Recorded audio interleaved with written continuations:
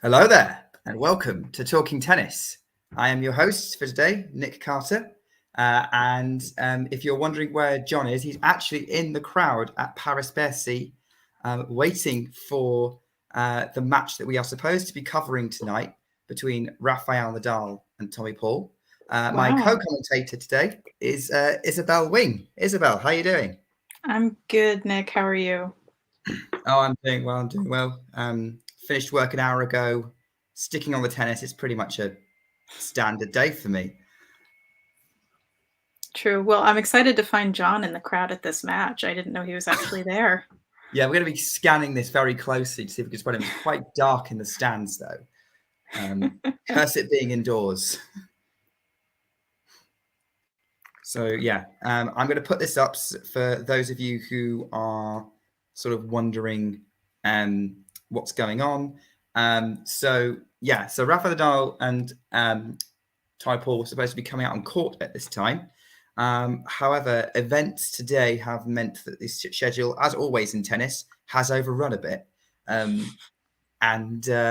currently in the middle of the 5-5 in the second set between Taylor Fritz, who is trying to qualify for the ATP Finals, against Gilles Simon, who seems to be trying his best not to actually end his career.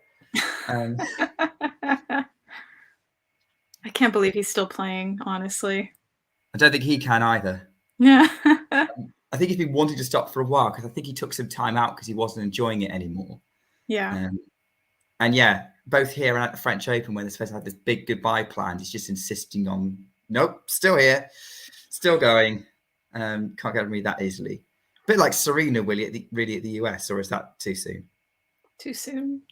We're not over it, Nick. All right, fine. We won't discuss this until end of year 2023. There you go. Cool. We will not worry about this anymore. So, with all this, I mean, what's your view on Gilles Simon's career? I mean, to be honest, I don't know a ton about it. He's been around for a really long time. I really can't speak much to the stats of his career at all. I only know that when I've watched him, he generally loses. I know that he was caught up in one of those like tennis betting scandals a few years ago. He was named as one of the people taking like bribes to lose or something like that. So that's all I really know of his career. Once he actually retires, I don't think I'm gonna feel sad or remember him at all. That's fair. And to be fair, he's not had the most amazing career, to be honest. I would have to Google this, which I probably won't right now, but he is a former top 10 player. I think his main claim to fame was either 2007 or 2008. He qualified for the ATP Finals, and no one was expecting it. But then sort of, Scott, probably about right.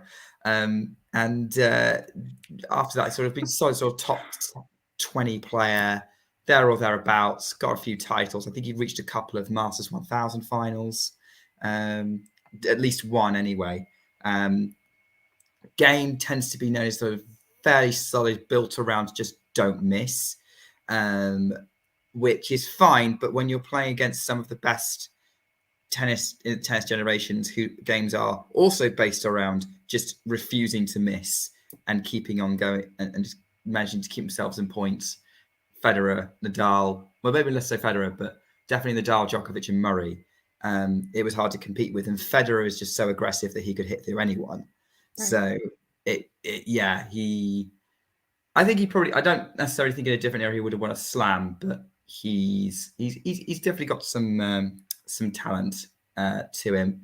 But yeah, definitely less well known of the modern Four Musketeers. Of obviously him, Zonga, Monfils, and Gasquet. Yeah. Do you know what I'm referring to with all the Four Musketeers of tennis? I think so. But, you know, I don't want to embarrass myself by getting it wrong. So why don't you just tell me? This is me showing off my tennis history. So it's referring to Well, obviously it's a play on the Four Musketeers story, but in the 1920s, France was the dominant nation in tennis, and it was particularly four guys plus Suzanne Lenglen, who didn't really count as a musketeer, but it was very much a men's tennis focused name, like four guys: Henri Leconte, Jean Bartre, Jacques Brunon, who was actually only really played doubles. He wasn't a great singles player, so the others all won major singles titles. Brunon was a very good doubles player. And then René Lacoste, as in the guy who set up the Lacoste brand. Right. And they all won lots of majors. France won the Davis Cup every year while they were playing for them. And I think the Cup du Mousquetaire that the guys win at the French Open is named after them. But French tennis has never quite hit that peak since then. Yeah, it's true. Black Musketeer. Thanks, Archie. Yeah, that's fair. I think he definitely lacks the flair of the other three from his generation.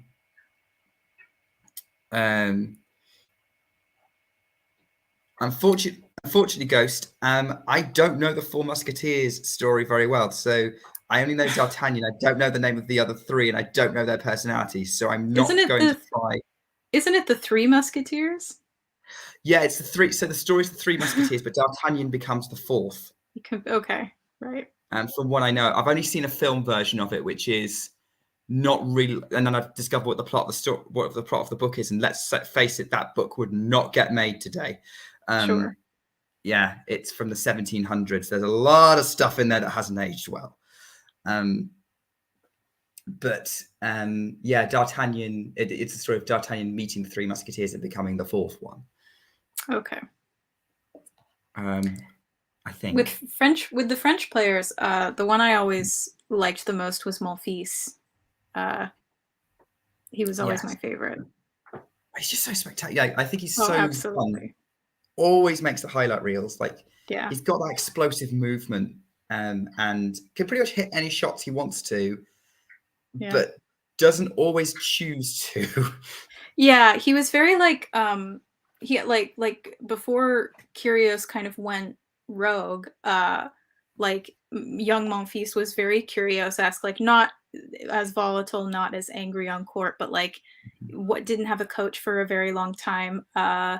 Didn't really seem to care about winning. He just really liked the flashy bits, but like he was super talented and like could have beaten anybody he wanted to, but just didn't want to. And I think he got a bit less like that later on in his career, whereas Kyrgios is never going to move on from that.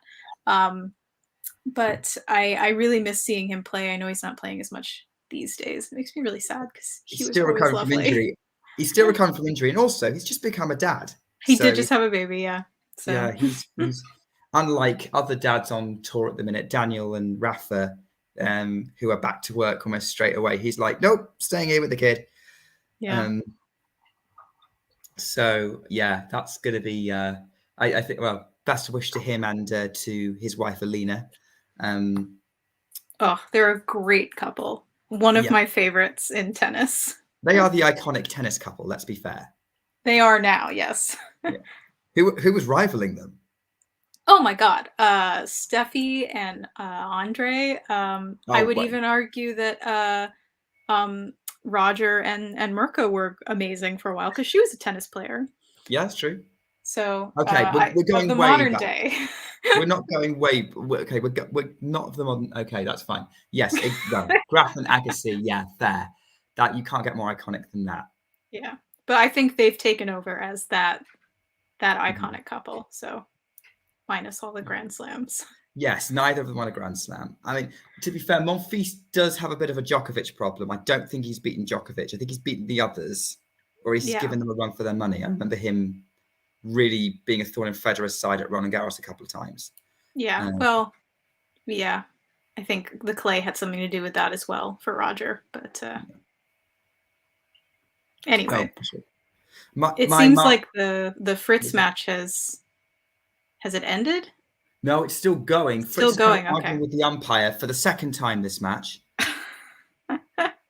What is he arguing about? Well, the first one was about a call that got made, which he wasn't happy about. I can't see the score because it's not up on my device with the scores is across I think the room. it's 6-5. 6-5 Fritz. Yeah. Yeah. Okay. So for those of you who don't know what the score is, so Simon won the first set, 7-5, and he did go a break up in the second set, but couldn't hold on. He kind of dropped it almost immediately to Fritz, and it's kind of been going with serve pretty solidly ever since. So it'll be interesting to see. This could be the last match of Gilles Simon. Obviously, this is going to be his last event. A lot of Scott, who is currently watching now, was very disappointed that his match yesterday or the day before was not his final match against Andy Murray, who had opportunities to make it Simon's final match, but then lost to him for pretty much almost the first time in his career. So that's it. Ended up being. I'm not going to dwell on that too much because otherwise we're going to lose viewers. Anyway, Simon's coming out to see if he can take this to a tiebreak. And I mean, look, I'm rooting for Simon, not just because, I want him to have a great swan song, but also it knocks out Fritz, which means Felix has got a better chance of getting into the finals. And I think that'd be really exciting. Oh, I'd love that. And yeah, I think he'd be one of the favourites if he was in there. And also it means that Rafa gets started sooner. I don't know. You don't have any plans this evening, do you? Do you, Isabel? After this? Well, no, not really. So. Oh, look, this can't go any worse than my first time leading commentary a couple of nights ago of the WTA finals, as I became progressively more delirious as the commentary went on, closer to 1 a.m. UK time. Well, I definitely don't want to stay up for that. Well, we can't go on too long because we've got Jack doing the opening match of the WTA finals of Pegula versus Jabeur. Oh. Which is at 10 o'clock UK time. Jesus, poor Jack. Hey, he signed up for this. I suppose he did, yeah. He did. He signed up for this. He's commentating with Shrihari and Miles. Shrihari is even more insane because he's in Dubai right now. Which is like, yeah, it's going to be 1 or 2 in the morning for him. Oy. Yeah, that's right, guys. John is in Paris for the Nadal-Paul match, but he's going to have to sit through, like us, the conclusion of the Fritz-Simon match. It's 30-love on the Simon serve, so it's hopefully going to a tiebreak and not to a third set. Otherwise, God. Or you could call this a bonus match, I suppose. I suppose, yeah. I do have a story of so someone I know from around here who is a big tennis fan as well, goes to Wimbledon every year. She's a retired nurse. And she got tickets for the ladies singles final of 2018, which obviously ends up being between Kerber and Serena. But however, that was the year of that insane Nadal-Djokovic semi-final that ended up finishing really late after a third set, which meant not only did she get to see the women's final, she got to see the conclusion of the Djokovic versus Nadal. Wow. So that's the ultimate bonus match, right? I suppose, yeah. Hey, look, if I walked into a stadium and discovered I was watching Djokovic versus Nadal, I would not complain. That's true. I've only gotten to see one of the big four play, and I don't think I'll ever see any of them again, but it was fun while it lasted. Which big four I got to see Andy at Wimbledon this year. Oh, cool. Oh, yeah, you did. Yeah, because you went to watch that match. Oh, yeah. This is not a good time for Andy Murray fans. I know, I heard. On the stream, we've already mentioned 2 painful losses in about 5 minutes. Well, they're just masochists at this point. I mean, didn't it get like that for Federer fans though? I don't want to talk about it, Nick. Hey, it hurts too. It hurts, but this is the way I work through my pain. I never want to hear about 2019 ever again. I wasn't going to mention 2019. No. Yeah, Federer's actually the only Big Four player I've seen. Oh, lucky.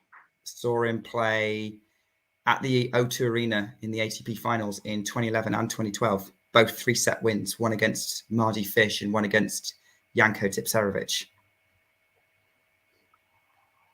I bet he just annihilated them. It was 3 sets. Like, both of them were like, Oh. how did, like, they both just stole the second set. And then Federer's like, no, not losing to you. Not today. He was just napping in that second set. You're talking about he was old by the time he was 30. Yes, I remember those days. Okay. I think the second time I went, someone saw Andy on a practice court, but I was trying to get into the stadium to make sure I got my seat. So I missed it. Otherwise I could have potentially seen Andy Murray as well. We'll see. Maybe we'll catch maybe if I get to Wimbledon, I'll catch a Big Four player. Maybe. Might happen. Yeah, you never know. Yes, live tennis opportunities are few and far between, as Fritz has got a set point at 6-5 advantage. So this could go for... So we're going to have to find some conversation topics. It's a good thing we like talking to each other. Yeah, that's true. You wait. After 2 hours of commentary with me, you'll be like wishing it was done.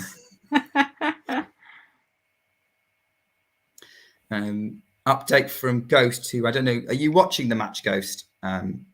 Rune obliterating her catch in the second set, so that could end her catch's hopes of getting to the ATP Finals. Do you know what? I'm just going to step away from the screen a second to grab my scoring device because I'm sick of not having the scores up. All right, fair enough. I've still got this point going. Yeah. Oh yeah, this is a good rally. Yeah. Do you want to talk us through it? You know, it's mid-rally right now, and I believe Fritz did he get the break? He did. He got the break. So Fritz took the second set. So Just now we have to sit through a whole nother set before the match we actually meant to be talking about. Okay, we've got a few interesting comments coming through while we're waiting for the... Oh, wait, hang on. There's a challenge. Just out from Simon to concede the set. Yeah, Vanch has pointed out that David Law once asked Roger after he won Wimbledon in 2007, hey, Roger, do you think you'll be playing long to participate in the 2012 Olympics? He was playing long enough to participate in the following 2 Olympic Games. He just happened to be injured in those years. It must really suck to have people asking you that kind of thing after you turn 30. Yeah, let's not do that. Yeah. I was speaking to my mom recently, and I'm turning 27 in a couple of weeks, and I was like, oh, you know, it's all over. Like, I'm going to be 30 soon. And she was like, no, it's not all over until you actually turn 30. And then you're done. Well, we'll have to ask Hanya about that, because she has already hit the 3-0. Well, she looks good, so... Looks like Fritz is having his feet done up by somebody. Look, probably blister related, although they're not zooming in close enough to... mind you, you might not want them to do that. Are you grossed out by feet? No, not particularly. No. I'm not either. It takes a lot to gross me out. Ashley is in the chat. We're in trouble. Oh dear. I thought you'd had enough of me after commentating on Pegula and Sakkari, which was a good match, to be fair. Was it? Yeah, well, it was. Yeah, it was close. It was 2 close sets, yeah, it was all right. I think Sakkari was definitely the more fiery player. Pegula just had these dips that meant she wasn't quite her best. That's what I remember from it. I must say that obviously staying up till 1 a.m. commentating and then having to be at work at 8:30 the next morning was probably not the best idea. Perhaps not, I would say. No. But hey, this is the world. This is what we sacrifice as tennis fans. Popcorn Gang. Yes, Owen, we're all here.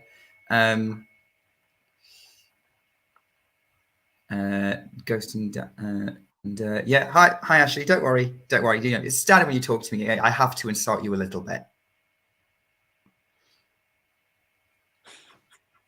It's all right. I appreciate you really. All right. Ghost is asking me this question, but I'm looping you in as well. Gun to you. I'm not going to use the phrase "gun to your head," but who do you predict to be the next big four? Which I assume you mean in the men's team. I mean, they've been kind of asking this question for the last 10 years. Yeah. You know, and I think you could probably name any of the, you know, players under 25 who are in the top 10 and make a convincing argument. But Yeah. I don't think we're ever going to see that kind of level for another like 20 years. Like it's just it's a kind of a once in a lifetime thing to have that many players who are that good and all they do is just make each other better. Like you just don't that kind of thing had never been seen before in tennis. I mean, maybe with like Borg and McEnroe, but I wouldn't even say that that was the same. It's just not. I don't think that it's something that we're ever going to have again. Like you could make an argument that like, oh well, these two players are going to have a really good rivalry in the next 10 years, and they're probably going to just be in every final together. But you could make that argument for any pair in the top 10, even the top 20. I would say like you could make that argument. So I have no idea. I don't think there will be. I completely agree with your assessment in terms of the level they brought. I think from noticing patterns in tennis history, generally there's usually a 3 or a 4, even a 5 sometimes, who typically win the big titles. They may not be locking out finals constantly, but generally, if you were to tot up who wins the most big titles over the course of the year, or at least in the majors, it tends to be those guys on repeat. So if you go back to the 80s, like you were saying, you had the big three then: Borg, Connors, McEnroe. Mid 80s, it would have been Lendl, McEnroe, Verlander, Connors towards the end of his run. And then late 80s would have been Lendl and Verlander still, but with Becker and Edberg. Kind of shifting into the early 90s, it kind of opened up a bit. And then the 90s, it was really just Sampras and Agassi when they were on form. And then obviously we've got now. So I think there will be a consistent group at the top, but I agree with you. I don't think they're going to bring the same kind of level of dominance that we saw from this era of Big Four. Archit kind of thrown out Alcaraz, Sinner, of Felix, and someone else. I would agree with that, with those three. And who knows, maybe it'll just be a big three, because you could throw names out there like Sebastian Baez or Lorenzo Musetti or Holger Rune, or someone you haven't seen yet. Yeah. Or Tsitsipas may finally up his level or something like that. We don't know. I mean, it would be nice for Tsitsipas to regain some respect, but it's not happening yet. I would agree with Alcaraz, definitely, given that he's already kind of a cut above of some of the other young players. Felix, as I was saying to Vanch the other day, like I think 2023 is going to be Felix's year, because he's just killing it right now. And I think he's going to be a great all-surface player, so I wouldn't be surprised. But, you know, I'm just not sure about Rune, given his attitude. It's hard for me to not be biased against that. I haven't seen enough of Musetti yet. And Sinner, like, I do like him a lot. Like, he's obviously amazing. Like, that match with Alcaraz was incredible. But I don't know. Like, I don't want him to fall into that same thing that Rublev has fallen into, where, like, he just can't get past a certain level, no matter how good he is. He just always misses it. Yeah. So I worry about that with him. But maybe now that he has Darren Cahill on his team, he'll get better. Who knows? I think Sinner has made more of a splash than Rublev did at his age. Yeah. So I would say he's got that going for him. So I would say that he's definitely in that mix. I like this Farms look, so we're going for a big five. Farms. Yeah. Now's not the time for the impressions. But yeah, Musetti is an interesting player because he's very much of the. He's kind of a bit like Gasquet in many ways, in that everyone raves. He's got quite a smooth backhand, single-handed backhand. Traditionally thought of as a clay court, he's had a very good indoor season, so I think he's just maturing a little bit across all surfaces.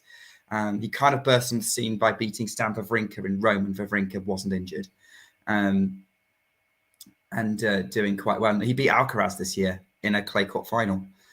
So I don't know whether he's going to be that level with Felix Alcaraz and Sinner. I do agree there's a question mark, but maybe he'll have a day where he'll get to go deep in a tournament. Given Are we not putting Medvedev on any of these lists? Well, Medvedev is aging a little bit. Aging? He's only like what, 24? 26. He's 26? Yeah, he was born in 96. Oh my god. You're almost Wow. about the same age as Medvedev. Yeah. I mean, that's still young, but that is still young. But I mean, it's not over until you're 27. I don't know how long it's going to be peak level for, but I agree he's going to be a contender for a while. Mm-hmm. So John is saying hi, by the way. Hope you're enjoying the Simon Fritz match. I've been wrapped up in the conversation with Isabel, and I haven't really been checking the score. There seems to be some kind of challenge going on, and Mohamed Liani is waiting expectantly for the results. I've got the sound off, which doesn't help. This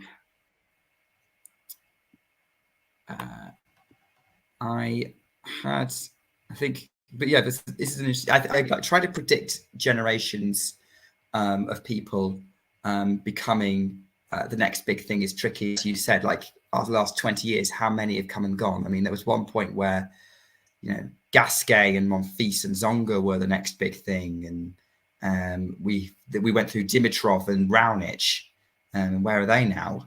I think it's hard to.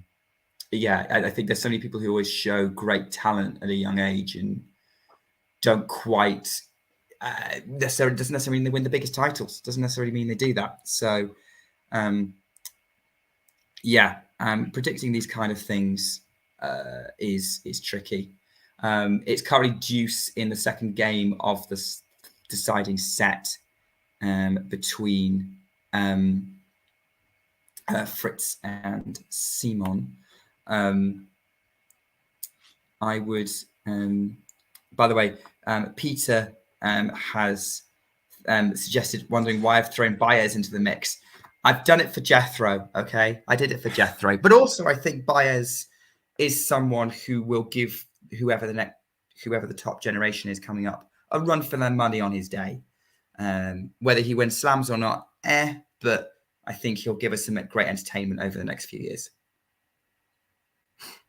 Perhaps, yeah. Jethro is not watching. He's actually on the train, but I'm sure he'll be happy to hear your comments. Yeah. Jethro, if you're watching this back, then I hope you're happy. And by the way, you can always watch the stream back at any point if you want to relive either of the matches we're going to be covering today. Although you might, I don't know how disappointed you are that we're not covering Fritz versus Simon in amazing detail. Another name that's been sort of thrown into the mix of, are these people still going to be around and still in the mix for sort of big player status? That Ashley makes a good point about is Zverev. Like it or not, he's going to be around for a while. I think most of us won't like that, but for various different reasons.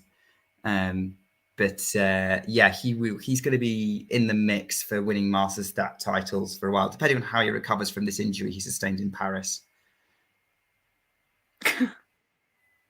Yeah, saying the obvious, John, that we won't see Zverev before Australia, and he's he's not playing in Paris. There's no other tournament unless he shows up at a challenger event. I don't see him playing.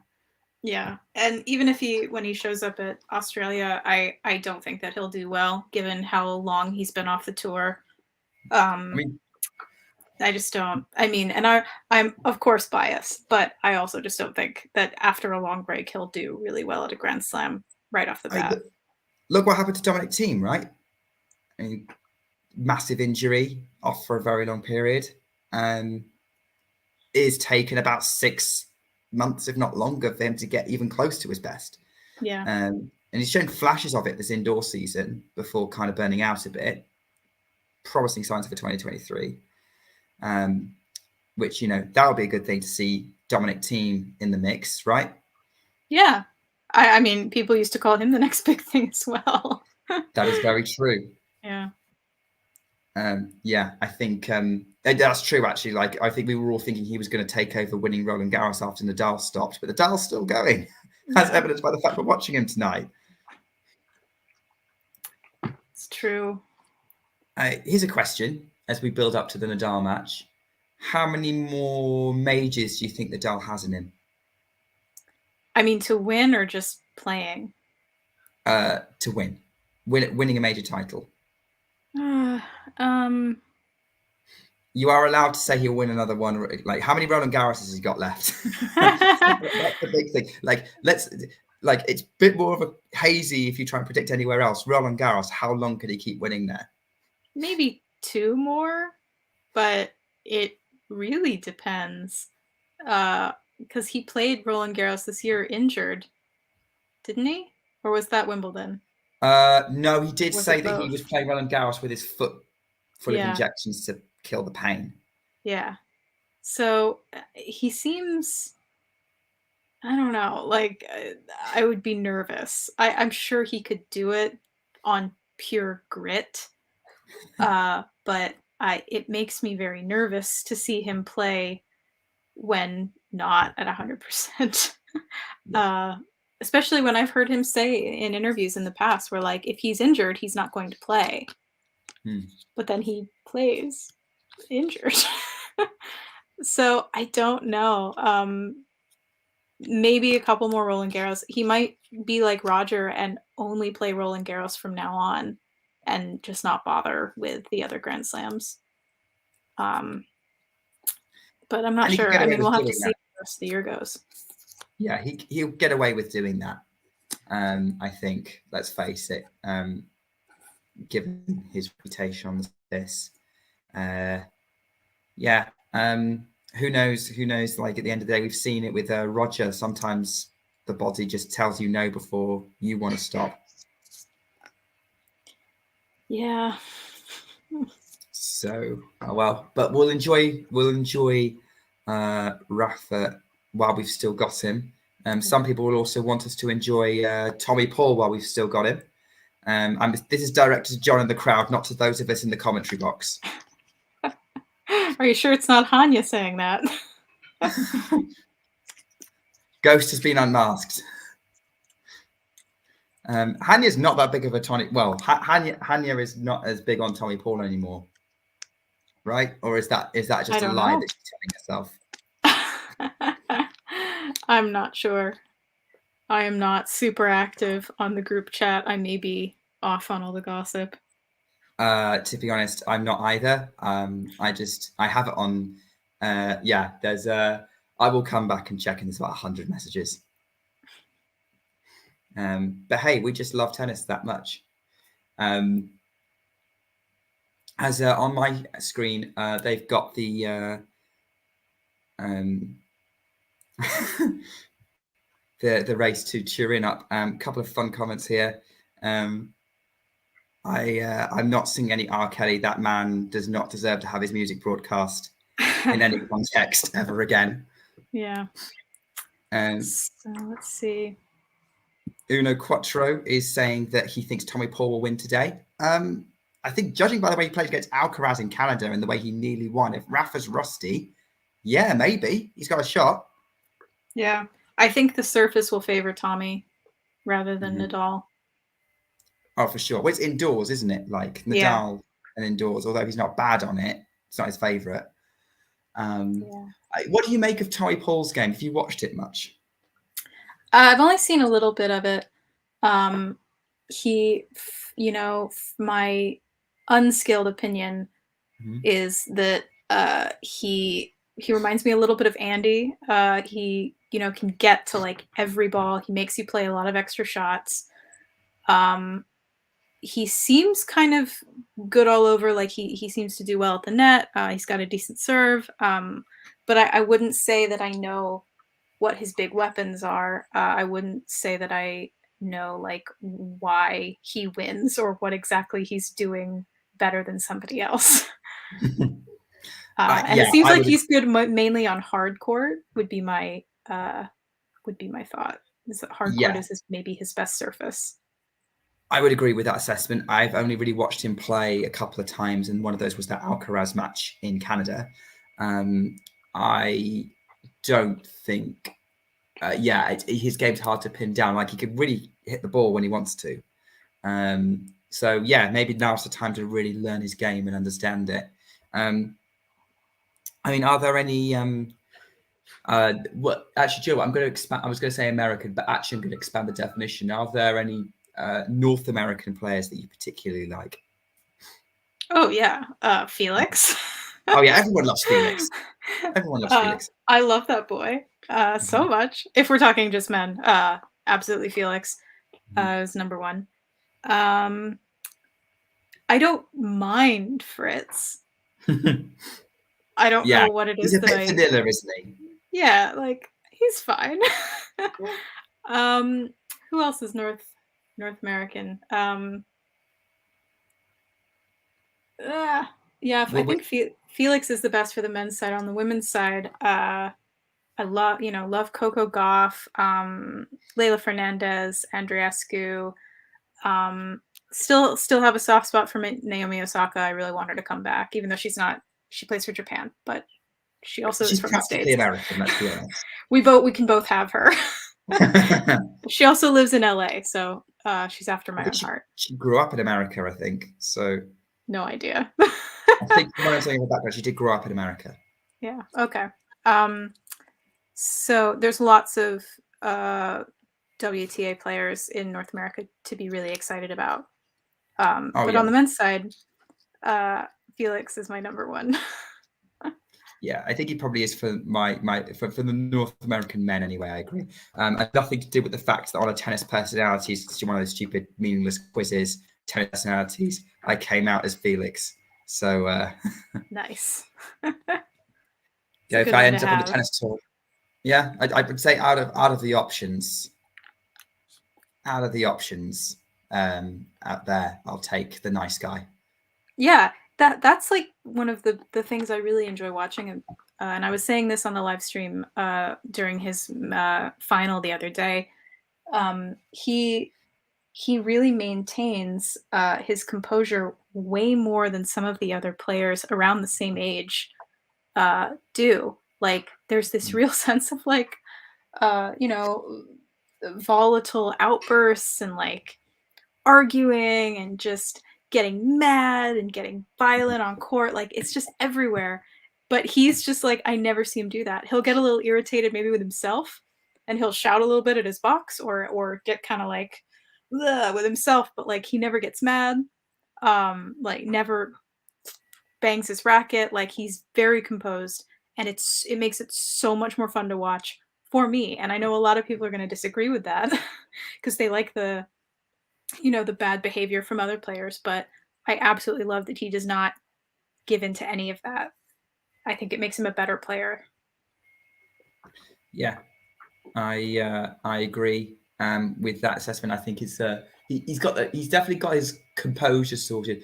Maybe it's leaking too much into a little bit of lack of killer instinct in the latter stages, but he seems to fix that now because he's on this amazing winning streak.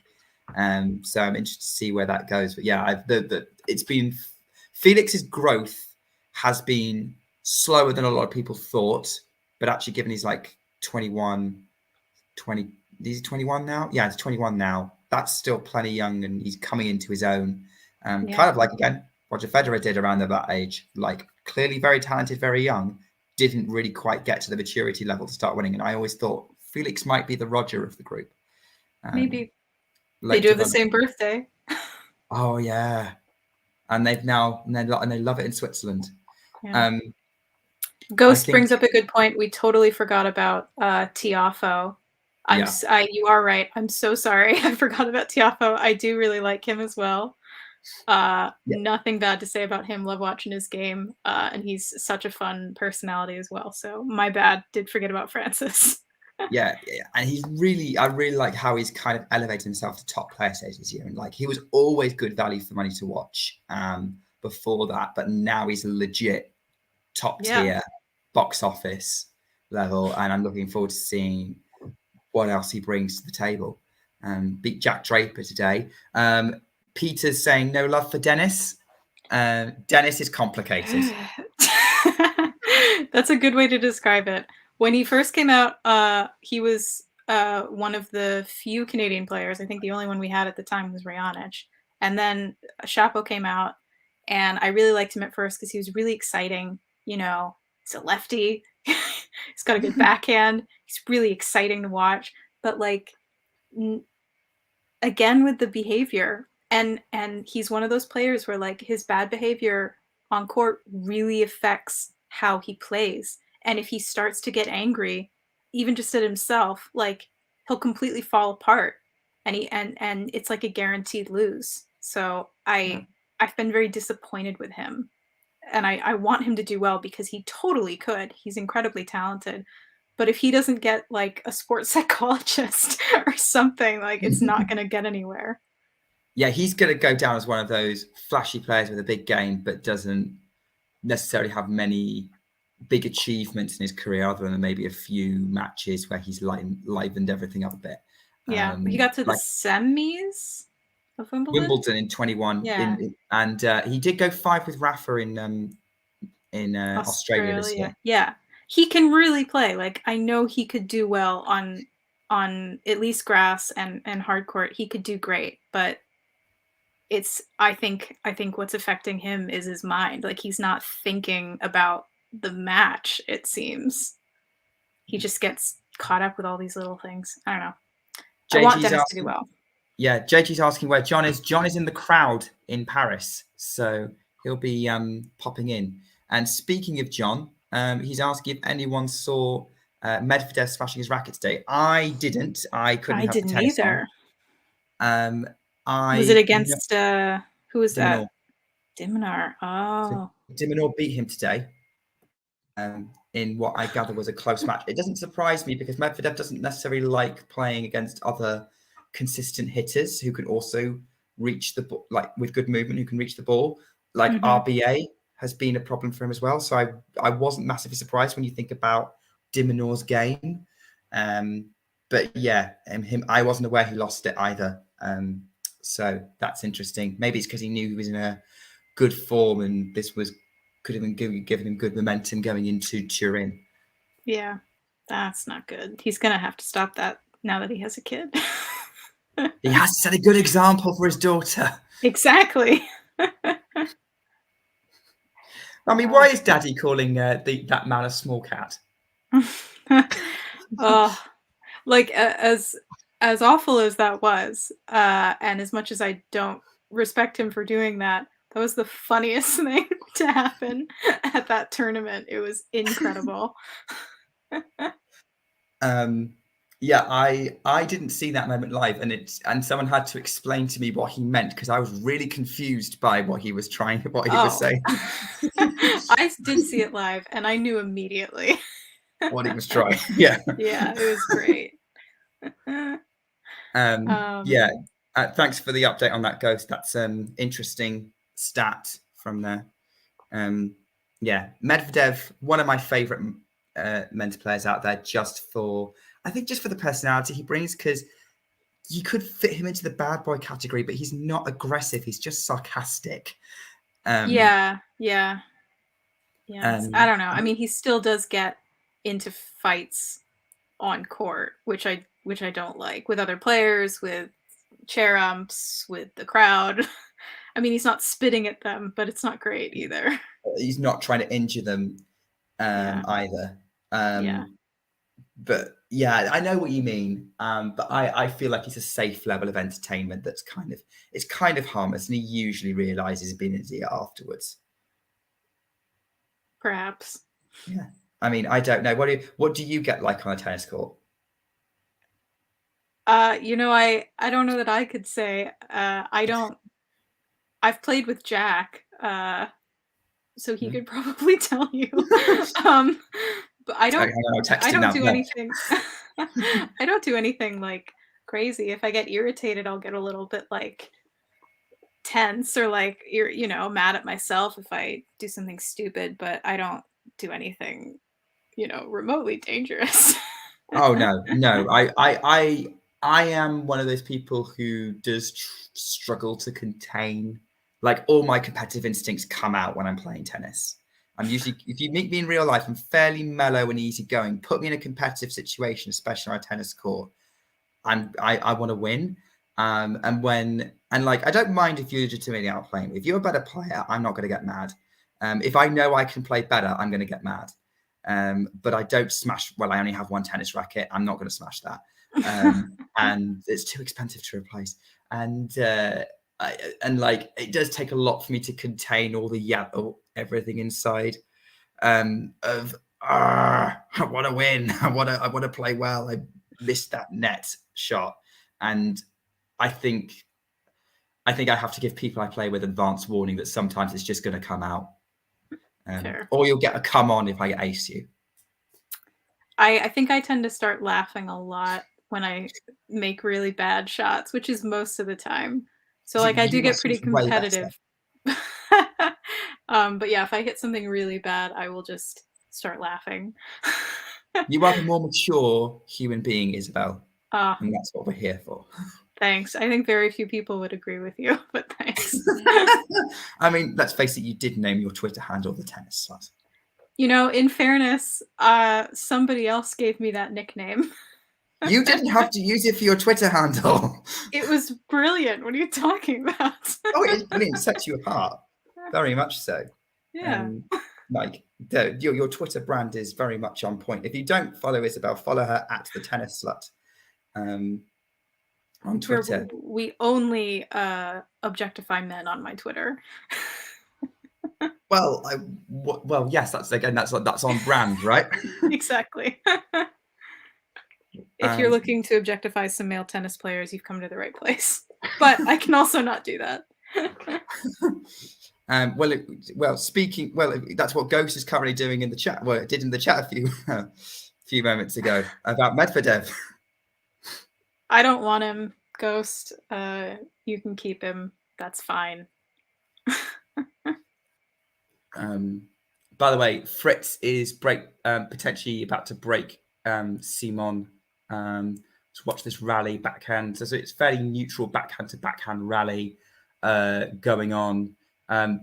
Fritz tries to sharpen the angles a bit, try and push Simon around, but they're just exchanging shots. Fritz tries to change out with a forehand, going aggressive, but it's just dropping everything short. I think they're just waiting for them to whisper, and it's Fritz who puts it in the net and then bounces his racket. Doesn't smash it, just sort of throws it head down so it bounces back into his hand because he knows that was a good opportunity, but trying to just win a neutral rally and waiting for Simon to miss maybe works now when he's older, but he just a general rule that's not going to work. He's going to need to take his chances. I thought Fritz was a more aggressive player than that, but maybe he can play a bit safe sometimes. I don't know. What do you think of Fritz, Isabel? Other than being a bit meh, like game wise. I've seen him play great. I think he did pretty well at, I want to say, Wimbledon this year. He got pretty far. Yeah. Finals lost to Rafa in 5. Yeah. So I've seen him play really well, and it's always impressive. But I couldn't really pinpoint, like, again, same with Tommy Paul, like I don't really know what his big weapons are, and I couldn't tell you what the weaknesses in his game are that kind of keep him from getting to that next level. But it may just come down to time. I mean, he's also really young, isn't he? Yeah. So yeah, it may be a couple more years until he's like really found his rhythm. Yeah, I would agree. I mean, like he's certainly been getting there. I'd say he's got a big serve. He's got a good forehand, standard American, but he has a much more solid backhand compared to a lot of other Americans on tour. I think he's a bit more well-rounded. As we just see there, like big forehand winner to set up another break point. So I think he's got the tools, but he doesn't always deploy them. He can play it a bit safe sometimes. John's pointing out maybe the Simon performance puts some perspective on the Murray result. Yes, I agree. I think it does. I think now we're seeing that Simon is competing with a top 10 player. Yeah, the Murray loss will still hurt for his fans. I'm one of them. But I don't think I think seeing this now, like, oh, okay, someone else. Like he played against someone who was he lost to someone who was playing pretty well, and that's a good sign. Yeah. Ghost is pointing out that Fritz is also a tennis dad, which we always forget. Yeah, that's true. I always do forget that. I never see him with his kids. No, I don't know too much about it. Like I don't think. I mean, obviously, I don't think he and the mum are still together. I think. Couldn't tell you. I don't think so, because like we would probably know from Morgan's Instagram if there were kids involved. True. So maybe it's just difficulty with logistics getting to watch him play. Ashley puts in a really good point about Fritz's game. That game's pretty weak. Good return can challenge him on serve, but his ground help out a lot. Yeah, I think those are some good observations. I think that's a fairly well. I think that's the thing, is that I don't think America's produced a lot of an all-round player for a while. Like Cord is the closest on the men's side. Yeah. Cord is the closest they've had for a long time, and he's still very much developing. Yes, I would agree. But I think he's, not to sound too much like McEnroe, but like I think he might be the next big thing in American men's tennis. You spat that name out with some venom. You did not want that name crossing your tongue at all. Well, I know Big Mac is really fond of Fritz and sings his praises. What about Tiafoe, though? I mean, would you not say that he's like an all-around player? Even more recently? I think his serve could be better. Okay. He was serving pretty well, though, at the US Open. He got to the US Open semi-finals on a second serve. So his second serve is amazing, better than a lot of other Americans. But I think his first serve could be more consistent.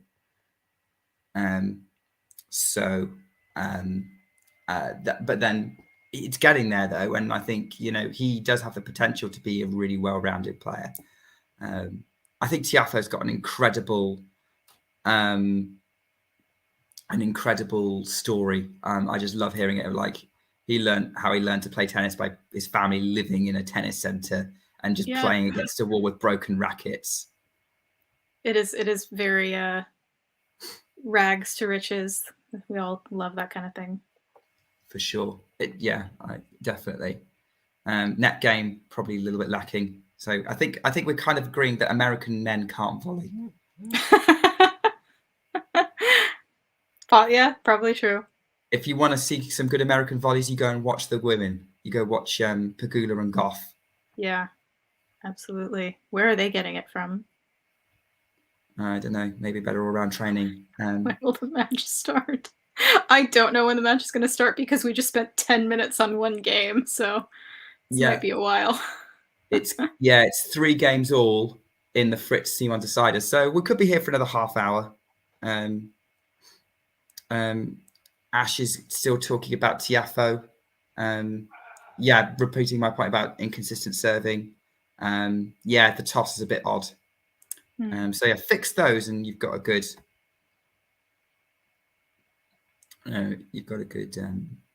Opportunity there. Yeah, I think the women, I think American women have like there's just loads of them coming, and they will keep coming.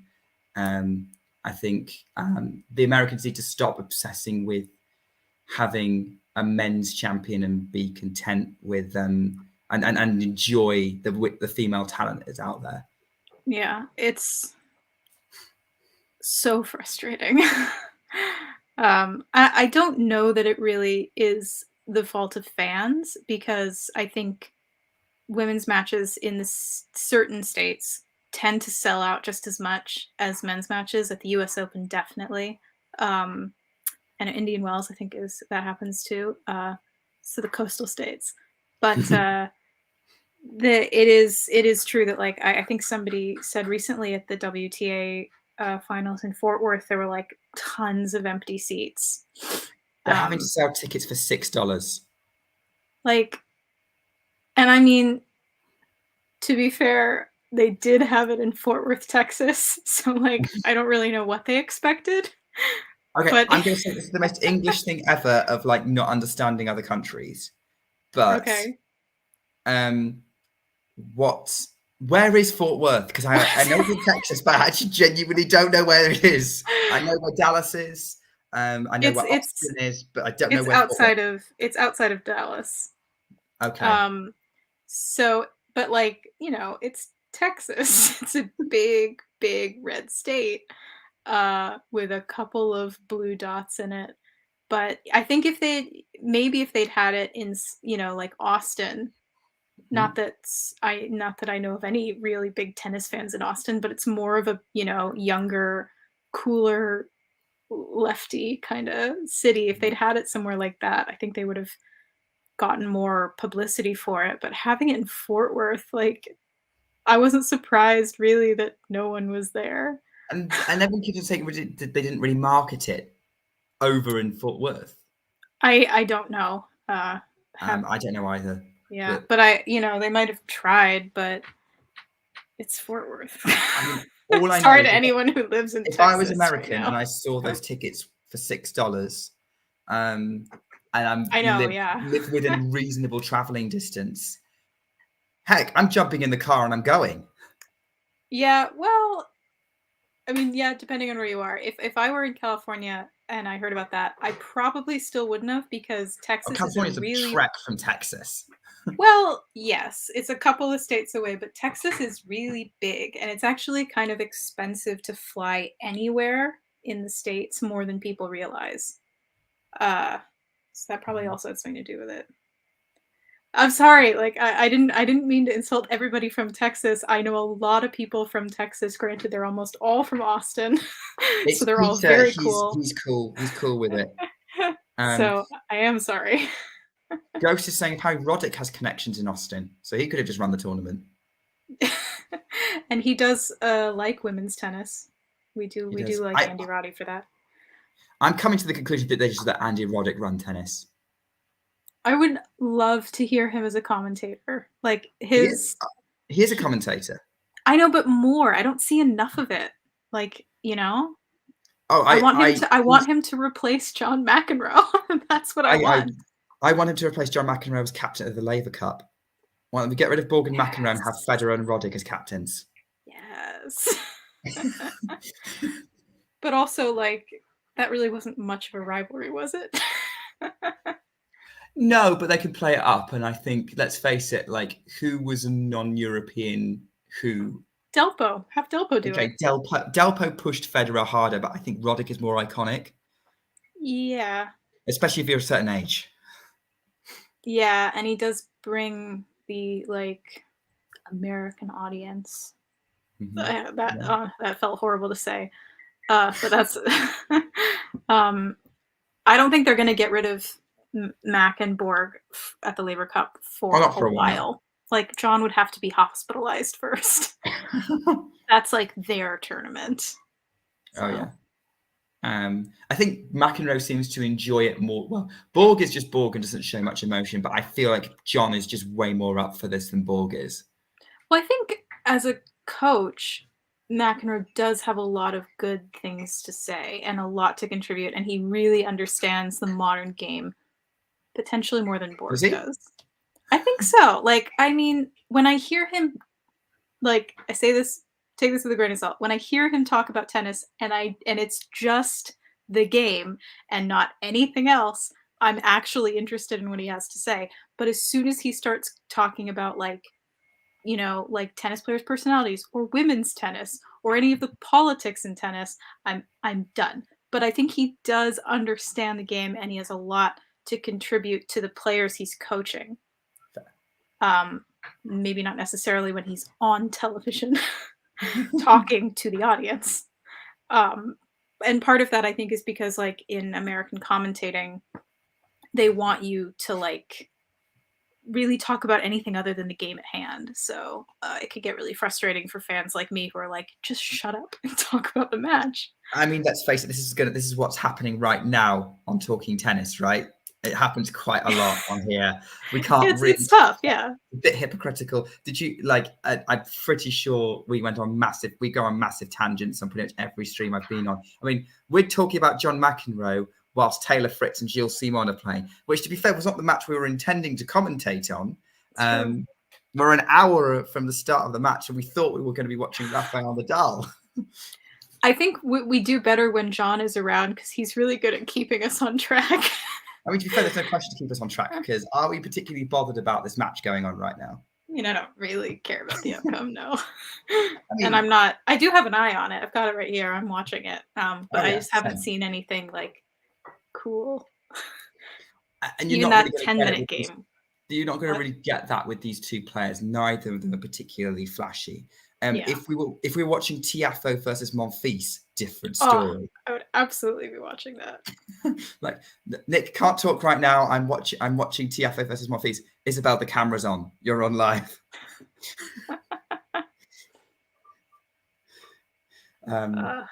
Yeah, it's currently 40-15 to Gilles Simon to make it 4-all. Peter's recommending we switch to the doubles and watch Joe Salisbury. Could do that. I'm not against doing doubles. The reason I've got this match on is then we know when Rafa's coming. I've really never watched doubles, to be honest. I know that's bad, but I never watch it. It's a very different game. It's much quicker than singles. And it has its place. It's interesting. And like when I talk to my dad, because he is probably not as hardcore a tennis fan as I am. I kind of mainly associate tennis with my mum because she always had Wimbledon on in the background when I was growing up. But Dad grew up with it more than maybe she did. She was a late comer to the sport. And whenever I talk to him, he is not a fan of the modern baseline game of long rallies. He misses serve volley and quick points. So doubles is much more his thing. And you get a bit more variety in doubles. And it's quite nice watching the teamwork and the camaraderie between teammates. So yeah, there's a benefit that like doubles is fine. It's good fun to watch. I would say worth giving it a try. But singles is obviously where it's at, because you kind of get a very different vibe from it that you don't really get in other sports. Yeah, I have seen it. I mean, I watched the doubles matches at the Laver Cup and at the Davis Cup. Yeah, the Davis Cup. I did watch the doubles there, and I actually saw a lot of doubles at Wimbledon because on the days that I was there, it was like all doubles. Yeah. So once you get, because you went on day 4, right? Yeah, something like that. Yeah. So by that point, the first round of doubles is underway. And you're going to get a lot of doubles. Yeah, and I do like it. And when players that I like are playing in doubles, I do watch. Like I've watched some of Coco Gauff's doubles matches. Yeah. But something about like the quickness does like make it a bit less entertaining for me. And because there's more players for me to like keep track of, I lose it. I just lose focus. Yeah, no, I can see that, and yeah, I prefer the singles with the longer rallies because it just keeps your attention. And I mean, look, I always amazed when it's a Nadal Djokovic match and they're just going at each other for incredibly long rallies. May get Rafa out. You never know, in about 20 minutes or so. But we keep saying this. It's 4-all, 30-all. So see how it goes. Fritz had dumped a backhand into the net and was very annoyed with himself about it. He's got Simon on the run, though, moving him from side to side, Fritz moving well to get himself in the right position, but just too neutral a forehand there to get Simon back in the rally. Simon goes for the drop shot to get Fritz in, who slices it deep. They're still at the baseline. Simon is now the one trying to dictate everything. He's moving around, cross court, up the line, backhand cross court. Simon, Fritz scrambles for it, and it's out, and it's break point. Gilles Simon. If he gets this, he's serving for place in the last 16, which would be incredible. So. Yeah, it's last 16. I think it's last 32 today because last 16. Yeah, of course, because the way Masters Tournament is just last 16 tomorrow, quarterfinals Friday, and so on and so forth. Yeah, this could be interesting to see. So let's see if I think it's a good story if Simon can get this, which I think Fritz misses with the first serve. If Simon could extend his career, last 16 of a Masters event and his final event, I think that's a good way to go out. Second serve, Fritz, backhand in play. Simon actually quite a good return, getting Fritz moving, but then everything kind of neutralizes itself. Very short forehand from Simon. Fritz is trying to move him around. Oh, I forgot what's happening. Oh, he's netted it. Oh, you're ahead. You're ahead. Sorry. That's fine. This confirms it. I'm going to have to change my setup in between matches. So I can always pause and get to your point. Yeah, it might be easy because otherwise I have to play it on my tablet resting on my laptop screen, which means I can't necessarily see. If I do this, although it's fine. But when I was doing that on the live stream on Saturday, I could only see the top of Miles's head peering over at me. Well, apart from the match at the moment, I don't know why Ghost keeps coming at me for being Canadian. He's just—it's a really weird thing to be picky and mean about. Ignore him. He likes to start fights.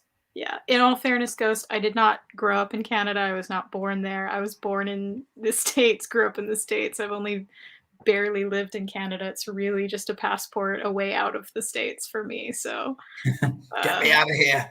Yeah, it's not really landing the way you think it is. Yes, I don't know what's going on there. John, I hope you're enjoying the match, Simon versus Fritz. It's certainly somewhat entertaining. But what do you think of Paris Bercy as a tournament? Have you watched much of it before in previous years?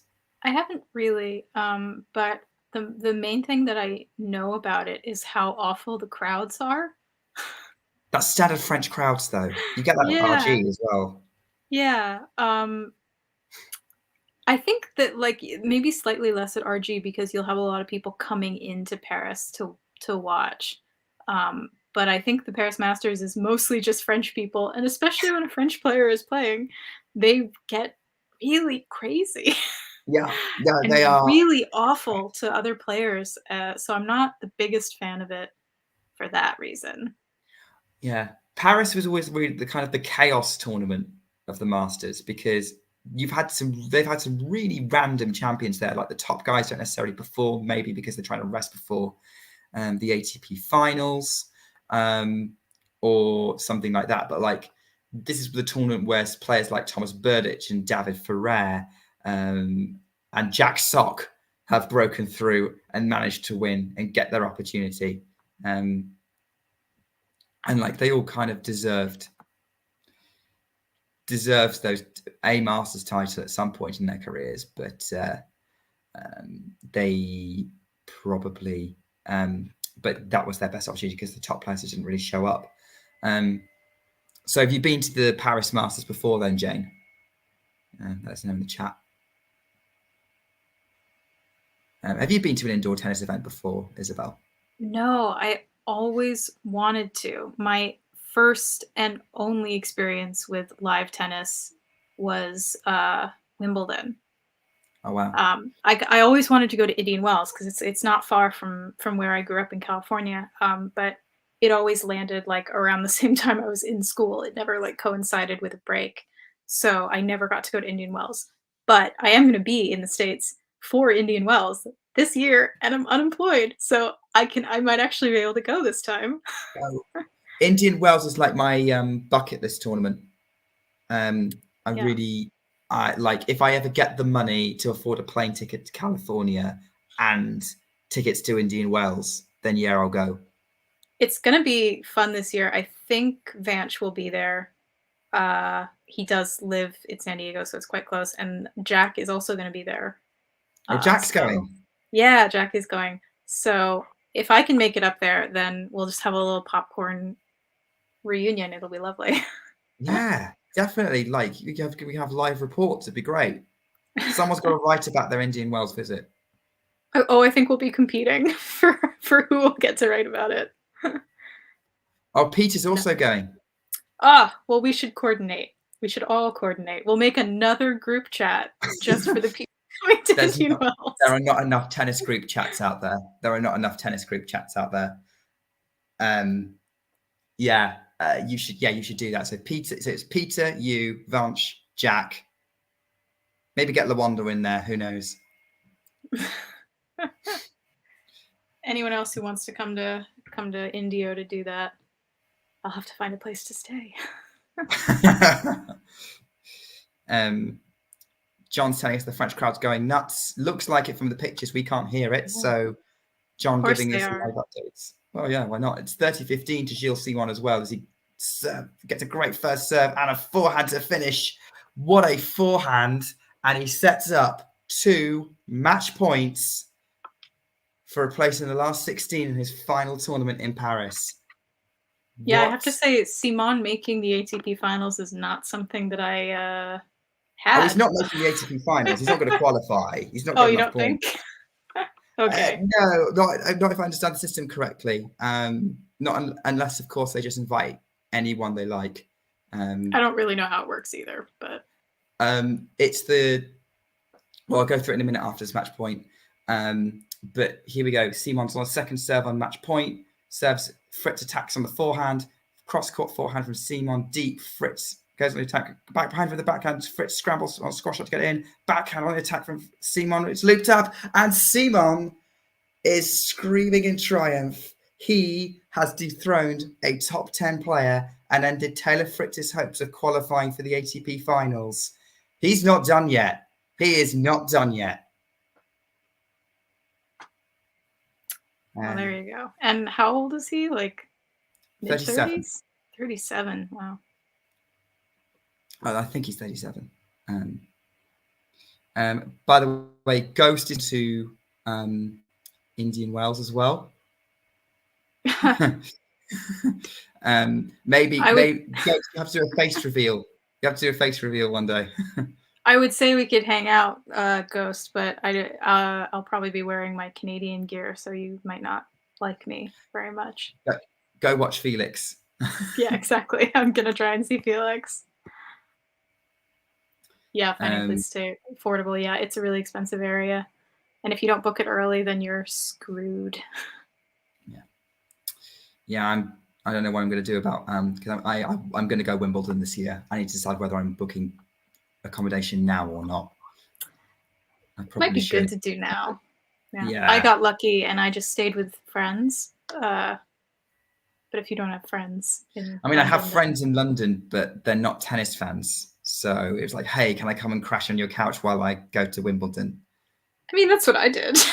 True. But I haven't spoken to some of these people in years. To be fair, they were family friends of mine that I have never met. I've only heard about.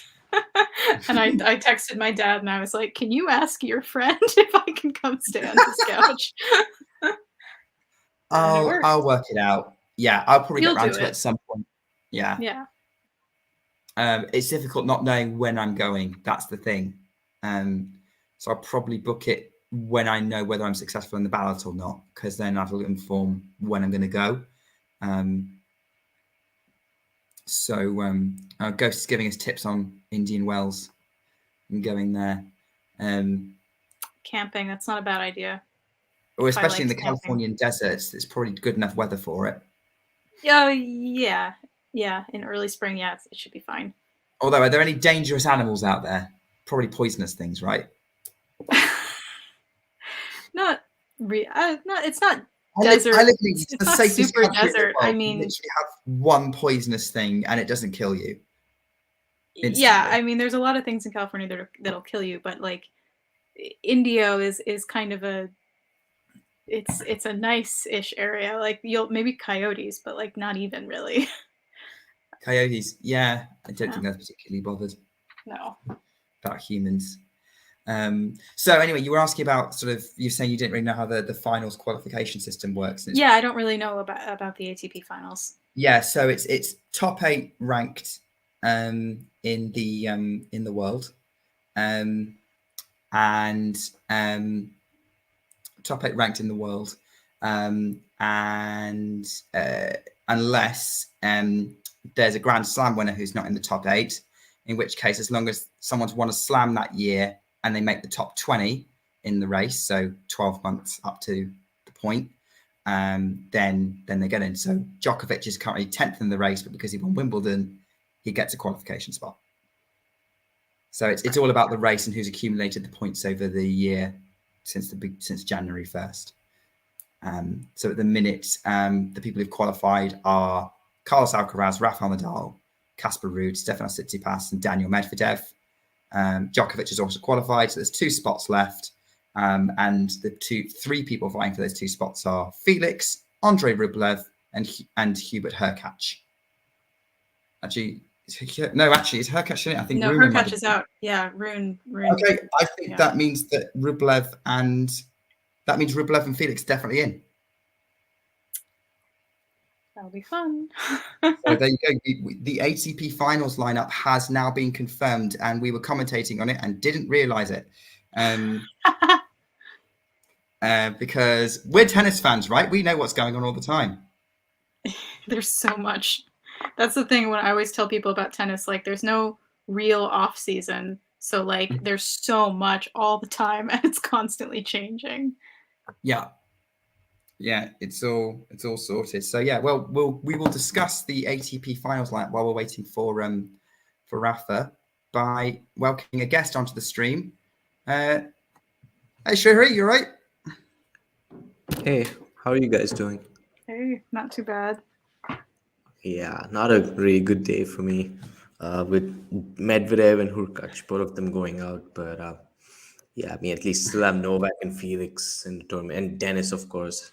I think he's playing Carreño Busta right now. Yeah, he is. I think Shapo's playing Carreño Busta. Yeah, okay, so at least we have a Shapo fan in the room. Yeah, he started with a break and then he got broken back immediately after. Sounds about right. Yeah. I mean, PCB is pretty much a nightmare matchup for him historically. He did beat him at the ATP Cup earlier this year, but other than that, he's lost quite a few times still before. Before this match really gets going, I'm going to step away just for a second, but I'll leave you guys to chat. Yeah. That's fine. Good. That's fine. So yeah, sure. Are you coming on to do Nadal then? Yeah. Or are you coming on? I just couldn't find a stream for the WTA finals at all. I was supposed to cover the Ons Jabeur versus Jessica Pegula match, and there was no way for me to stream the match, so I thought I would just do this instead. Okay, so as advertised later, so as soon as hopefully this Nadal match will finish before the Pegula match starts, although I'm sure we can have 2 streams at the same time on the channel. Right. I don't think I'll be doing that because I didn't really find a stream. So. Well, yeah, we'll have Jack and Miles are supposed to join them. Yeah. Yeah, we'll have Jack and Miles doing Pegula versus Jabeur. So that should be a lot of fun. I think they'll be using the same channel. That's right. So Just didn't cross my mind. I guess if that match does begin, we could tap out. Begin before this match ends, which we'll be fine. I think there'll be. It's YouTube. I've seen YouTube channels do 2 streams at the same time. It'll be fine. Oh yeah, sounds good. Pretty sure Games to Love do it all the time. So let's see how it goes. But look, we've got 2 hours to go. Who knows? Maybe Nadal or Paul will make quick work of it. Yep. Could happen. But that depends on Nadal's shape. He has not played for 60 days almost. And Tommy Paul is playing some good tennis as well. They played at Acapulco. It was quite one-sided. I think Nadal did serve him a bagel. Nadal was playing amazing that tournament, though. Yeah, he was, yes. And it was a much slower court. But then Tommy Paul is, I guess, historically better on the slower courts than he's on faster courts. I'm not sure how well he's going to fare, on a court that's playing as quick as, the center court at Bercy is. Should be an interesting match, though. Tommy Paul tends to play in a way that could throw off opponents more often than not. Yeah. Ashley's pointing out that Nadal does not know the meaning of quick work, which is true. Sometimes, yes. When it's clay, clay season, he's ruthless. Ghost is asking you how's Dubai. Dubai is pretty good as usual. Nothing too spectacular at the moment, but yeah. In a couple of weeks, I'll be watching the Lion King musical. I don't know who wants to know that, but yeah. Where are you watching the Lion King musical? It's in Abu Dhabi, so it's one of the 7 Emirates here in the United Arab Emirates. It's about a 2-hour drive from here. Okay. And pretty stoked for that, actually. Always been wanting to watch the musical, and I finally get to do it. Should be fun. Get to watch the circle of life and observe it. Circle of tennis. That could be an interesting article idea. The circle of tennis life. Yeah. So Shrihari, talk to me. So we've now seen today the ATP Finals lineup confirmed. It's what we kind of thought it was. Hubi and Fritz are out now, so it is confirmed. Yes, you're right. Rublev and Felix are in. Yeah. So I'm really excited. This is pretty much what we expected anyway for a couple of weeks now. We even discussed this on our Popcorn Tennis podcast. For those of you who are watching right now, do make sure to tune in to our episodes. But anyway, we did. I think we had this group of players in mind when we were talking about the potential groups that we could have and the potential matchups, and also who we could. Did you just go off?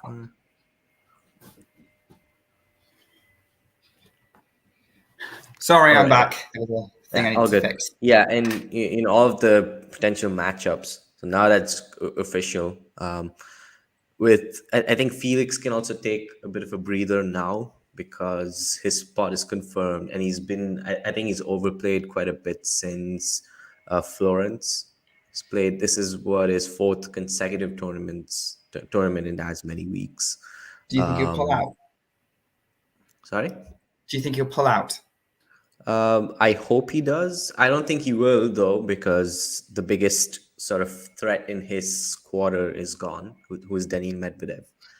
And he would like to play Carlos again, of course, in the semifinal if both players get there. And I think this is probably his best chance to win his first big title. Of course, Novak is still the favorite, but I think Felix would definitely be liking his chances, considering how the draw sort of opened up on his section. But it's really interesting for me to see how which we have such a strong set of players. It'll be interesting to see which 4 go out before the semis. It's a really strong lineup, actually. I think you've got so many great matchup opportunities in there. I'm going to take this out actually because this isn't up. I think it's making my stream go weird. Yeah, so overall, yeah, I think it should be good fun. Yeah, gonna say, I'm gonna take down this banner. Yeah, I think everything this tournament's going to be in Turin is going to be so much fun. I'm really looking forward to it, and we'll be covering it on Talking Tennis most likely. Ghost is making the point that Djokovic's chances in Paris are improved considerably now Medvedev's gone. So it's given you're a fan of both. There's some silver linings, I suppose. Oh yes, of course. Like I mentioned earlier, there's still Novak, Felix, and Dennis still left. Casper Ruud as well. In a way, I was hoping Ruud and Tsitsipas go out early so that I was expecting Denny to make a deep run, and that would sort of boost his chances to finish in the top 4, if not top 3, this season. But I think that has kind of taken a beating now with Medvedev, out in the opening round, and doesn't look like Tsitsipas is going to lose, at least before the quarterfinal. If Nadal gets there, I would favor Nadal to beat him. Same way with, say, Casper Ruud also doesn't look like he'll make it past the quarterfinal because Djokovic is his quarterfinal opponent. So maybe there's a bit of a relief there. But yeah, I think Medvedev, this was a huge missed opportunity. Anyhow, I still think he should be good to go in Turin. I expect him to come out of his group, regardless of which one he's in. I can think of maybe 2 players who I wouldn't put him as a favorite against. That would be Djokovic and Nadal. Pretty much everyone else, it's safe to say that he is a favorite against, considering Felix. Felix, I would give him a slight edge for sure, just because of their head-to-head. Of course, they played a really good match at the Australian Open, as we all know. But I still think Daniil has the edge there. Alcaraz too, just because Medvedev's a lot better indoors. And yeah, that's fair. Although Alcaraz did come through pretty well today against Nishioka. I wasn't sure whether he was going to do that or not because Nishioka can be quite dangerous. But he seems to have be managing. I think he's had a good start. Let's see how the rest of this goes. I don't actually know the draw. I don't know who plays. I know who plays who next, but I don't know how the. Alcaraz plays Dimitrov next. Could go either way. Depends on which Dimitrov shows up. Yeah, exactly. That's Dimitrov's really mercurial. You just don't know which version of him is going to show up. Yeah, Alcaraz and Dimitrov. Holger Rune, I think, we probably have to start taking him seriously at this point. Beat Wawrinka and beat Hurkacz as well today. Interesting that Wawrinka had some comments towards him at the net yesterday, because I watched most of that match. I don't think Holger was really unruly at any point. I mean, he was, pretty aggressive with his commands and fist pumping. But other than that, I cannot. If I were to nitpick, that is, other than that, I don't think he really indulged in any sort of antics that would prompt Wawrinka to say that. I don't know what he had in mind when he said that, but yeah. I don't know either. Maybe he was planning on saying it to him regardless of the outcome, and he had it in his head before the match. Yeah, probably. Which is funny because Holger even... Yeah, so apparently Wawrinka said, my advice to you would be to stop acting like a baby on the court, okay? And then he walks out. But then Holger didn't, being the way he usually is, especially how he was with Casper Ruud at Roland Garros, he didn't really seem to get agitated or sort of triggered by what Stan said, and even acknowledged Wawrinka on his social media post, saying that Stan is a great champion, was a great was a pleasure to play against him. And Wawrinka even responded to that with, thumbs up and, the applause emoji. So I'm not sure what exactly is the deal with that, just other than, those comments from Stan. And Holger Rune's mom, yeah, it's an interesting question. I do think the hate towards him is largely overdone. I should say that. Yes, he's behaved like a brat, a few times. He's only 19. I get it. There are players who've had such sort of moments, in their early in their career. But yeah, I think the hate is, blown off proportions at this point. It could be because people still haven't forgiven him for using that homophobic slur. Could be, a while back. And it's also, I think it annoys people that there was sort of a lack of accountability from his side for that. And you saw his mom also sort of, she just generally tends to interfere all the time, be it that incident or the incident with Casper Ruud. Yeah, I don't think you should be doing that. Okay. But we see Djokovic's father do that. We've seen it time and again. When a parent gets too involved, it never ends well. Yeah, exactly. Well, let's see. He's 19. Let's see how the rest of his career progresses. Yeah, definitely great to watch. He's really talented. Rising up the rank pretty quickly as well. We were talking earlier about who the new big generation would be: big three, big four, big five. Sort of the guys that you would maybe not necessarily as dominant as the big four of the last decade or two, but someone who the people who you would see more often than not at the top. And Rune would probably make a lot of people's lists up there with Alcaraz, Sinner, and Felix. There's a bunch sort of pointed out the Farms generation. Felix, Alcaraz, Rune, Musetti, and Sinner. I would probably lean more towards everyone else except for Musetti. I think Musetti I don't think he'll be as consistent as the other four. No, I think he'll win a Masters 1000. You might see him in a Grand Slam final. Whether he wins it or not depends on his opponent, but I don't think you'll consistently see him there. And I think when he runs into the others, more often than not, they'll probably beat him. Yeah, it's also interesting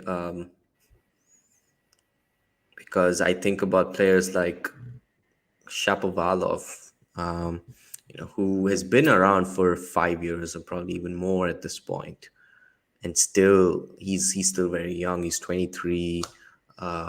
He does have phases where he has good results. He could have a Wawrinka-like career where he tends to just blossom late and ends up winning a slam well into his late 20s. Could happen. I think he probably. I honestly think that we will see a day where Shapovalov just plays unbelievably for 2 weeks and wins a slam, but never again.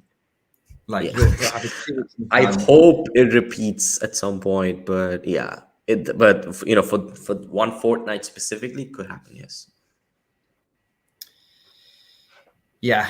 Well, we've got some. I'm just looking at the coverage now. It looks like the line judges are walking onto court. They're showing images of Rafael Nadal, who is now actually walking down the tunnel. I don't know if this is no, it's a promo video. Never mind.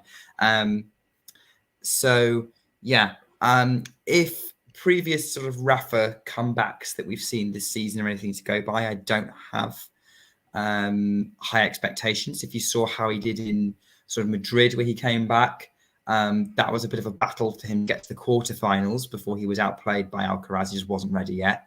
And Rome was, Shapovalov played well to beat him, but that wasn't great. And then when he came back after his long rest after Wimbledon to play in Cincinnati, yes, Coric went on to win the title, but it's fair to say Nadal probably didn't quite bring his best to that match. So I'm not massively convinced we're going to see Nadal at his best tonight. So the question is going to be, what's Tommy Paul going to bring to the table?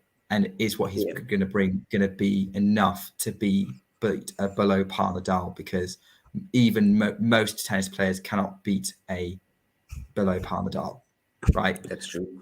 Nerves definitely, start to, kick in, especially in those moments. And we've seen that not just specific to players playing Rafael Nadal, but, with Tommy Paul as well. In general, he had that match against Yannick Sinner in Madrid, 7-6, 5-3 up on serve. He had 2 or 3 match points. He goes on to lose that match.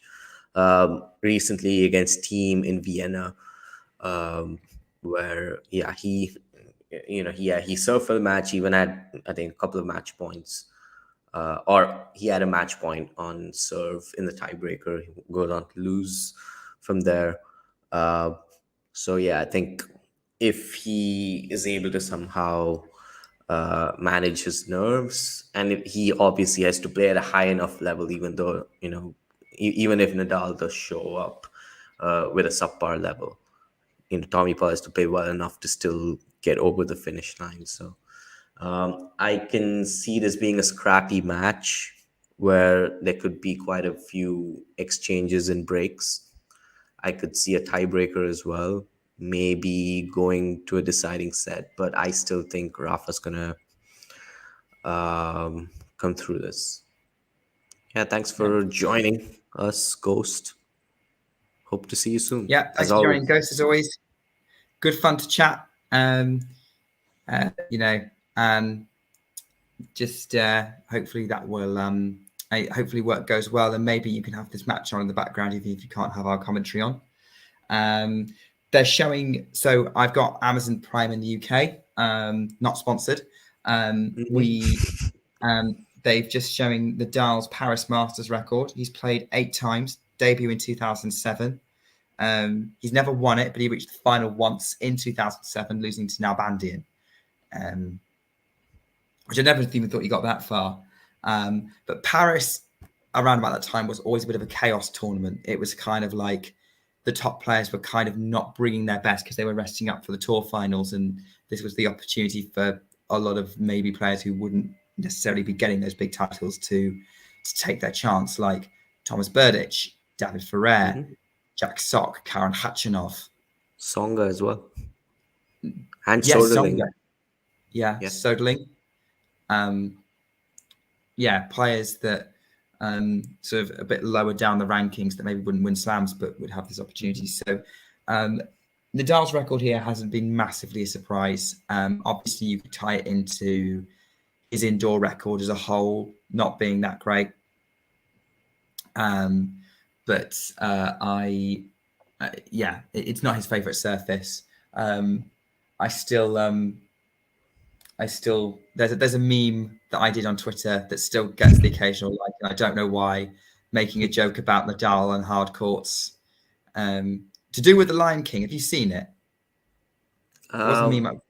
It was a reply to a meme. Is it the Mufasa and Simba meme? Yeah, Nadal and Alcaraz. Yeah, I just know the template. I'm not seeing the meme itself. Yeah, no, I didn't make the template. Yeah, I kind of replied to the template of like it had Nadal being Mufasa and Alcaraz being Simba, and I basically suggested that what's that? Alcaraz saying, "What's that shadowy place?" and Nadal replying with, "Those are indoor hard courts, my son. You must never go there." Right. So Shapovalov just smashed his racket after missing a forehand. And this is news how?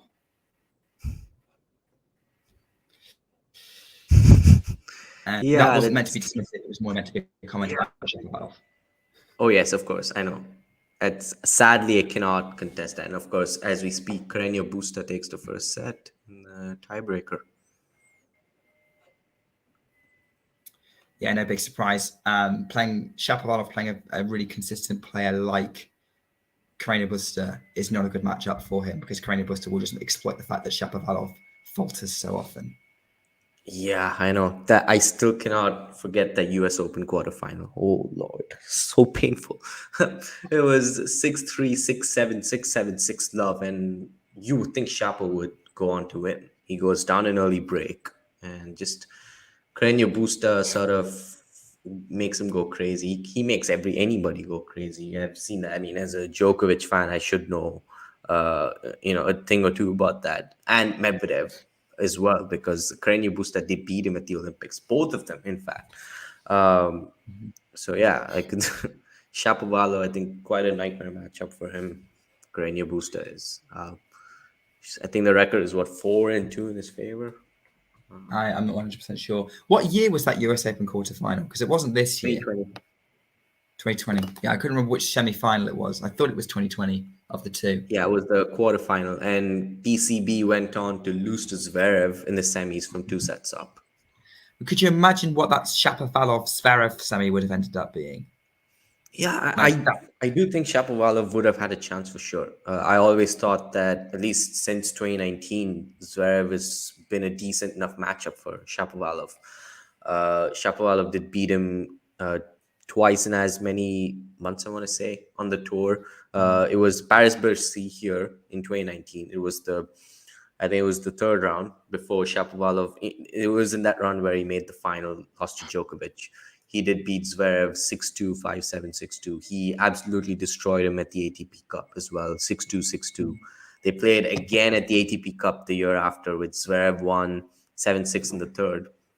But then, as we know earlier this year, Shapovalov convincingly beat him in the fourth round at the Australian Open, where everybody thought it was Zverev was just going to win comfortably. But I believed that he had more than a fighting chance, and he did beat him in straight sets. So yeah, I think he would have had a chance for sure. Zverev wasn't playing particularly well at all at that US Open, while Shapovalov was playing really well. Yeah, but then Zverev wasn't playing when he reached the final. I mean, I don't remember that. What happened in that semi-final? Was it Zverev raised his level in the last half of the match, or did PCB realise where he was? And PCB was injured. I think he was nursing a back injury, which he did take a medical timeout for against Shapovalov after the fourth set. He got bageled. He took a medical timeout. He ended up winning. So yeah, it was that same injury that sort of carried forward to the semi-final. And Zverev, honestly, he did have an easy draw as well, to be, if we're being honest, all the way to the final. Yeah. Part of why he did get there with that kind of level. I think he played a lot better the year after when he lost to Djokovic in the semi-final. Yeah, that's fair. Maybe US Open, maybe a happy hunting ground for Zverev in the future. Maybe he'll get that elusive slam there. It's going to be there or the French, most likely. I think the Australian maybe, but it's, I think right now, unlikely with Djokovic. Yeah, he had one of his best runs there. I think in 2020, he made the semis, played well against Team, even though he lost in the semis. Yeah, it's very like Wimbledon. Everyone assumes he's going to would be a happy hunting ground for him because of his serve, but he's never really got past the fourth round. Maybe he doesn't like grass. Yeah, doesn't have a title either on grass. No. It's one of those things that people just look at. It's a bit like Pliskova on the women's side. People always assume that her game would suit grass, but she absolutely hated it because she just didn't understand how to move on the surface. I mean, it wasn't until she kind of cracked it last year when she got to the final against Barty that she finally felt comfortable on it. Yeah, I'm guilty of that with Tsitsipas. I thought his game would translate well to the grass. Turns out I was completely wrong. But this was, of course, almost 5 years ago. No, he needs time to get everything working. So everything working properly, that's his thing. Although he doesn't do too badly indoors, but it does depend on this. You can get a slow indoor court, which I always find a bit weird. He's better indoors than outdoors as far as hard courts are concerned. All of his titles have been indoors. I wonder why that is. Yeah, interesting. I don't know. Is it the serve +1 has to be saying? Isabel, you're the Tsitsipas expert here. What do you think? Welcome back. Repeat the question. What is it about Tsitsipas's game that works well indoors, or at least works well on indoor hard compared to outdoor hard, given he prefers clay? I don't know. Okay, fine. No idea. Couldn't tell you. I really not pretend. I couldn't tell you the difference between indoor courts and outdoor courts on hard surface, to be quite honest. So I am not the person to ask. You should ask. Maybe Jack would know. Yeah. Right. Get him on. That's it. Someone bring Jack. Anyone in the chat want to put that in? Be our resident expert. I think my understanding is that indoor courts tend to be faster because there's no wind to slow the ball down potentially or mess around with it. And likewise, the atmosphere is different. So the ball's going to be lower to the ground. So hence why a lot of people who like grass tend to play well indoors. So Federer being the prime example, Sass Becker back in the day, or other people like Djokovic likes it indoors in that Wimbledon. Who else was there? Murray, let's say Murray, but yeah, you kind of get the picture really. People who prefer faster courts, but depending what the surface is made from, if the ball has a bit more grip on it, a bit more adhesion to it, then it can slow it down. So hence like the Laver Cup surface or where Tsitsipas has been successful before, the next gen finals in Turin. It's Milan. It's in Milan. So I think that's my understanding of it, but that's what I've been told generally by people who know what they're looking at much better than I do. I mean, just go, well, that's a pretty shot. That all sounds correct. I believe you. I passed the exam. Nadal's like outfit is atrocious. Presentation. Repeat your thesis. His outfit is atrocious. Is that what you said? Yes, like really hideous. I think they just flipped around the colors from his RG outfit. Like, what is that? I haven't seen it yet. Hang on. I'm going to say this now. Nadal really does like his fluorescent colors. I mean, Tommy in the all black. He does them well, but this one is just, yeah. No, I think. Oh, yeah.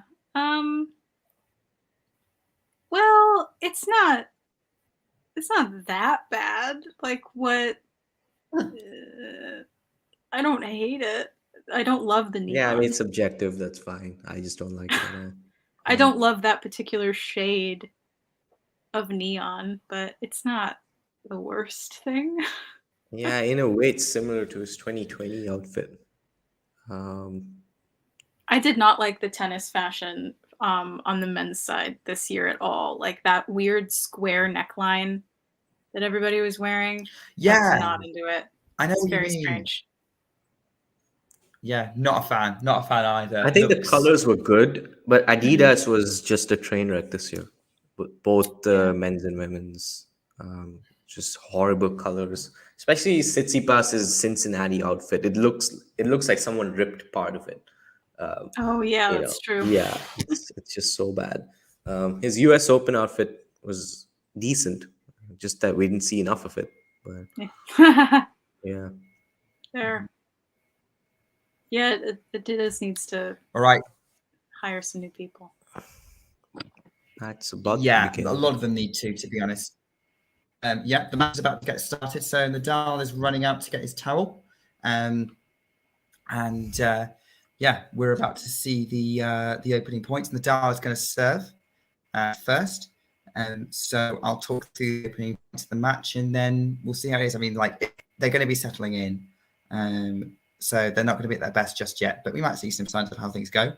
As the stands are full, Rafa Nadal, as always, takes his time at the baseline before serving, and is preparing to begin the match. Nadal bounces the ball with his racket as he somehow already has it on his face.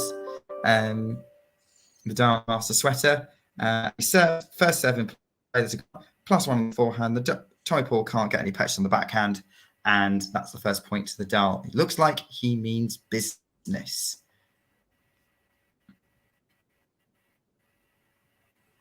You're way ahead of me, Nick. Yeah, me too. I'm way ahead of you now. Yeah. Nadal's just about to serve on my stream. Okay.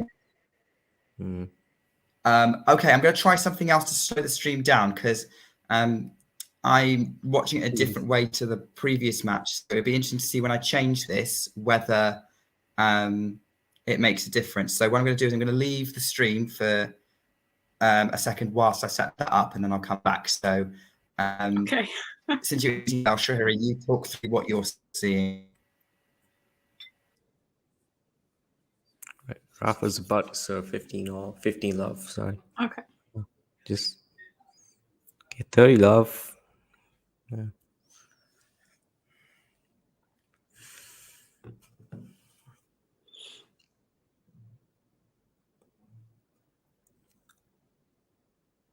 I think Carlos Moya was talking about Rafa making some adjustments for these indoor hardcore tournaments, the biggest ones, obviously on tour. Mm-hmm. Just interested to see, how they translate to this match at least. What changes? Do you know? Yeah, he just mentioned that he's tweaking some parts of his game so that they're more suited to these courts. He didn't specifically mention what exactly. If he did, I guess everybody would just beat him. Yeah, they'd adjust, wouldn't they, along with it? Yeah. I suppose it depends. Like Shrihari, you can be our expert analyst, and maybe you can spot if any particular changes are happening. Yeah, right, I've got Nadal serving a second serve at 40 love. Okay, so you're on par. And just double faulted. Yep. So we're back even again. Okay, cool. Yeah, I'm going through the slower method of streaming this time, but at least I now know what to do. Isabel, are you ahead or on par? I am at 40-15 right now. Nadal serving. Okay. Cool. So Nadal is about to serves up the middle. Paul gets it back into play. Nadal, but no, okay, looks like it was for a let or something. I've got the sound offs. Won't necessarily be able to tell until a little bit later. So sorry if that ruins the effect. It makes me look like an idiot. If you think I'm an idiot, you're probably right. So Nadal serves again, put in the net. Okay, so it was a let on the first serve, because otherwise it would be a point to Tommy Paul. So, I think he just needs to get this game over and done with so he can get things going. So Nadal serves. Paul gets it back into play. Short. Nadal, big forehand. Paul scrambles it. Nadal's at the net. Paul gets it up to try and lob him. Nadal's running back. Nadal gets it on the forehand to try and lob. Paul's run up to the net. And the ball inside the baseline. What a rally. Paul gets it back into the middle of the court. And the rally's kind of neutralised a bit more. Nadal tries to accelerate through a forehand and puts it in the net. Well, that was a good rally just for the opening game. Yeah, actually, Paul's doing his best and keep up with Rafa, which is great. Yeah, that was impressive. What were you saying, Shrihari? Sorry, I talked over you, Shrihari. What were you saying? Well, I said Ashley was probably right. But Rafa taking the scenic route in the comments she mentioned. A while ago. Oh, my comments haven't updated. A while ago, okay. I was like, what? Yeah. Ashley, I'm sorry, I'm not ignoring you. Yeah. Those of you who are watching, if you want to interact with the comments and commentate along with us, then go for it. Dal can't seem to get his serve to play. And Paul, I think he's letting Paul back into this game at the minute. Yeah. I think whilst you're eating, Isabel, we'll come to you at sporadic points. So I'll just co-commentate with Shrihari and Hill. Are you having anything nice? I honestly thought that I would have less time to make dinner, but I checked in like before it was finished, and I was like, "Oh my god, the match hasn't even started." So, oh my god, yeah, how did he get that back? Wow, I don't think it was a bad volley either. He's moving so well today. That was impressive. Ooh. But no, I'm just eating some very basic pasta. Try to move in this match, and the Gael went for a good one.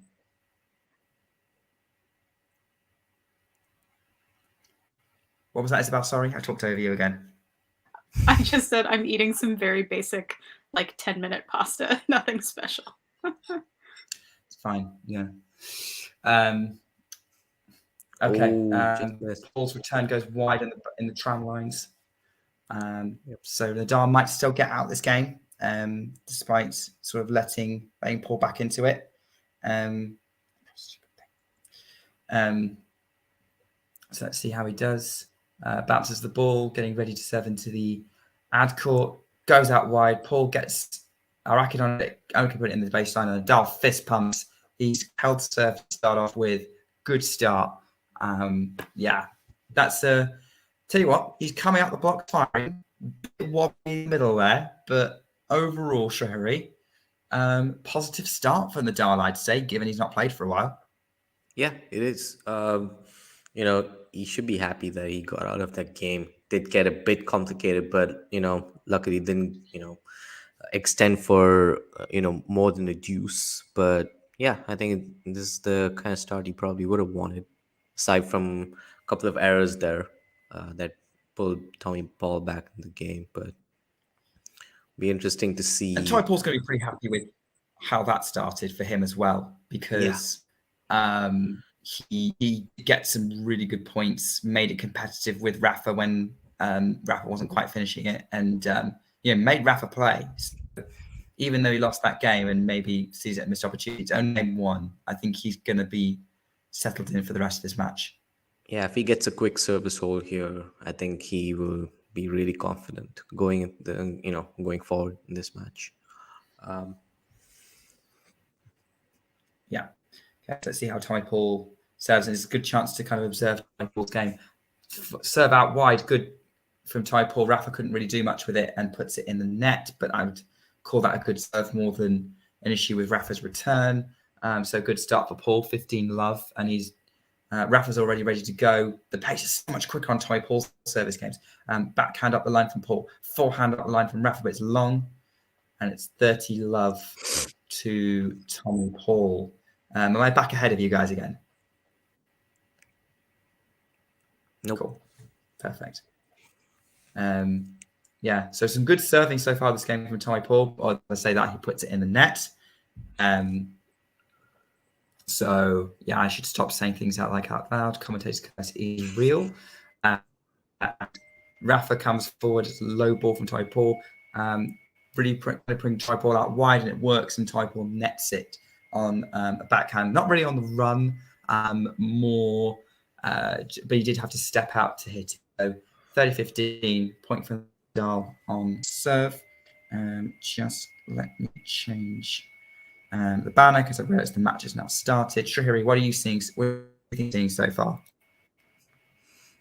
Maybe it's too early for me to see anything different in Nadal's game. I think his service motion I don't think it's changed. That's one of the talking points amongst people that maybe he's going to bring in a newer service motion that would help him on these courts.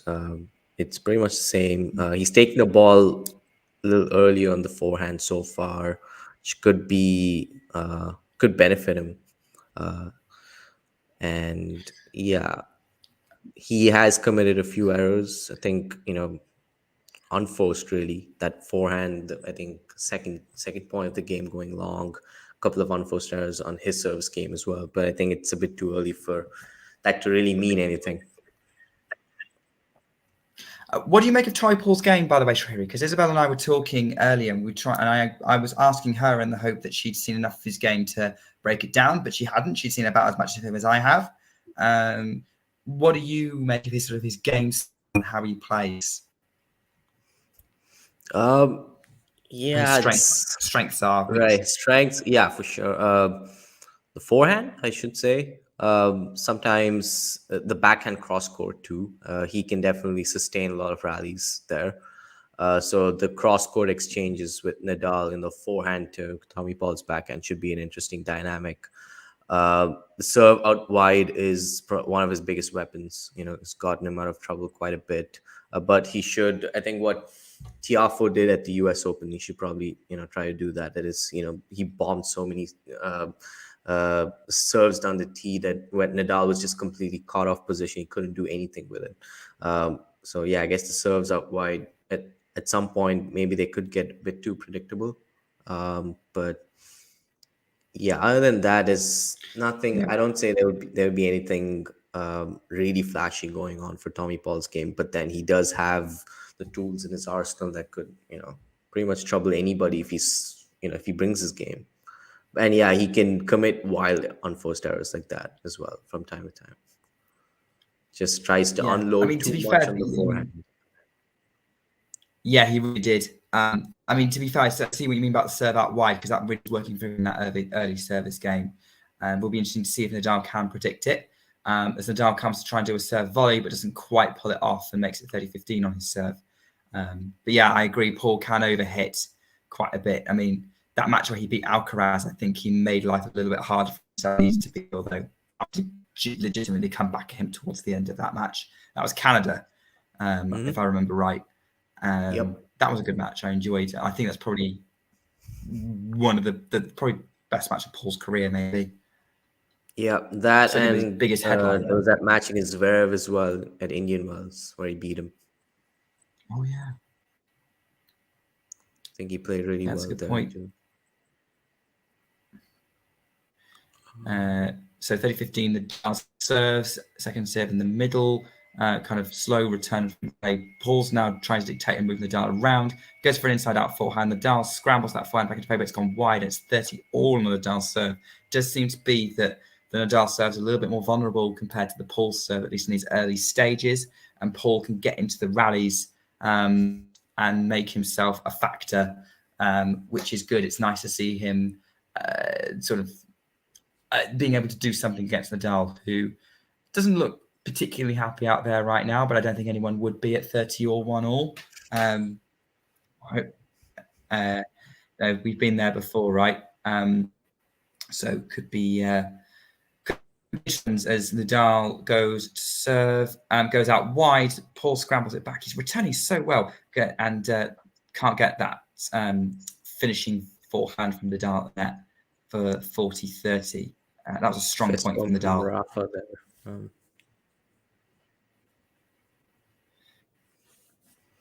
Oh, look at that replay of the forehand. That was a great forehand. Time that so well. Yeah. If that shot clicks throughout this tournament, it would be interesting, especially when he faces Djokovic, if he faces Djokovic in the semifinal. Good point. Yeah. Well, Nadal's forehand clicks, he'll beat anyone on any surface in any conditions, right? Just fly through. How many times have Djokovic and Nadal played each other indoors? I can recall, I think 4 times or 5 times at the ATP Finals. It was 2007, 9, 10, 13. What a 15, passing shot from Tommy Paul. Whoa. What a passing shot from Tommy Paul on the backhand. Just scrambles it. Unreal. So scrambles on the turn back into play. Nadal goes for it. And then, almost one-handed. Good job from Tommy Paul to rescue that. Yeah, even Rafa's applauding that Sorry one. to talk over. You kind of have to, really, in that situation. Yeah, I mean, it's just real. Yeah, he is applauding. I don't know how he pulled that off. Yeah. It's juice. Oh yeah, so I think on hard court 6 times from what I remember, and I guess the Wimbledon semifinal counts, so 7, I guess. Okay, break point for Tommy Paul. Yeah, definitely break point. That was a really good inside-out forehand that Nadal couldn't do anything about to set that up. Yeah, Nadal's not started badly, but Tommy Paul is really being assertive here. So I'll talk us through this break point then, and then we'll see how it goes from there, whether it's a change of ends or a deuce. Maybe we'll come back to the Djokovic and Nadal and a change of ends. So out wide serve from Nadal, forehand up the line, forehand Tommy Paul cross court, backhand up the line, Nadal, backhand Tommy Paul up the middle. Nadal's controlling everything from the middle of the court. Tommy Paul tries to support out wide with the backhand cross court. And Isabel seeing the result before. What a forehand from Tommy Paul. That is what made Isabel cover her mouth. And I'm not surprised, because that was worthy of it. 2 massive forehands from Tommy Paul and a miracle passing shot winner to break Nadal early in that set. Wow. Oh, he's he's bringing it to Nadal today, as we thought he might. Isabel, you look like you enjoyed that. That was a great rally. I'm really impressed with Tommy Paul right now. I hope he can sustain it, is the only thing. He should be able to, right? He managed to sustain against Alcaraz earlier this year. Zverev in Indian Wells. Well, Zverev is less of a challenge, but definitely managed to sustain against Alcaraz in England. True, yeah. Yes, that's this is Nadal, so you never know. But that's about Paul and Nadal just being there, right? Yeah, constantly. Yeah, good match so far. Promising start. Yeah, I think so. So your assessment would be impressive start from Tommy Paul. I'm taking headphones off. So, Shrew, do you want to go back to the Djokovic and Nadal indoor stats? Yes, so they played 6 times on indoor hard courts. I think it's 4-2 in Djokovic's favor. Rafa's beaten him in the 2007 and 2010 editions of the ATP Finals. And the other 4 wins all been Djokovic's in straight sets. I think all of their matches pretty much have been straight sets, either way. Indoors. Yeah, I remember that 2013 ATP Finals final between Djokovic and Nadal, and that was quite hyped. And in reality, we shouldn't have expected anything other than the Djokovic win in that match. Yes, exactly. And I think the first set was high quality. Novak went up a break early, 3-love. Rafa pulled it back 3-all, and there's that epic rally that they had at 4-3 breakpoint for Djokovic, which is shared, I think, every year before the ATP Finals, which finishes with that Novak volley to break for 5-3, and okay, again, wild forehand from Tommy Paul. Didn't need to be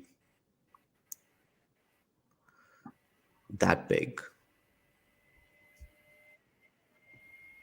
No.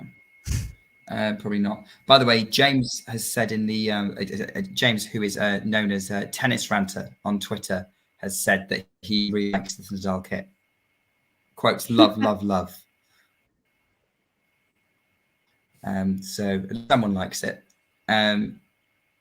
Ghost is very happy that Tommy Paul is doing well, as are we. We like ourselves an underdog. But 15:30 at the minute. While we've been talking, is this? So you're saying Paul's kind of overhitting at the minute? Maybe. Yeah, especially the last 2 shots. Yeah, he did. I didn't catch the 15-all point. Was that a forehand on Foster or the backhand? I wasn't really watching. Isabel, did you see it? As Tommy Paul hits a winner for 30-all. Right. I didn't see it. Okay, so it's 30-all now. Should be putting away those anyway. Yeah. So it was a long rally. We didn't miss anything. Right. Okay, I think I was still eating. Tommy Paul's serving at 30. Yeah. This is why you eat before coming on the stream. Well, you know what? I thought the stream was going to be at 6:30. So I didn't know the match was going to start a 8:15. You make a very valid point, Isabel. No one thought we would still be here after 2 hours and it barely started. Break point from Nadal as Paul goes long on. There's a backhand coming in. Is Paul in danger of throwing away this his opportunity that he's hard earned himself? Like, he's definitely made some errors this match, this game. All 3 of those points we lost were unforced errors. Pretty much handing this break back to Rafa. I don't think Nadal was working particularly hard during those points either, so it wasn't great. Second serve out wide, forehand in play, backhand slice Nadal. Tommy Paul runs around to hit a forehand. It's not wanting to hit backhand today. Nadal tries to go cross court. Oh, just about makes it in. Nadal comes in with the forehand, gets it in. Backhand, Tommy Paul passing, winner. Was that in? Again. I'm pretty sure that was in. No, it was out. It was out. Oh, it's a challenge. Yeah, it was out. That's what I thought, yeah. Oh, yeah, just hit me that there's no electronic lines calling here. Yeah, that looked out to me. It's wide. It's out. You missed it. It is wide. He's missed it. Yep. So and we're back Rafa on gets the serve. break It's back. 2-2. So 3 unforced errors and a forced error from Tommy Paul. I guess that would be a forced error. Oh dear. Yeah, it was funny that to end it. Like, that was good fun. But yeah, Nadal's gonna be pretty happy this is back on serve. We've had some great match though. I'm glad we've got this stint.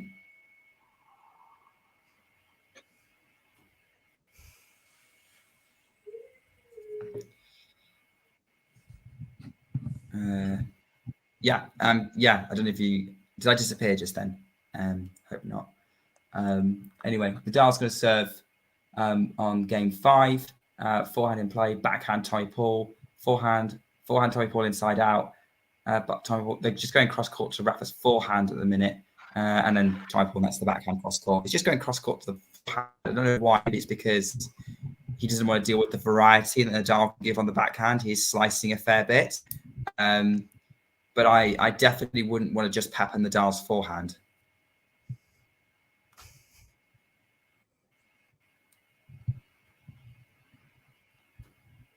Shreya, any thoughts on that?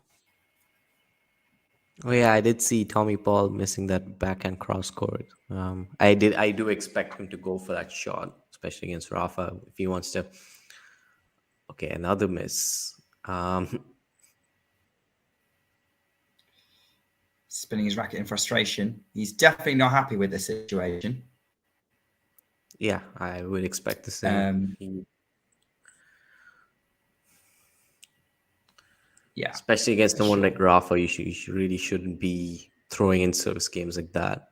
For going up a break, and that too hard-earned break, like you mentioned. Yeah, for sure. As he goes along with the backhand line again. Tommy Paul is the one missing his shots right now. Weird to see after how hard he worked, and after sort of the nervy openings, I think he's definitely far less settled and steady than Rafa is. As Rafa serves at 40 love to take it to a change of ends, backhand out from Tommy Paul, and we are now change of ends with Nadal 3-2 up. How things change so quickly in tennis. I mean, I must have Isabel, that was something. Yeah. Oh, Tommy. I think it's my fault. I just won't talk about him for the rest of the match.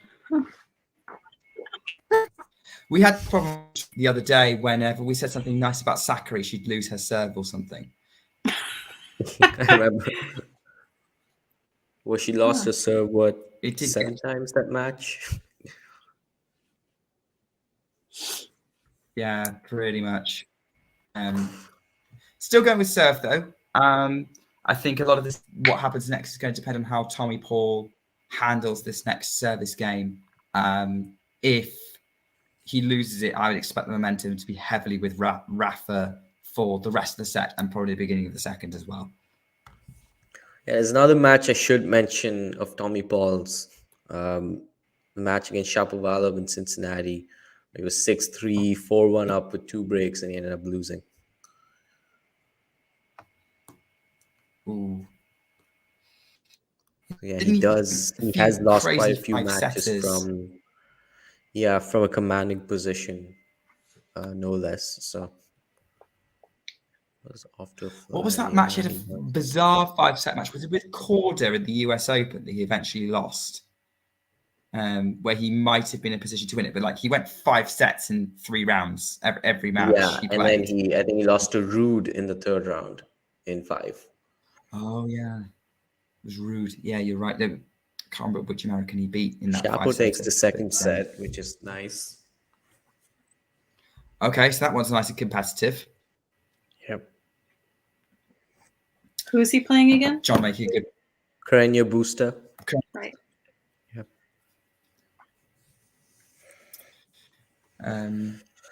All right. Isabel, do you want to talk us through the opening couple of points of the service game? Sure thing. So Just waiting for Tommy Paul to serve.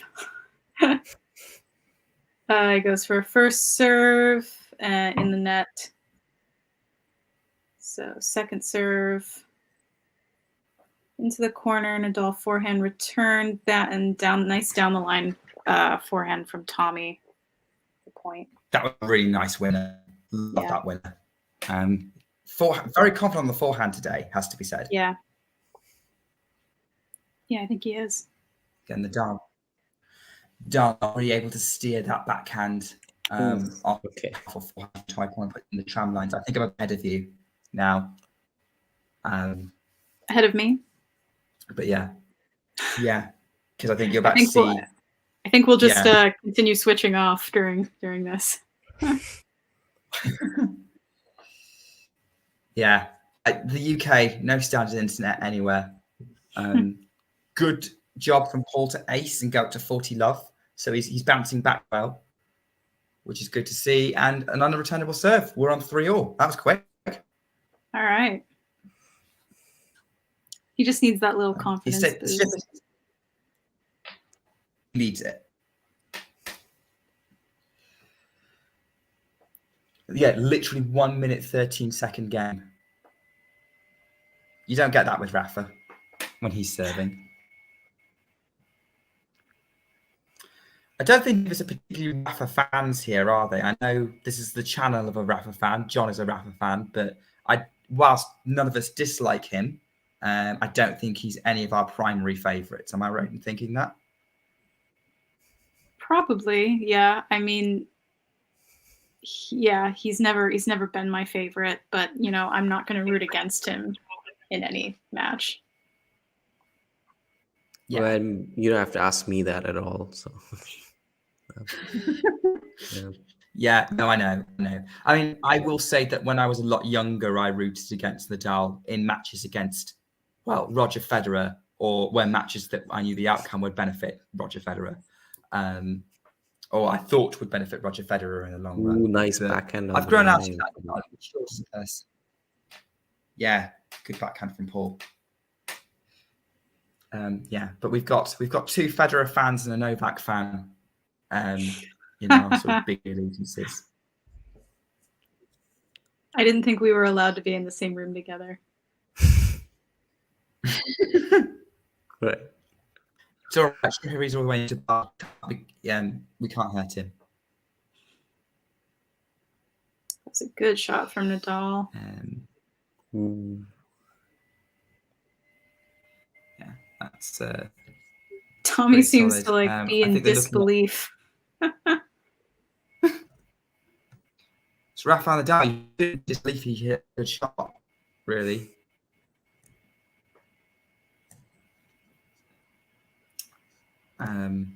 Maybe he's talked because the opening point was pretty positive overall. Good serve from Rafa to set the point up nicely for a forehand winner. 1-2 punch, 30-15.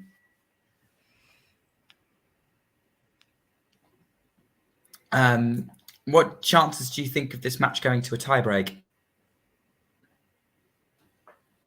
It's certainly possible.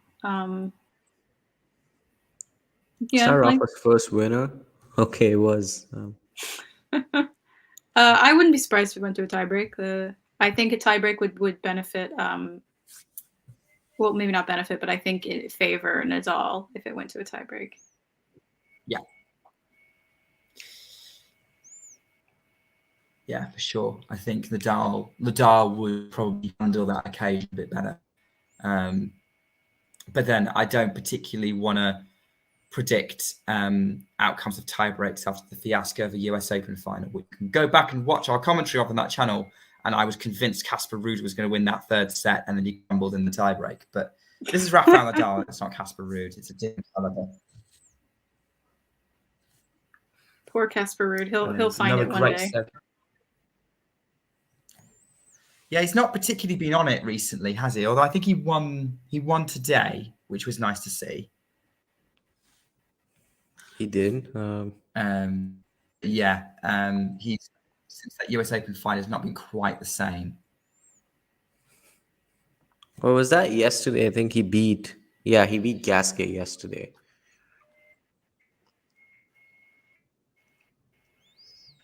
which, in the form Gasquet's in and the location they're at, is a good win. Yep. Yeah, he plays Musetti tomorrow, which is interesting. Ooh. I think Musetti will I win haven't watched, but a lot of people are saying Musetti's gotten really good indoors. Should be interesting if he is to take out Casper Ruud. We could get a rematch of Novak and Musetti in Paris, albeit different at a different level on a different court. Yeah, I agree. I mean, they're both much more comfortable on clay in comparison, but I think Musetti's slightly more comfortable than Ruud indoors, maybe. Although we are talking about Ruud as a former semi-finalist in Turin from last year. Did well to get out of the group. That was the first time I really clocked him as more than a 250 vulture. I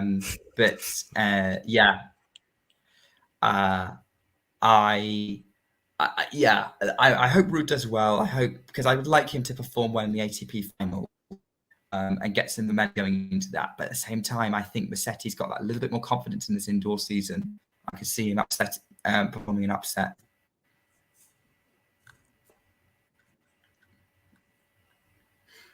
See how it goes. They've got a top spin speed comparison on the screen, but I'm too far away from the TV to make out what it's saying because it seems to be fairly. Yeah, it's 126 for Tommy Paul and 121 for Nadal on the forehand, which is interesting. And I think it was 113 for Paul and 121 for Nadal on the backhand. And I don't know what the units of this metric is.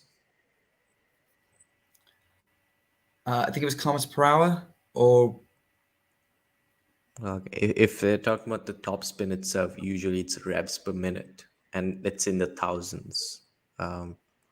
Maybe it's it wasn't clear because I'm too far away from the screen to properly see it.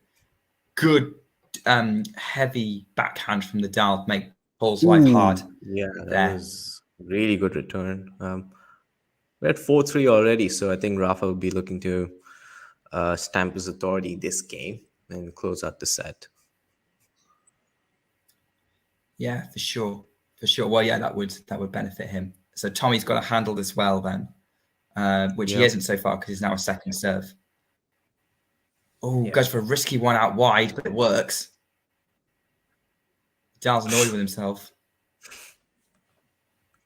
See what I mean by a risky one? One of those deceptive serves that you think is going wide, but does somehow catch. I think it caught the line comfortably, and then Rafa just netted that. He would be. I wish I could do that. Most of my second serves just miss. I wish I could serve, period. I don't have a second serve. I just do 2 first serves. What a forehand from Rafa. Confident, I like it. Very good forehand. Could be interesting. Interesting point here. So critical, I'm going to commentate on this. So it's out wide from Paul, and really Nadal doesn't quite get that in. It was a really good serve. Nadal a lot of return.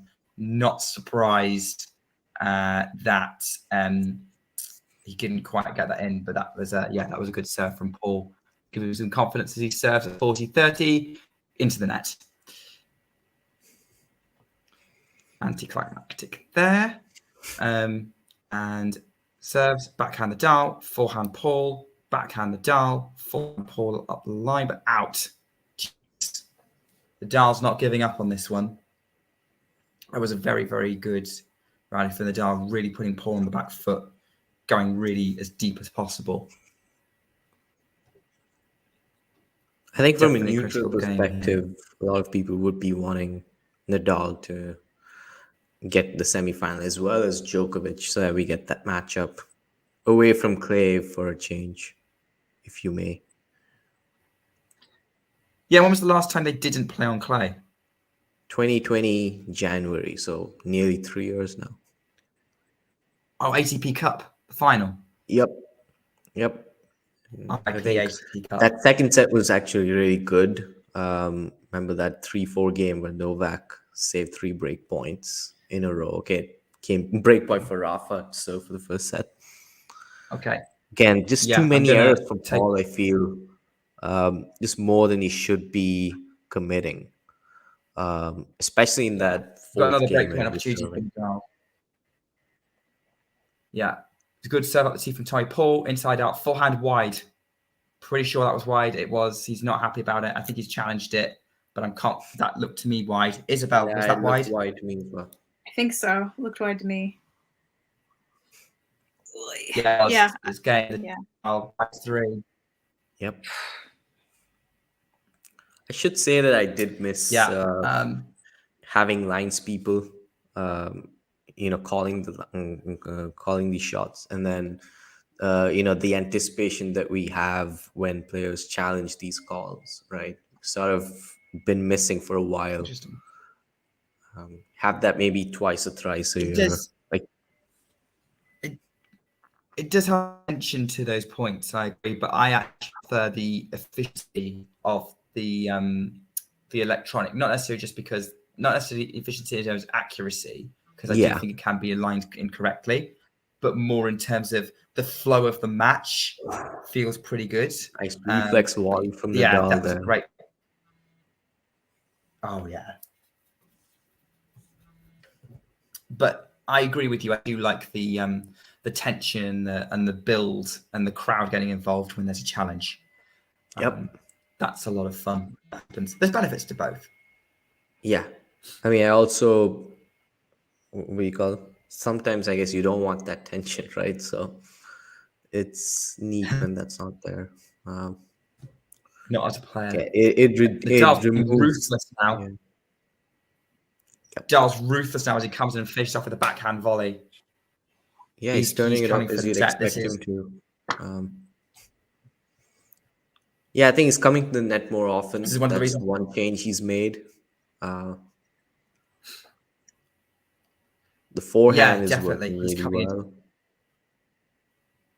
well. Yeah, he's net play. He's definitely being quite aggressive, which you need to be indoors. Definitely here as a let court from Tommy Paul, but it doesn't stop Rafa from finishing that off. He's showing why he's one of the best, right? This is how he's got to where he is, by just consistently finishing off sets and matches in this situation. I'll commentate this last bit. Yeah, Nadal's dominated the last run of points. It's 40 love. And Nadal's wiping the sweat off.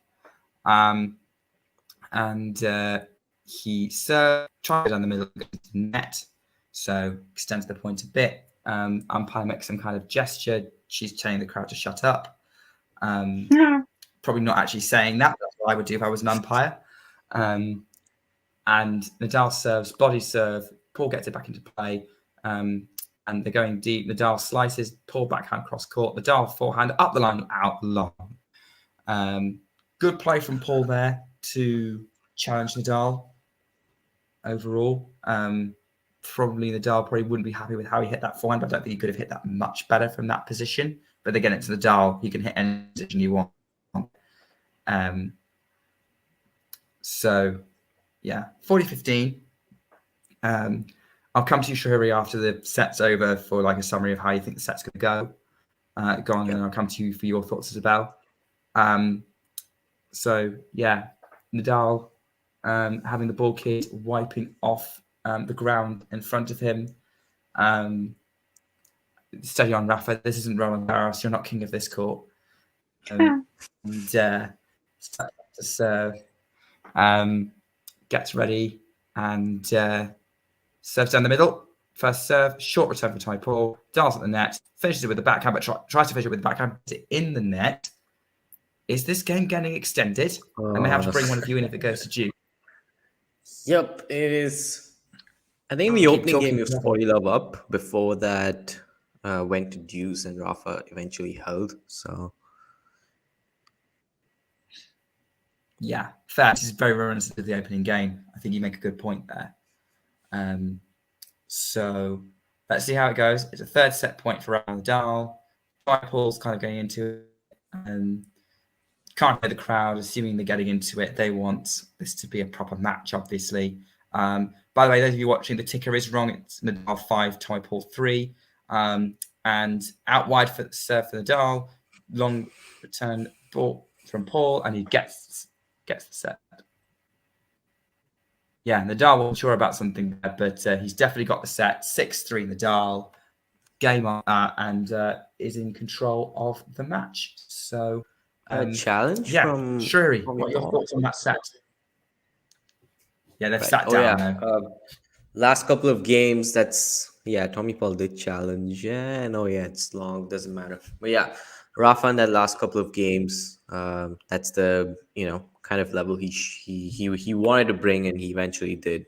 And as it is the case with the likes of Rafa, Novak, they bring their best, or they turn it up exactly when they need to, and Rafa did exactly that.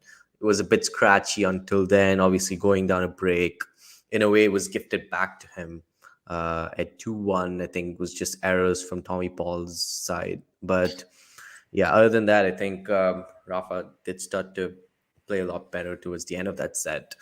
And yeah, I did notice, like I mentioned just a few minutes ago, that he is coming to the net pretty often. The forehand's clicking really well. I'm just not convinced by his serve yet. We'll have to wait to see what the percentages are. Yeah, it's 52% for serves in. So that's not really a good number for a set of tennis, but could go up. But yeah, other than that, I think Rafa's shown a pretty decent level. I would say B to B plus. Yeah, face it, the only reason he went break down was because Tommy Paul just kicked in the door at that third game and took it with some incredible shots. Like one great passage of play to deal the job. Otherwise, it could have gone very differently. Maybe would be a bit more solid. Like, he definitely was a lot more was the most solid player across that whole set. Isabel, what were your thoughts on that set? I'm a little disappointed from Paul. I think he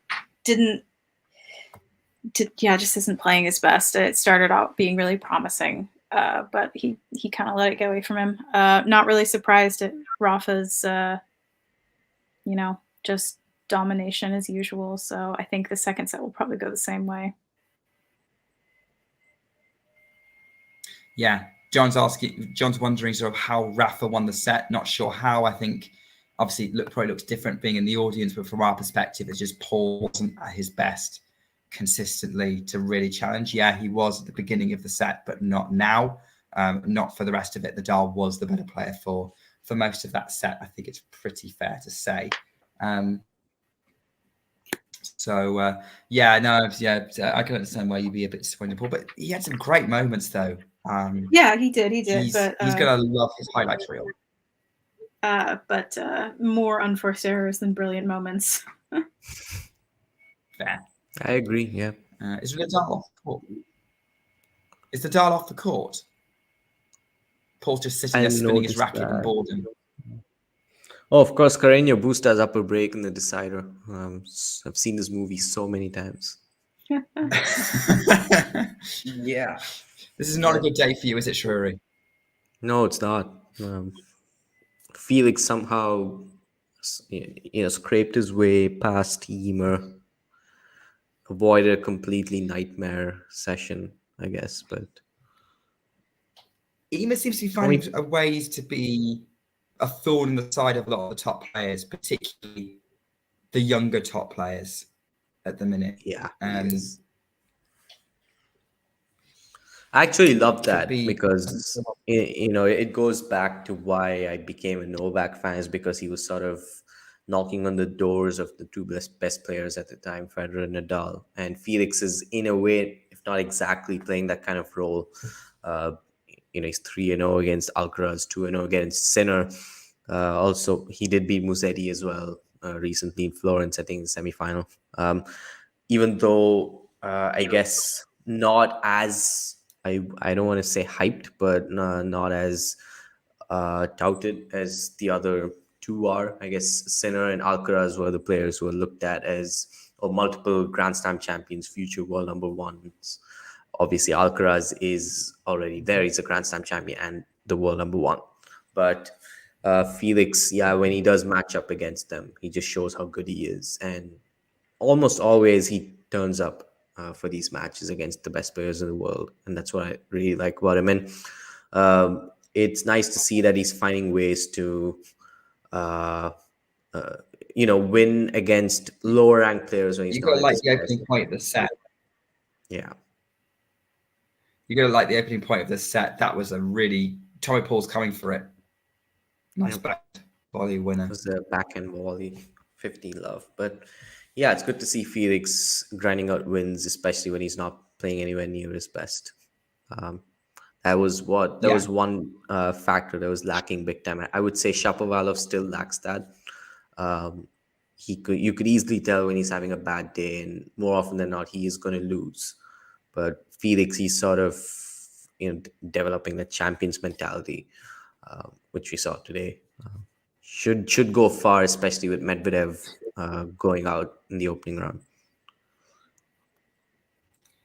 Yeah, sure. I think, the fact that Felix is able to do this now. I mean, Felix is demonstrating a lot of top player qualities this season, and it looks promising for him to tie it together in 2023. If he's winning matches where he's not his best, he's got like killer instinct in finals. He's competing with the very best, like Medvedev, Djokovic, Nadal at Roland Garros this year keeps getting brought up as a great match it was. Looking very positive for Felix. Also looking very positive for Tommy Paul right now. He serves at 40 love. I'm not sure if that was the first serve or a second serve. Backhand Nadal, forehand into the net. He was trying for a point, and just didn't get enough height on it. So the minute I start paying attention, it kind of loses it.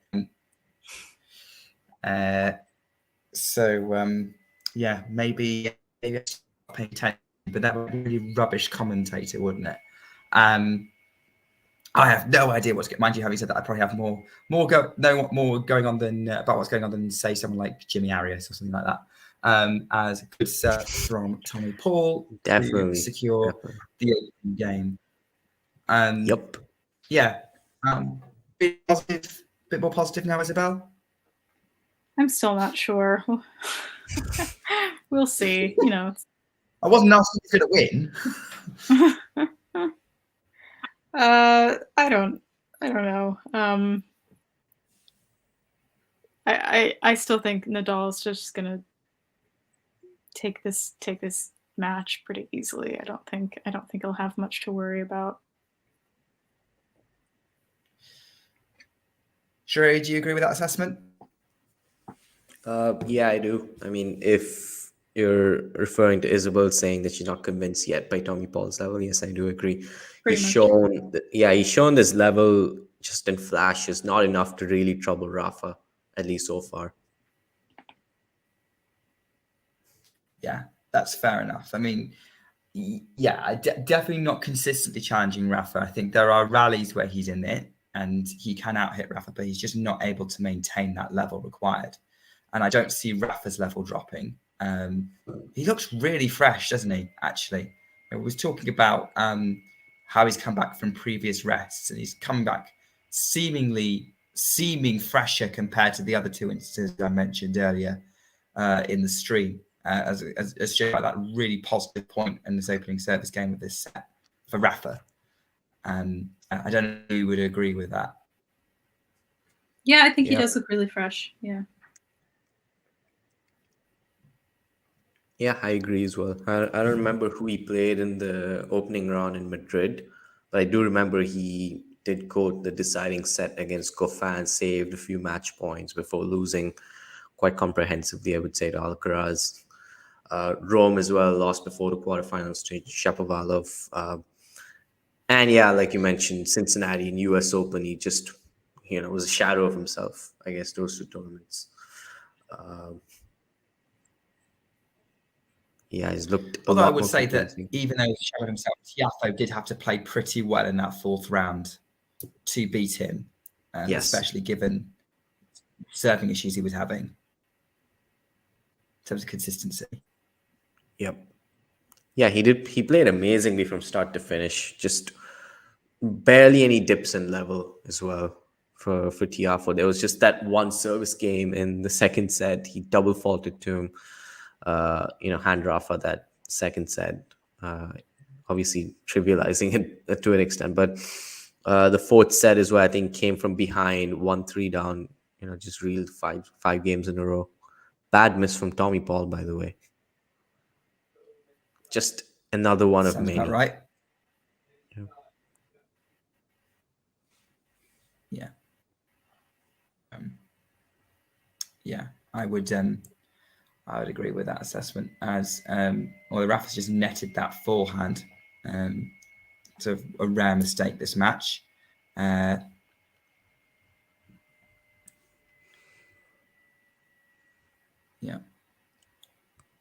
So we're at game point though to get back to this sort of 1-1 in the first set, in the second set. If anyone has any comments they want to put in the chat, by the way, go for it. Like, commentate alongside us, ask us what's going on, give us maybe ask us any other questions you might have. We'll happily talk about that, sort of change of ends or during games. It's going to be good fun as Nadal goes out wide, slices back to move Paul back to the forehand. Again, using the slice, pulls at the net, finishes. Okay, Paul's getting himself back into the service game. It was a nice drop volley. Yeah, definitely. Is it past midnight now for you, Shrihari? Well past midnight. It's 1:12 here. Where are you? Dubai. Oh my God. All good.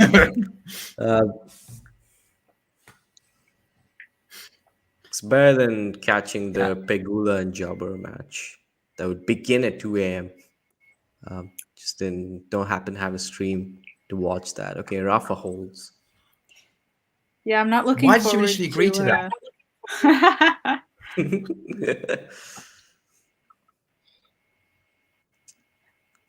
What are you not looking forward to, Isabel? Sorry. Yeah, I'm not looking forward to the Australian Open live streams that we're gonna do. Especially now that I'm probably gonna be in the States for that. And it's always just like the worst. It won't be too bad. Sorry? You're gonna be California, that shouldn't be too bad.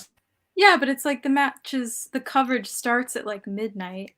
So the best matches aren't even on until like 3 or 4 in the morning. And last year, I was working, in customer service, so I had to be up at like 7 a.m. It was awful. And I know that we're going to be doing live streams for the it. matches usually begin around evening to nighttime in the US. Like I mentioned it, I don't know if I mentioned it to you, Nick, definitely not to Isabel, but I was in the States during the Australian Open this year. Got the Medvedev versus Felix match. I just didn't sleep that night. I started watching it at around midnight. It was 1:30 a.m. in Arizona, and then it ended at around 7 a.m. I had to literally just shower and run for class. That's how it was. It's quite a nightmare trying to catch it from the US. I would agree. Love 30. Okay. I mean, it's Love 30 on the Paul serve right now. Let's see if he rescues it. Looks pretty positive in this rise, making a run for it. Nadal puts it in the net. Look, if you're trying to watch the Australian, were you in the Isabel when the Australian Open was on this year? Sorry? Or had you not arrived yet? Were you in the UK in January this year? No, I was still in the States. Yeah, so you haven't experienced trying to watch Australian Open in the UK. The opening match of the day session is midnight UK time. So I have to sleep through most of it. And then I will wake up for the night session at 8:30 a.m. But it's always like midnight in the US too, or on the West Coast. How is that possible? I don't know why that is, but it's definitely wibbly wobbly, timey-wimey. Interesting. Definitely day session starts at midnight. Are you sure it's not the night sessions that start at midnight? I don't know, but I don't know. Yeah, the night session started midnight. I do know Okay, that. maybe, yeah. 1:30 So I'm a.m. waking in up for Arizona. those. So at that time it should be 12:30 a.m. in California. Arizona doesn't Yeah. have daylight savings. That's true, California yeah. does. 30 all from left 30. Okay, interesting. Yeah, I remember staying So up for the basically, you will have finals, and that was rough. Yeah, I regret that big time. At least it was a Yeah. weekend. So, I was still working though. oh, that's rough. Yeah. I'd break for a couple of minutes after this game, but I That's don't know fine. what happened. Tommy Paul challenged. It's long, second serve.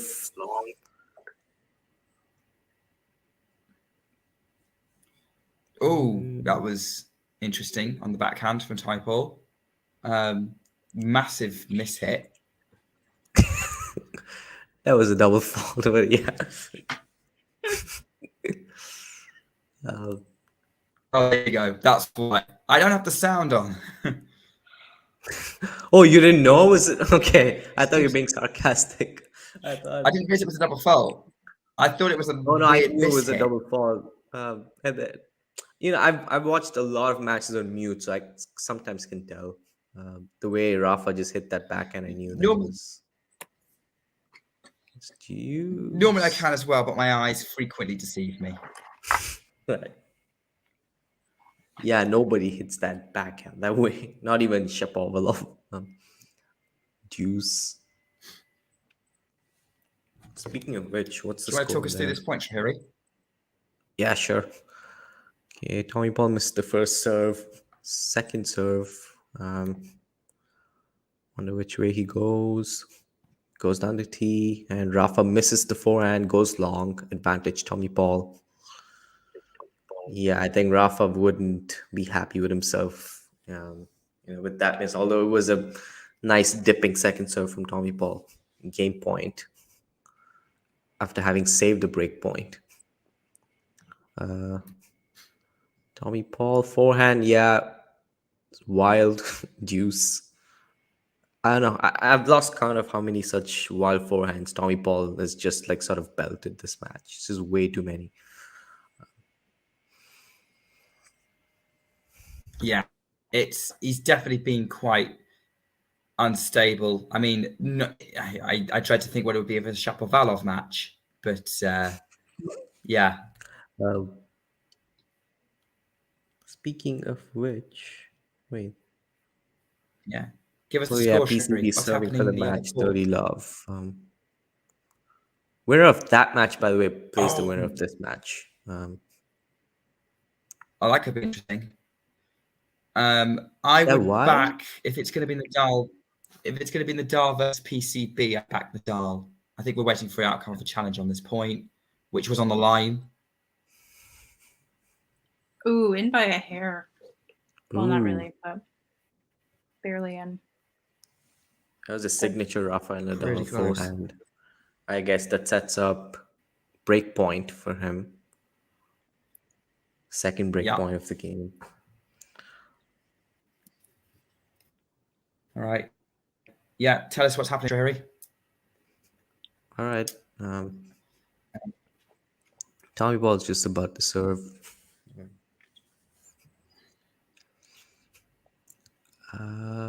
Misses the first serve. So it's the second serve. All right. Oh, return forehand down the line winner from Rafael Nadal to break. Wouldn't expect anything less. And Rafa, I guess, is in a commanding position to take this match. Yeah, for sure. And probably playing Pablo Carreño Busta next, right? Yes. Carreño Busta has triple match point at 5-4 on his serve. Okay. Let us know when he wins that then. See, if this was a Grand Slam stream, we'd be having one person watching that match. Yeah. Come back to Talking Tennis for our Australian Open coverage, where you may... Shapovalov saved one match point. Wait, didn't he save 3 in a row against Rublev at the US Open? if I'm not mistaken. I do remember that. Yes. I think Yeah, I Rublev, think he did. That was a good match. he was a really good PCB wins. I don't know why I had such hopes, but yeah.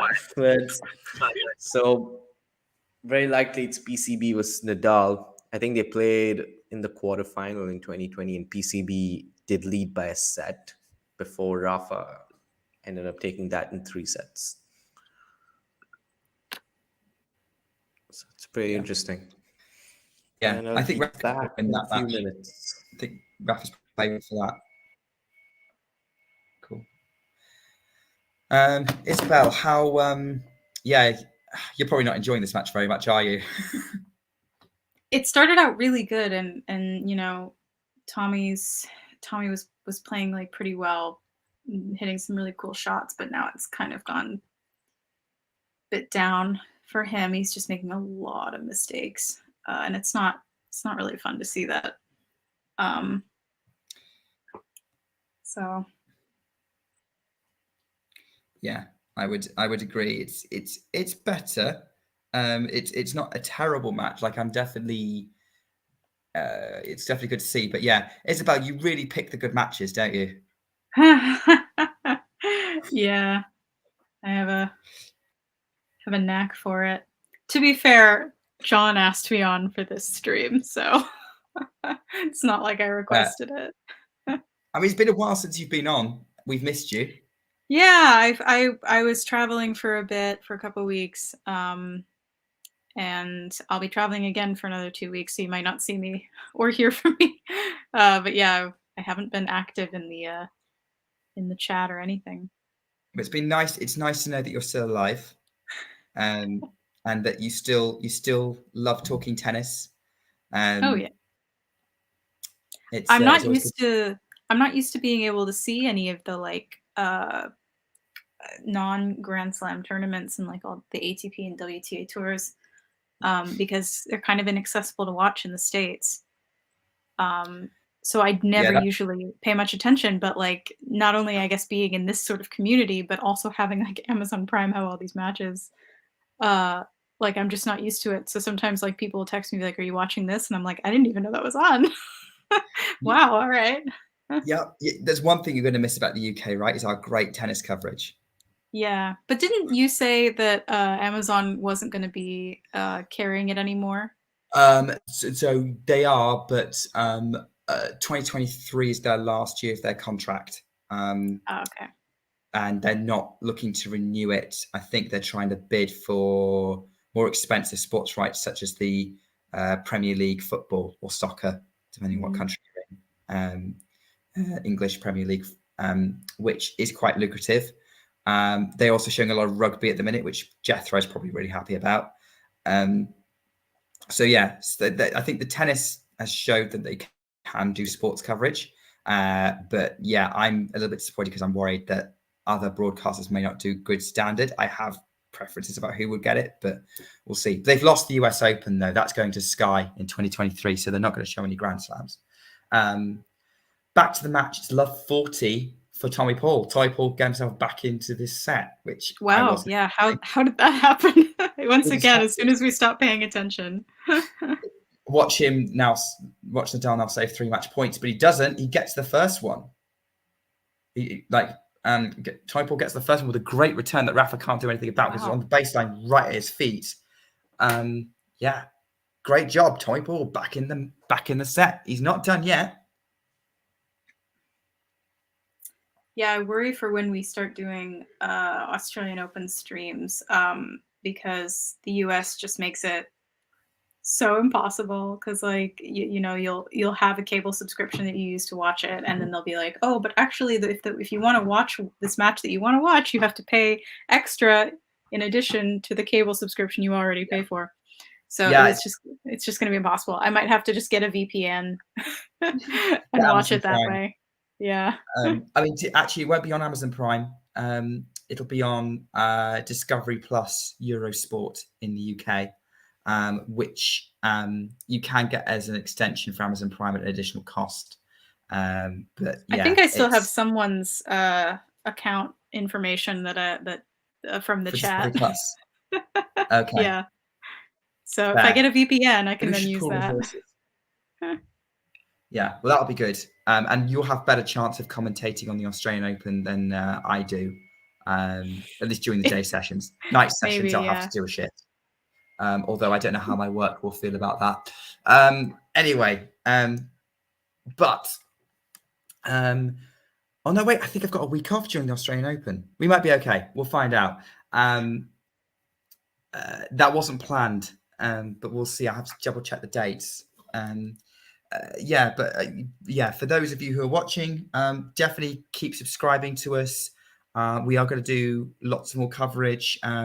Usually when we do a Grand Slam, we have some people watching multiple matches, which I think is quite cool because we can update you on what's going on around the Australian Open, and like maybe there's a big marquee match happening that you want to know what's going on and that your favorite's doing well. But also want to know what the best match is happening, and Talking Tennis is great for that. It's great if you're in the US and can't watch any of them. That is true. If you're in the US, subscribe for our commentary of the Australian Open and any other tournaments you don't have access to, like the Paris Masters.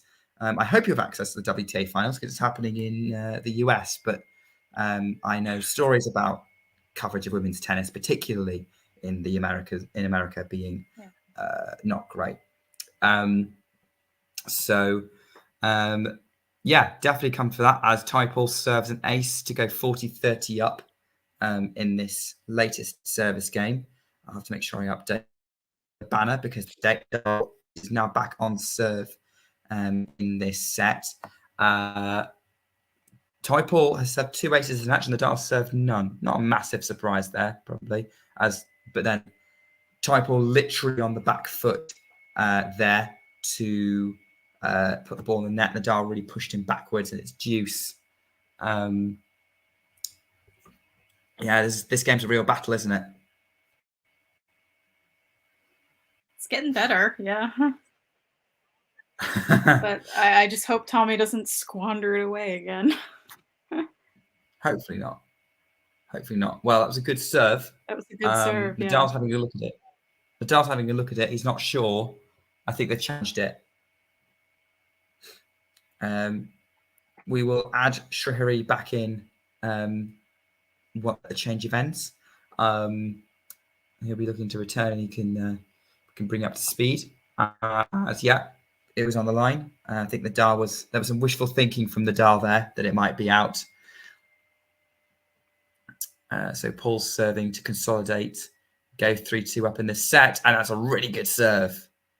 That he's got himself out of trouble with those serves this game. Isabel, positive run of games for Tommy Paul. Wouldn't you agree? Yeah, two really good games. Could be the turning point, but I don't know because he broke him in the first set as well, and it didn't seem to matter much. So we'll see. So what did I miss? Tommy Paul broke Nadal broken back at and then hold on. Yeah. Right. Broke him at like 40, love 40 too. It's impressive. Oh, interesting. So similar to the first set, Paul went 2-1 up with a break. Rafa broke back, went up 3-2. So does that mean Tommy Paul takes this set 6-3? I don't know. I don't know, man. Yeah, I would have bet on it, but not really that stable. How much are we up for a third set, guys? I don't know. I don't know if I have the energy. I'd have to make a cup of tea. Yeah, I mean, I guess those who are rooting for Tommy Paul don't have that option. But I'm kind of neutral here. And in a way, I do want a Djokovic versus Nadal semifinal. So, I mean, not particularly rooting against Rafa, if you would like to say that. So who did Djokovic and Nadal have to get through to meet each other? So obviously Nadal would, if he wins this match today, he has to play Paris Bercy next. He would be the favourite for that. Who would be his potential quarterfinal opponent? Tsitsipas. Interesting. Okay. Yeah. I think Tsitsipas would be dangerous for him indoors. Could be, yes. Although Rafa has beaten him at the ATP Finals twice. I'm thinking about Australia 2020 when they played. And again in Barcelona, okay, that was on clay. But yeah. No, it's 2020 when they came 2 sets down, beat him. Oh, no, that was 21. Team beat him in 2020 in the quarterfinal. Yeah, sorry. Do you know what? I thought this year was 2021. What year is this? Oh, good. Yeah.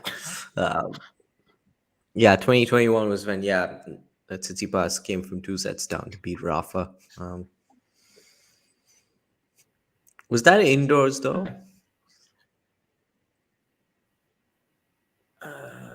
What happened there? Well, in Australia, I don't know. I don't think it was out. I think if I remember, Tsitsipas just raised his game and took it to Rafa, and I think he's definitely lost. He's definitely got a little bit more confident playing Rafa. So rather than necessarily it being about their indoor record, I think it's more about Tsitsipas's mojo against Nadal. I think he'd be willing to take it to him. Yeah, I can see Tsitsipas. Sounds reasonable. Nadal Tsitsipas would be a really interesting quarterfinal.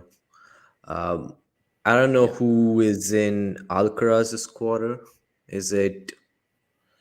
Let me see. Rublev? Yeah, it should be Rublev. Yeah, you take a look. Yeah, it should be Rublev because I know Felix and Medvedev are in a quarter, Nadal and Tsitsipas in one, and Djokovic and Ruud in the other. So the only other top 8 seed is Rublev. So funnily, Alcaraz and Rublev never played each other before. I'd like Rublev's chances there. That would be a really interesting matchup between those two because that's going to be a bit of a massive ball striking battle between those two. Yep. I think Alcaraz got a little bit more variety. That was really good. Tommy Paul's turning it up. That? It's a backhand return winner, inside in from Tommy Paul. Okay. Yeah, it's 15-30 on the Nadal serve. Interesting point here. Nadal serves up the middle, forehand back in play for Toy Paul. Slices Nadal just over there. Toy Paul goes for it, misses it. Bounces up and down, frustrated he missed that point. It's 30-all. Standard like that. Yeah, that was critical. Nadal on the back foot there, but again, overhitting. Pretty standard from Toy Paul's match. He's twirling the racket. And Nadal serves into the net. Second serve at 30-all. There's no tenser moment than second serve at 30-all, apart from maybe second serve break point down or match point up. Serves Nadal back in play. Paul, who runs into the net, and what a volley! What a volley to get break point opportunity to go a break up against Nadal. That sort of coming off the return was a genius move from Paul. Yeah, tends to do that. The backhand, I would say inside out and cross court, really one of his weapons, along with the forehand and the serve out wide as well, which he uses pretty well. Okay, break point. Nadal serves into the net. He was going out wide, didn't get it over the net. Critical moments here for both players. Second serve, 30-40. Let's see what the Paul can do. He did. Backhand back in play. Forehand up the line, Nadal. Forehand, Paul drops in. Forehand cross court, Nadal. Back cross court, Paul. Forehand line, Nadal. Paul has to run for it. Scrambles it. No, can't get any purchase on it. And it doesn't even go in the court. And we're back on juice. And the crowd are loving the contest. Yeah, the crowd are loving this contest. Well. Yep. Think he holds from here then? I think he does. Yeah, I'd agree. Right. Let's see what happens. Nadal in his luminous fluorescent yellowy green kit with black trimming. For the benefit of those who can't see what's going on. I should say the front part. The Roland Garros kit.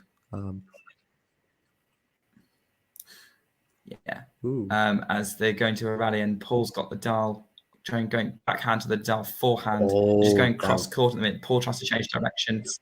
slice. Paul, scrambles it. What's Paul going to do? Doesn't reach the other side of the net. It's another break point. Shriri, you're back ahead of me. I think Shriri, you're ahead of me. I'm ahead of you? No, I don't think. I think we're just on par. You're reacting before I'm saying something. Already? Oh no, that was just full point in general. I think maybe you're a few seconds ahead because Rafa went for the lob, but you called that it didn't even cross the net. So another break point for Tommy Paul. Definitely. And Nadal first serve in play out wide. Oh, it was a let. That's disappointing for Nadal and his fans, probably also for John and the audience in Paris. Let's see how the next point goes as Nadal brings it up. Serves out wide. Paul cross got backhand back in play. What a shot. Slice from Nadal. Paul kind of comes in, slices.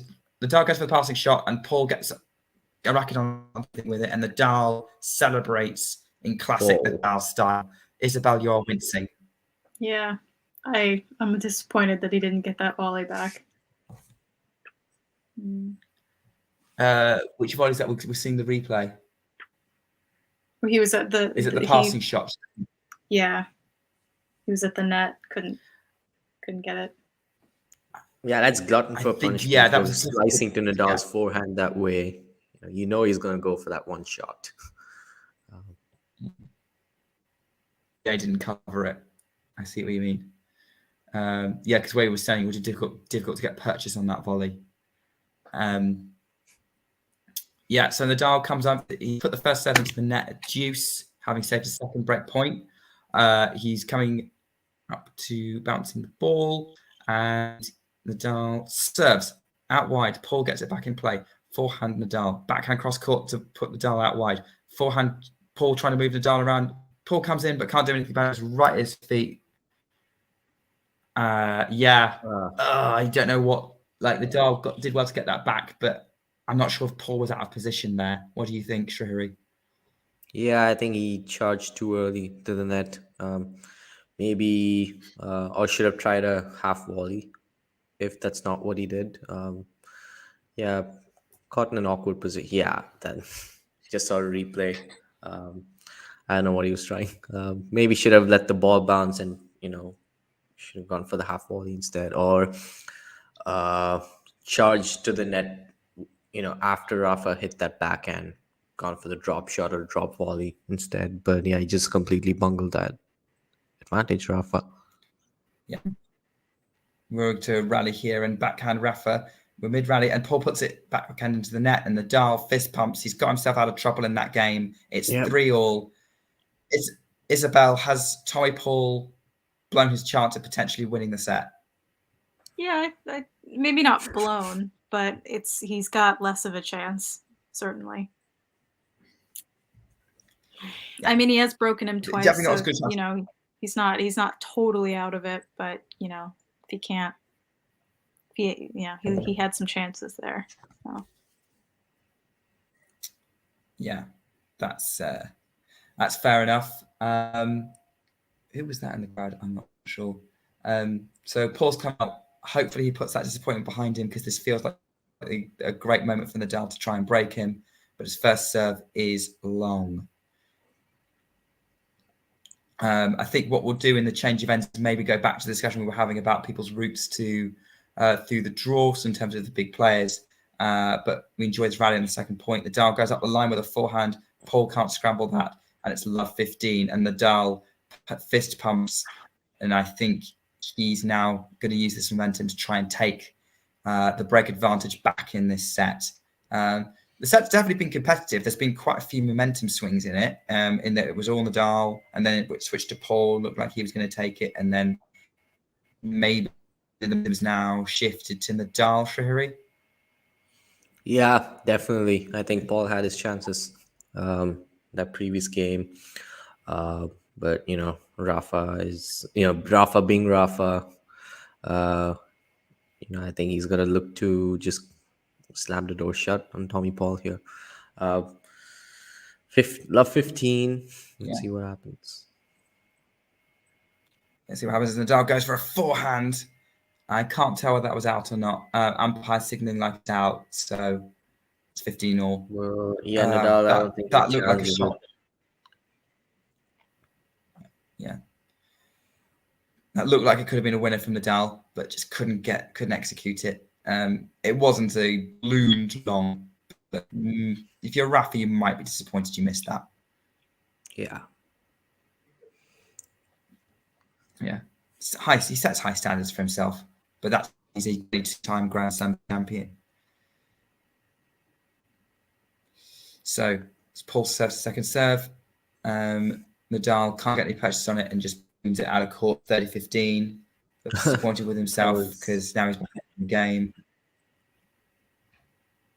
Yeah, I can't understand why Nadal's disappointed with that because he probably should have made that return, right? Yeah, he should have.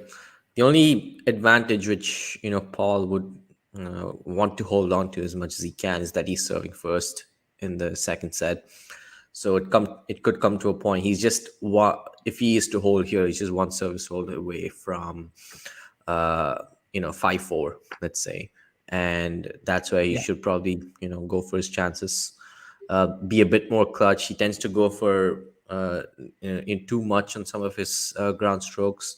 And sometimes he, like we saw in the previous game, he just, bungled a few points at the net, approaching it too early. So, yeah, I think this is so far a good service game from Paul. Yeah, it's a good rally as well, but Nadal gets a backhand just wide, but like he did have Paul on the ropes for a moment there. Paul having to scramble at points, but Nadal just missing a cross-court backhand to make it keep the set with 4-3 Tommy Paul. So Paul is potentially 2 games away from taking us to a decider. Anyway, so Shuri, let's talk about Djokovic's route. So he's playing Khachanov tomorrow, right? Repeat of the 2018 final. Yep. Yeah, he should win that though. He should, yes. They played in Astana as well. It was 4-3 for Novak. Pretty comfortable. And yeah, I still think that the 2018 final was definitely a one-off. But yeah, Novak heavy favorite. He likes that matchup. And I never watched that final in 2018. I never watched that final in 2018. What happened? Why did Khachanov win it? Was Novak just flat, or was Khachanov playing unbelievable tennis? Novak was flat. I woke up to see that Khachanov was setting a breakup, being in the US. That was my first year as an undergrad, first semester as undergrad. And then I watched a few games, and then Khachanov served for it. And so I knew that Novak was up a break early in the match, 3-1.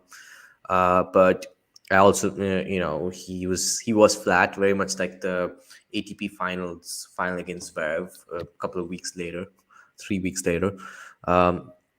But yeah, I think that he was also ill during the entire week in Paris. I do remember that.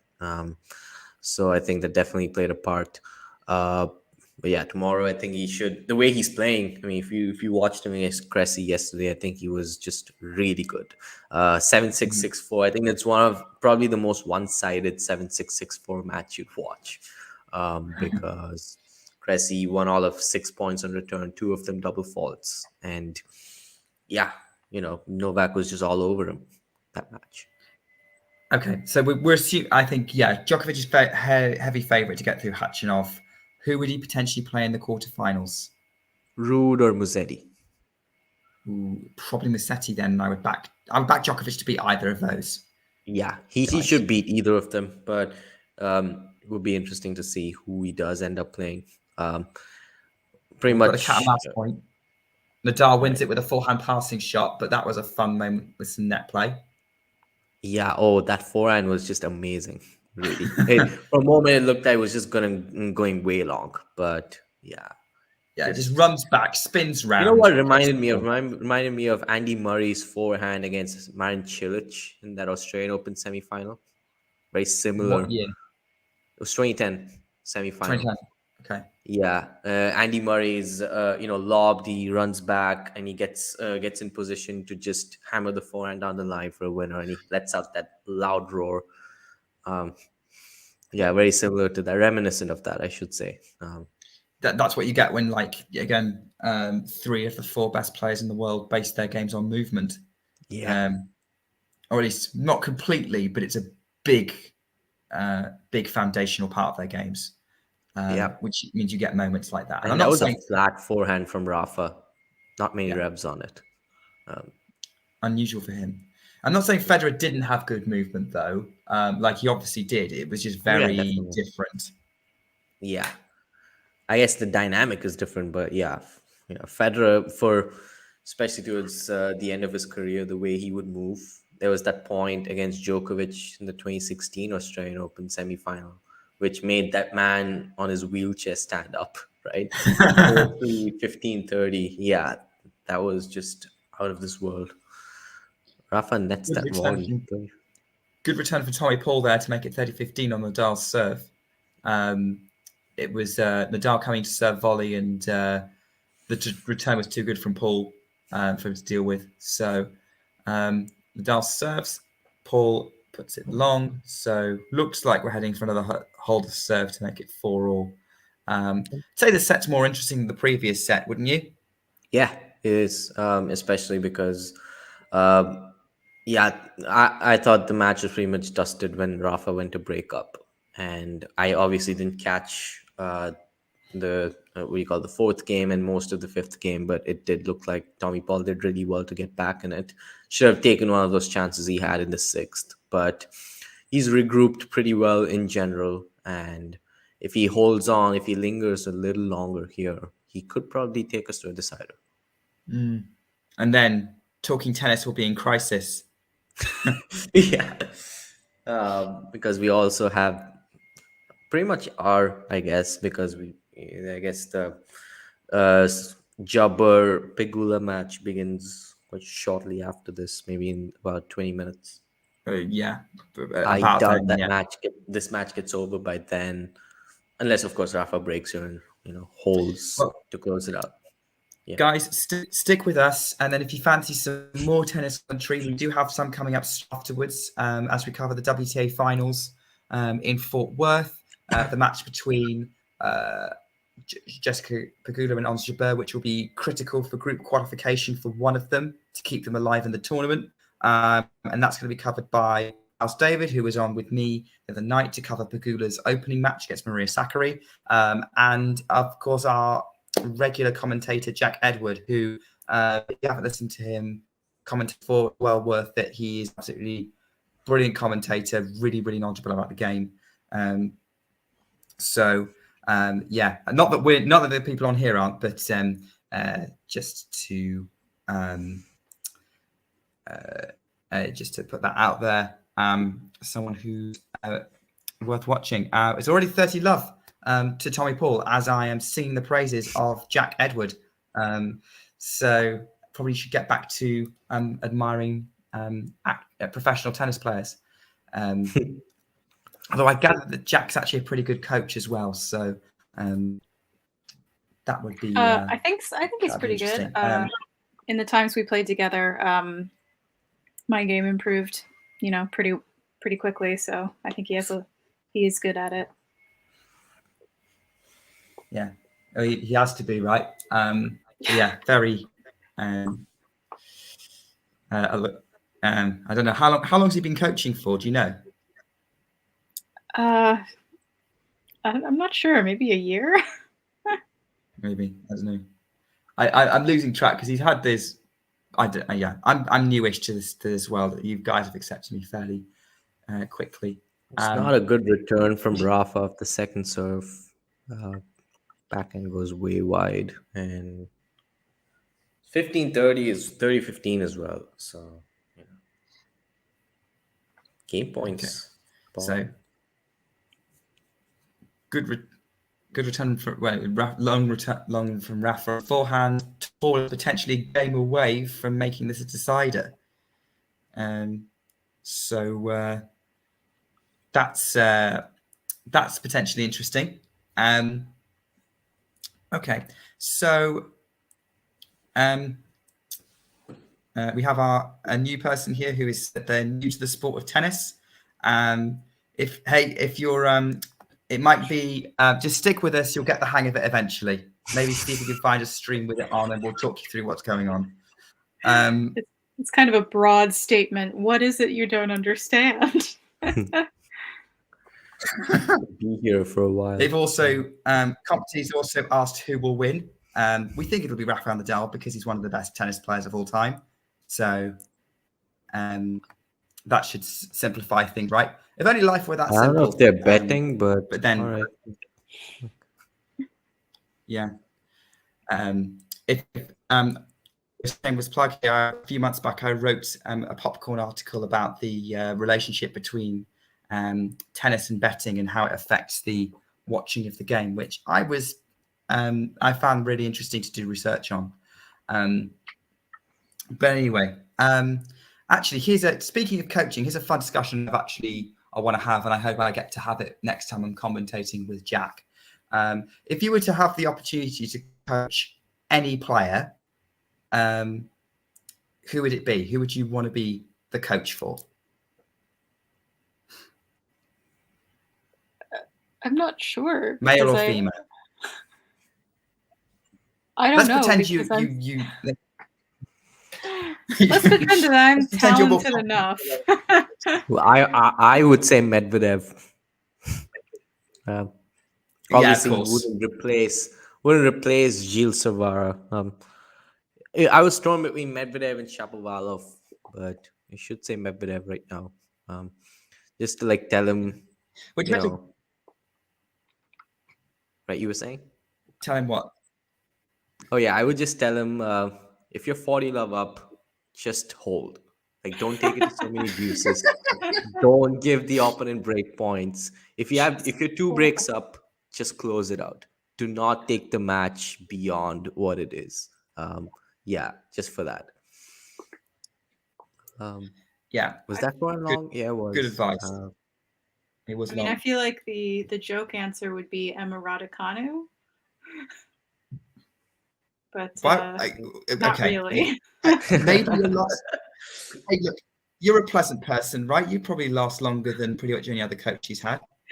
Who knows what's going on over there? But in reality, if I were a coach, assuming that I knew enough and was talented enough at tennis to be a coach, probably Naomi or Coco would be my picks. Okay.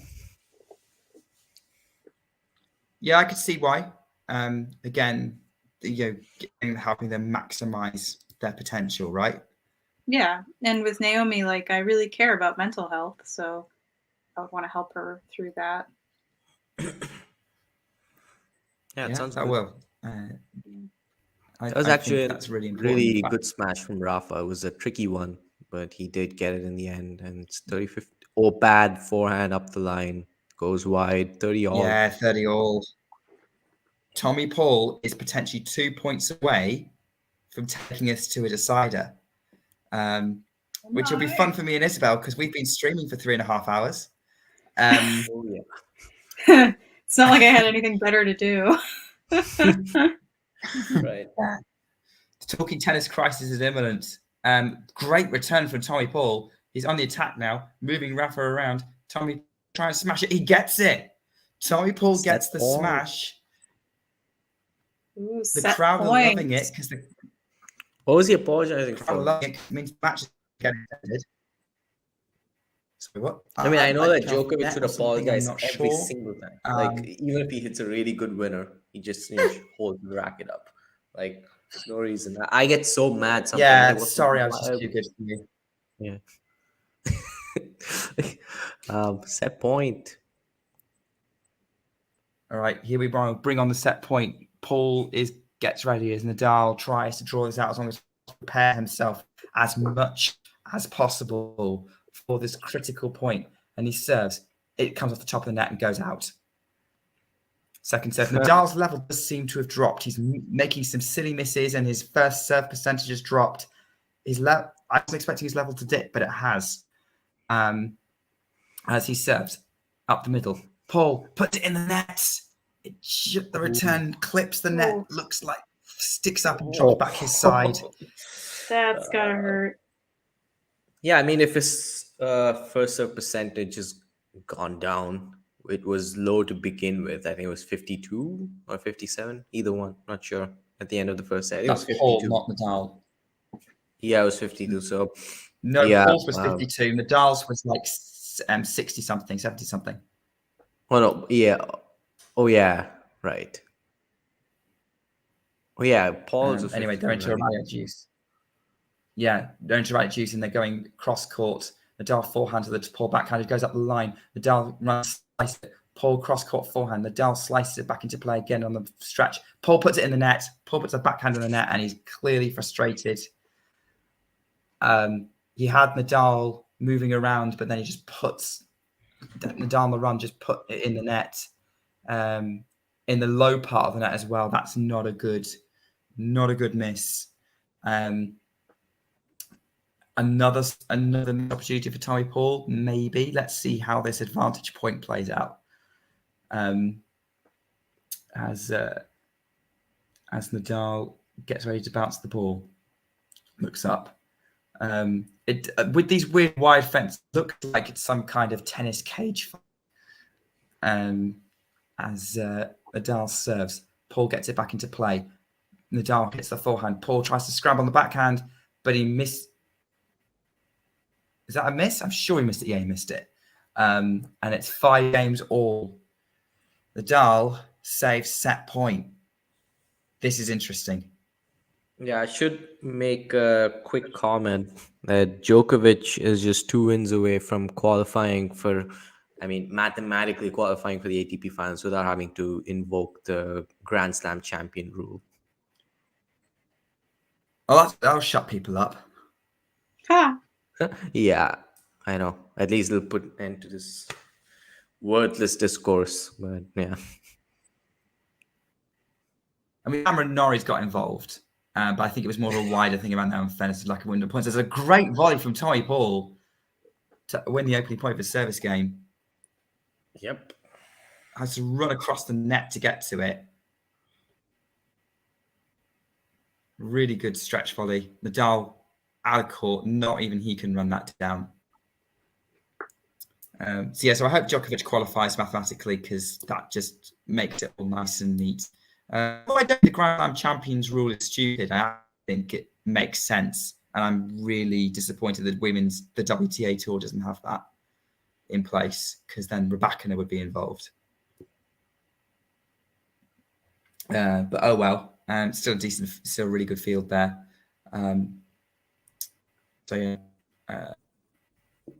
Isabel, what are your thoughts on well, actually I explained it, but we were talking before Shahiri got here on how it all works. And yeah, does it make sense to you having automatic qualification if you've won a slam?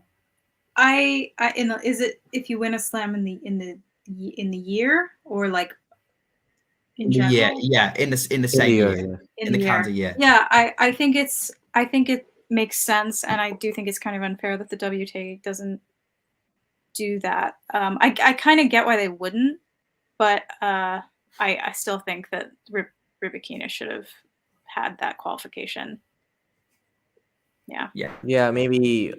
I don't know where exactly Raducanu finished last year in the rankings, but it should have applied to her as well. Lower top 20. Yeah, she on that base as well. As someone who likes Raducanu, okay. Yeah, as someone who likes Raducanu, I'm okay with that because I think she would have struggled that year in those year's finals. Potentially, and probably wouldn't necessarily the best look after having won the US Open, and given how her years progressed since then. The interesting case of Emma Raducanu, where everyone has an opinion on it, including myself. Tommy Paul is forward up in this service game. He's bouncing back from the disappointment of not winning the set pretty well. This match and is going to try and take the match for as long as he can. I think that was a let on that first serve.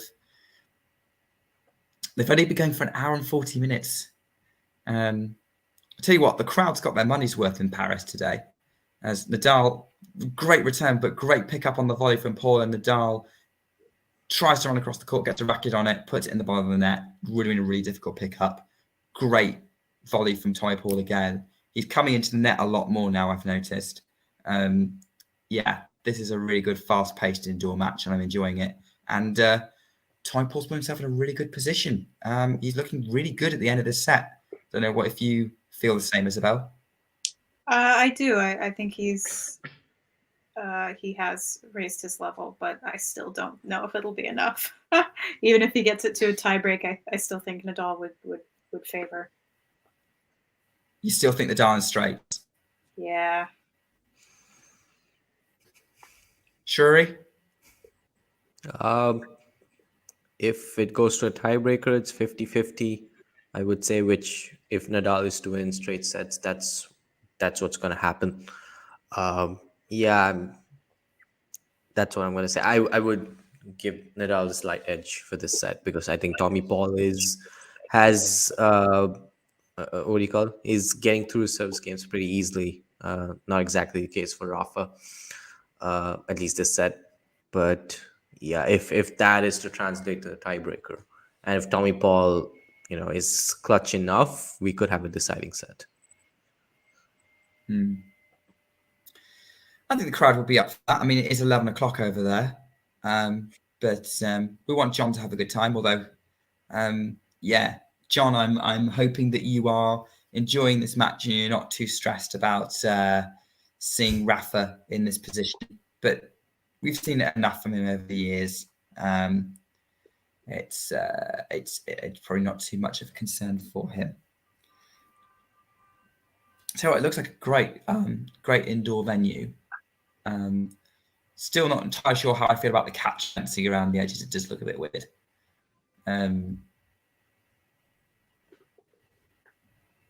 But yeah, might be a fun event to pop over to sometime. Very easy to get to from the UK. Probably less so from where you're coming from in sort of the US and Dubai. Well, I'm still in the UK for now. I'm actually going to be in Paris next week. I didn't realize that this was going on until today. Otherwise, maybe I would have timed that appallingly well. I know.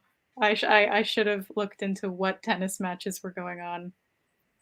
I don't think there are any going on in the Netherlands next week because I'll be there as well. So otherwise, I'd go to one. Somebody check the challenger calendar quick.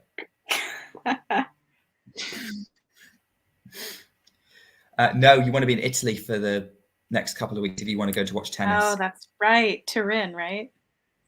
Yes. Yeah, and then Milan before that as well, because it's the next gen finals next week. Yeah, I thought about going for that, but it seemed like a lot to plan last minute. Yeah. And it's a longer flight. I can't. By the way, for that, I think Holger Rune is comfortably the favorite. I don't know what you guys think. I'm not happy about that. Probably it's going to be between him and Jack Draper. Oh yeah, Draper's there as well. Because Alcaraz and Sinner. Yeah. Musetti's there actually. Musetti's in good form. He could make it competitive. Yeah, Musetti. Oh yeah, Sinner. I think this is his last year playing, like being eligible to play that tournament, right? Yeah, he's not going though. He's not? Okay. I think I've seen that he's not actually going.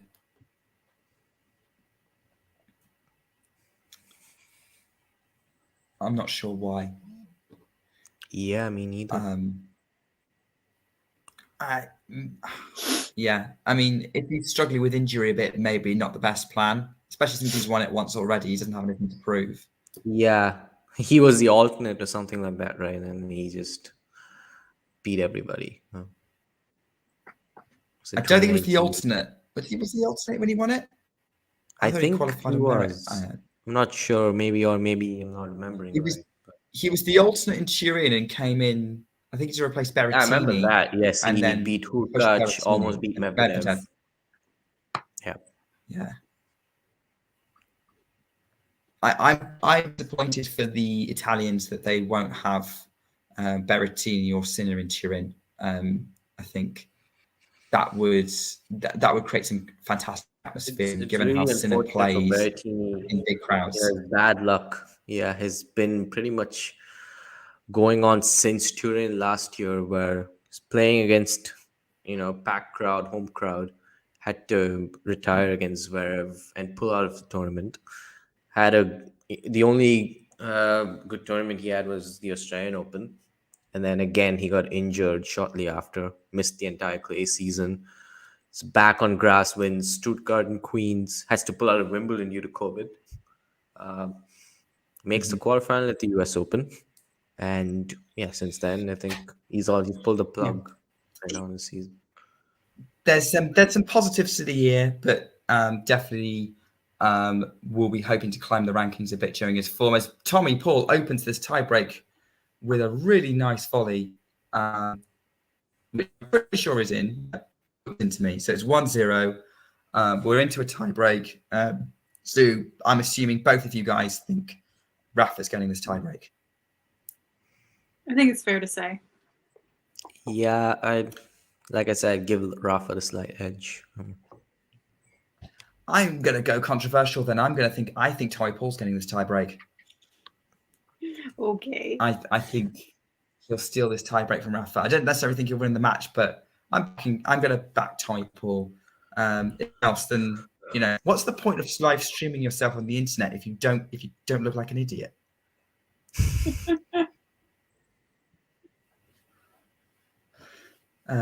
As Rafa and Rafa goes 2-0 down.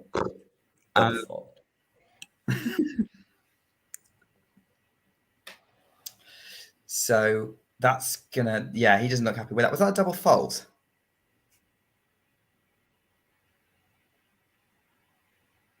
Yeah, it was. Yeah, looked like it. Okay, so Rafa serves out wide, Paul returns, and that's out. So keep Nadal honest at the minute.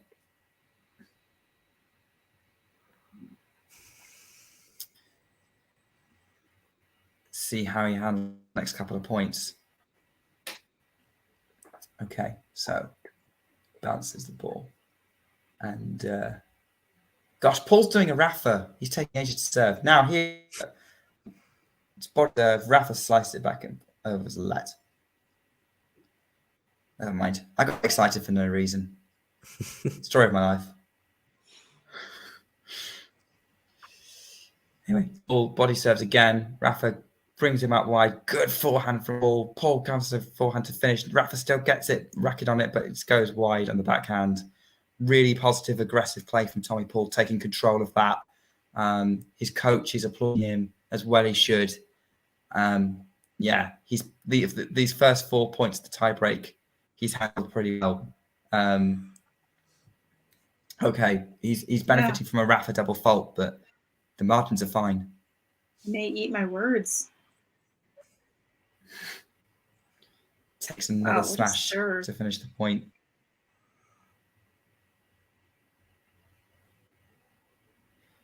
Yeah, it's all looking good. Going back to Rafa now. I would expect Rafa to keep things close, make it 4-2.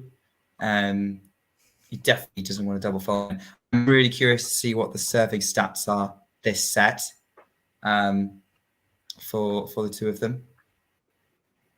I'm not going to do that because obviously all my internet is going to running this stream. But let's have a look. As Nadal serves, and it's an ace. It's the first ace of the match. I have no idea. Yeah, probably. Yeah, we need a stat guy on this. Get the device. Let's have a look. See what my scoring app tells me. What's your preferred tennis scoring app? I don't think I have one. Google until now for me. Do you know? I tend to use the ATP WTA app, although It's fairly glitchy at times, but I recommend TNNS. We obviously that's what we use to do our fantasy bracket picks. But also the live scoring on there's really good. It's a little slow compared to say the actual website, but overall, if you're out and about, really useful still and quite comprehensive with some of the stats it provides. So let's have a look at the joint ball. Rafael Nadal's at 4-3. Trying to look at spoilers. Let's have a look at set 2. Well, while I'm looking this up, Sherry, do you want to talk through what's going on? Yeah, I'll do that. Tommy Paul about to serve for 4-3. That's Cedric Pioline there. I don't know if any of you watched Suits, the show. He looks like Louis Litt from Suits. No, I've never seen it. Okay. 4-3 serve to Nadal's forehand. Tommy Paul forehand down the line. Rafa scoops it back. Forehand inside out from Tommy Paul. Backhand cross court. Nadal nets the forehand. 5-3 for Tommy Paul. 2 points away from pushing this match to a decider.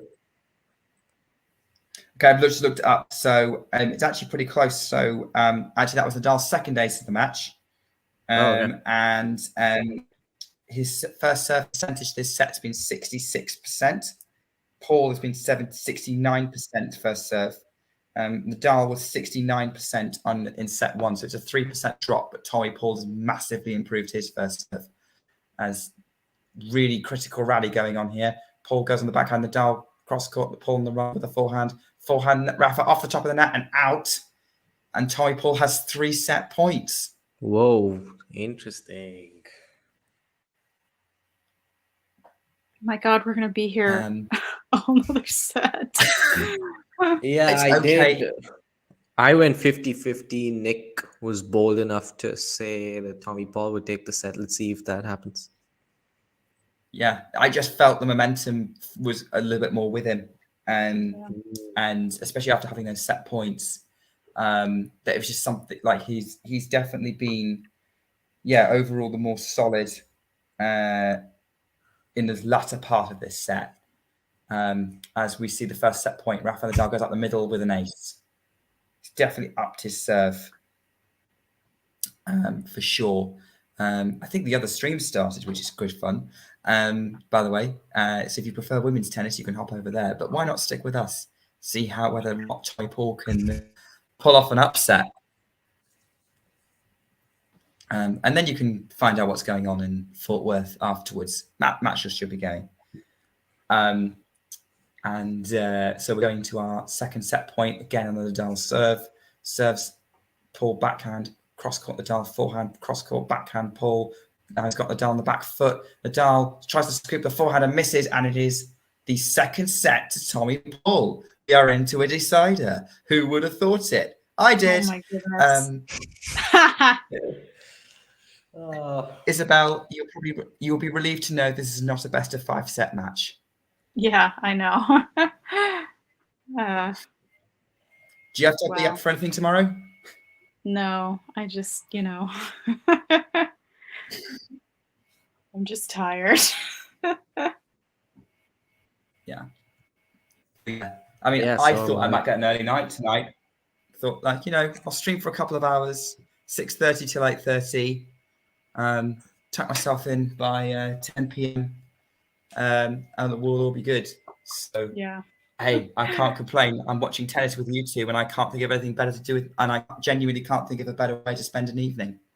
I did say to my flatmate, I was like, tennis. "Oh yeah, I'm doing a stream, and it'll only be like an hour, I think." and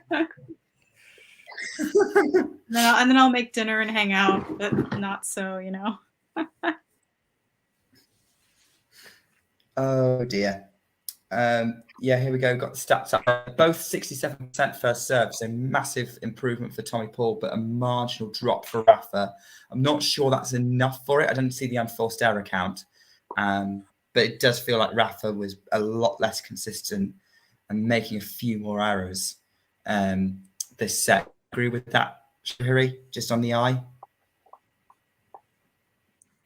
I didn't catch that. What you say? Would you say that Nadal's been quite noticeably less consistent this set? Yeah, I think he was not as clutch either. Like in the fourth game especially, but he did do. I wouldn't say he did exceptionally well to save those break points and the set point either. Those are all pretty much errors from Tommy Paul.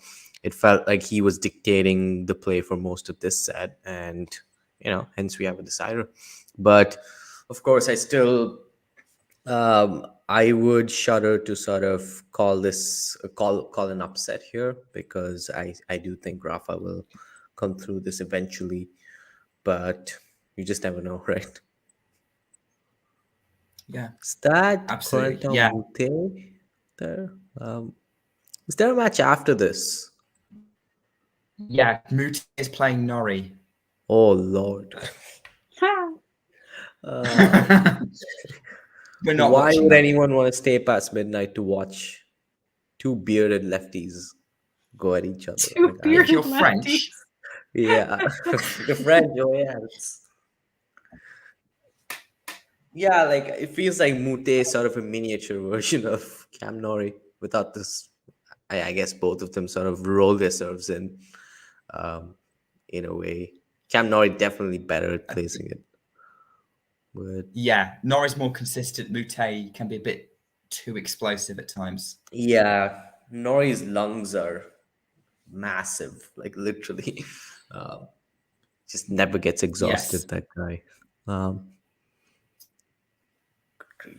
But wait, if Cameron Norrie is in Paris, then how is he presenting Still the can't stream right believe now? Dominor beat Medvedev.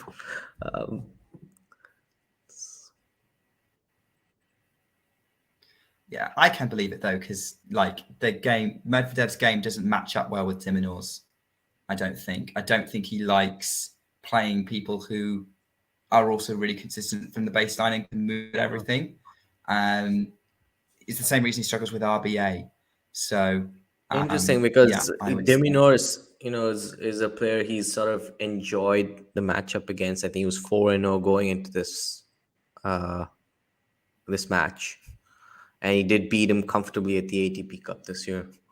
So I did, and I thought it was probably similar to the 2020 match in Paris, where Medvedev, I think it was a set down. He did win 5-7, 6-2, 6-2. It was looking like deja vu, but Dominor, I think he played exceptionally well today, I should say. But yeah, someone like RBA or even PCB, sometimes he struggles against, but more often than not, he beats these players. So I did expect him to beat him as well. The signing set is underway.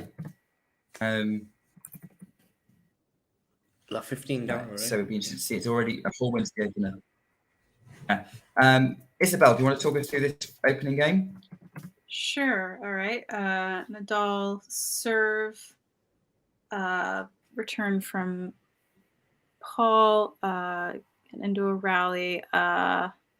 Sorry, I missed some of that point because my stream lagged, but it looked like Tommy Paul sunk that into the net from the baseline for 15 all. Yeah, it sounds about right. All right. Nadal steps up to serve.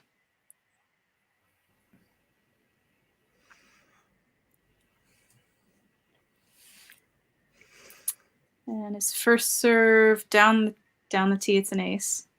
Or at least it looked like an ace, was it not? Oh, it was. Oh no, I guess it wasn't. Wide. It was out. It was wide, yeah. All right, second serve. Ooh. You might be ahead of me. Did he just double fault? Yes. He did just double fault. 15-30, interesting. What is going on? I'm being reminded of his match against Medvedev from 2 years ago at the ATP Finals. Except not as good. as. Yeah, not as good. Not nearly as good. And that match made me so happy. I remember he finally got over Rafa. Especially after that disaster in 2019 from who loses from 5-1 up, really. So yeah, 30 all. Interestingly poised moment in this opening game as Nadal serves. He's missed it. But he's missed it. Just so you're aware, so I think probably after the third game, I'm going to take a quick break to get a drink. So I'll leave you two in charge, but we'll wait for game 3 before that happens. As we get into a rally between Paul and Nadal, inside out from Paul, up the line from Nadal, forehand Paul, cross court forehand Nadal, cross court backhand Paul, Nadal on stretch, scoops it up, but it's long and it's break point Tommy Paul. And the momentum is with the American. And I didn't think I'd be saying that about an hour ago. Are you surprised? I'm quite surprised. Yeah, it's definitely not what I expected of this match. We did think Paul had a chance going into this. To be fair, the way the match started kind of dispelled that. But kind of the first set ended dispelled that. But Rafa puts it in the net. Rafa's put it in the net, and it's game Paul. Wow! In the opening game of the set. I have seen this movie many times before, so I won't say anything as of now. But yeah, fair there's enough. Plenty of opportunities for Rafa to come back. Yeah, just the first game. I mean, you don't know. Paul might just hand it right back next game. Who knows? But I'm gonna beat Rafael Nadal. Just too many errors. Like Rafa just smacking himself with the ball on the tie. That's funny. As angry as he gets. Yeah. Yes, one for Nadal is you're just about as willing to meet him when he's angry as when he's not. Goes he can't legitimately say you won't be likely when he's angry. I actually do want Nadal to pull through. I want that semi-final. Is there someone other than Nadal? He doesn't. Sorry, what was that? Go ahead, Nick. No, go on. I think you want a conversation. I was going to say, is there someone else besides Nadal that you want to see play Djokovic? From this quarter, yeah, it doesn't. I don't think there's anybody else really. Tsitsipas, Djokovic, we know how that's gonna end. Yeah. I don't. Who's Tsitsipas playing tomorrow? Yeah, let me take a look at the draw. I can get that.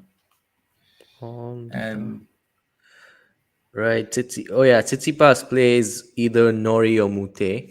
He did lose to Nori in Acapulco. Yeah, I'm not sure Djokovic Nori would be that thrilling. Neither will Djokovic Carreño Busta, so yeah. Or Djokovic Paul. Maybe.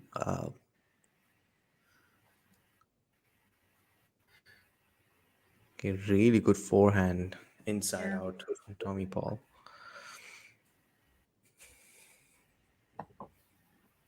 Got sense.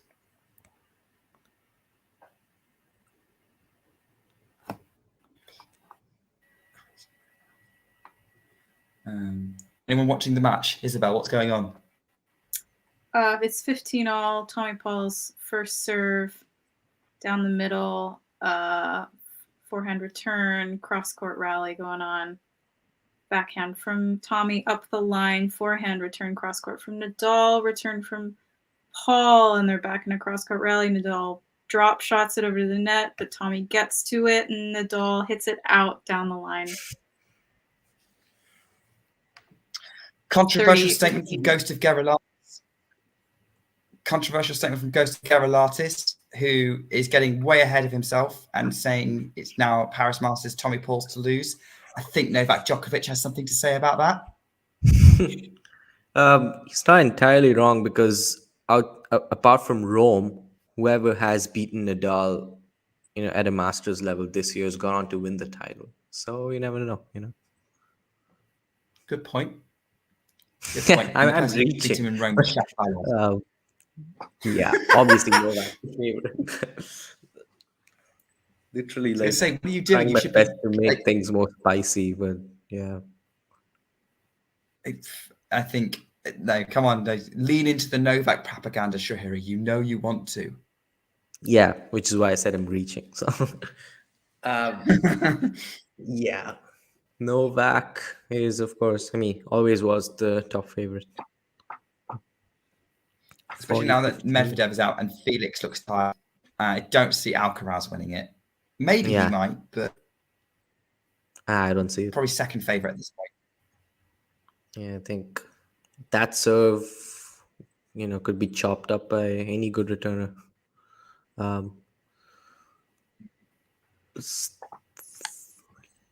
Did Paul challenge? 40-30. Oh, no, he didn't. So it's 40-30.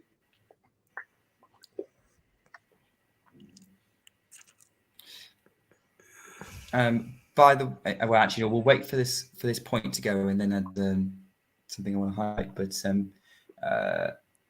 so as Paul serves down the middle, Nadal scrambles to get the turn back, which he does. Forehand Nadal, forehand Tommy Paul makes it Nadal on the run, scrambles it back up, got the smash for Paul, cross court. Nadal still gets a racket on it. Paul's moving Nadal around at the net, backhand volley winner, 2-0 up, 2-love up. Paul looking good at the beginning of the set, and the crowd are loving it. Someone has responded to your comment about who loses from 5-1 up, Shuri. Some guy called John Wing. That's my father. Relation. Hi, Dad. Well, hi, Isabel's dad. I don't know what that comment really means. No, so yeah. Too long ago, I'm afraid. I think he's John. got a lot of those. I know which year you're talking. I know which year you're talking about. It's 1975 when Manuel Orantes won the US Open from being 5-1 down and 40-love in the semi-final. I think it was 2 sets to love down against Connors in the final as well. Obviously, I'm not old enough to remember it. I've just read too many books. But that's probably one of the latest Grand Slam title comebacks. But that's going to hurt, isn't it? If you're 40-love, 5-1 up in a Grand Slam semi-final and you lose it. Yeah. This year's Australian Open was enough for me to take. I would probably quit tennis if that happens to any of my favorites, really. Please don't quit tennis, Shahiri. We need you around.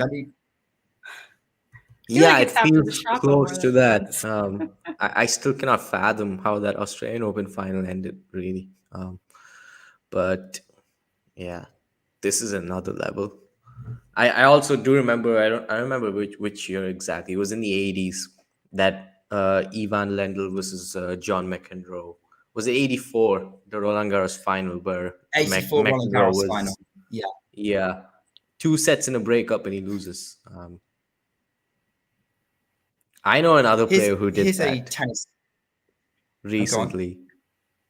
I say I know another player who did that. We know another player who did that recently. Lose from 2 sets in a breakup. Who's that? Zverev. Yeah. Oh, that's right. Yeah. It's a couple of years ago. Different. He wasn't that far ahead there, was he? So now petitioning to get Isabel's dad on the stream. It's true. John, if you want to come on. He has all that knowledge stored in his brain, but I don't know. Yeah, my dad is a he sounds like my kind of guy. fan. My dad also says, Your we all dad know sounds why like my Shapo kind of can't guy. finish. Okay. Well, I can't see the comments. Here it is. Why I can't was going to highlight it. Shapo finish? I don't want to see it. Come on, John. Yes. Come on, John. Give us your insight. You can't have you on the streaming on the screen. We may as well have you in the comments. Yeah, you seem like my kind of guy, John. I would definitely want to do some live stream with you. I think other John Silk, the creator of Talking Tennis and our Lord and Master, would also probably really enjoy talking to you. My father is actually the one who gave me the nickname of Tennis Slut, so he's the whole reason that handle exists. Right, that's nice. What a return winner from Paul. Just chip that backhand. 40-30, yeah. If you're gonna have a whole show dedicated to Shapovalov and his struggles, please leave me out of it. Because he hits every ball and doesn't play strategy. Yeah, I would have to we agree. did see that just not very long ago. Tell you what, Shahir, if we do an episode of the Popcorn Tennis podcast on Shapovalov, or maybe John Silk wants to do an episode on Shapovalov for Talking Tennis, we know who to call. Yeah, John Silk knows how to break my heart, especially when he did that Medvedev show. You know, he literally showed me that score line 2-6, 6-7, 2-3, love 40. I'm like, why would you show me that? You know, in that Australian Open fight. You're torturing a man live on air, John. He had that on for 5 minutes. John, if you're watching this, there. There's no way John would rewatch an entire 4-hour live stream, surely. Well, I think at the US Open, he had us on like in headphones or something while he was actually at the match. Oh. So I wouldn't be surprised if you were doing that now. But I also assume that the Paris crowd is like incredibly rowdy and loud because they love to be. So he might not have us on. Also haven't seen him in a while in the comments. Yeah, he's probably recovering from the end of that. Well, actually, he probably hasn't recovered from the end of that second set because he's probably like wondering where Rafa to cut badness. Yeah, so we'll see how it goes. And obviously, our other stream has now started. So John making a John Wing.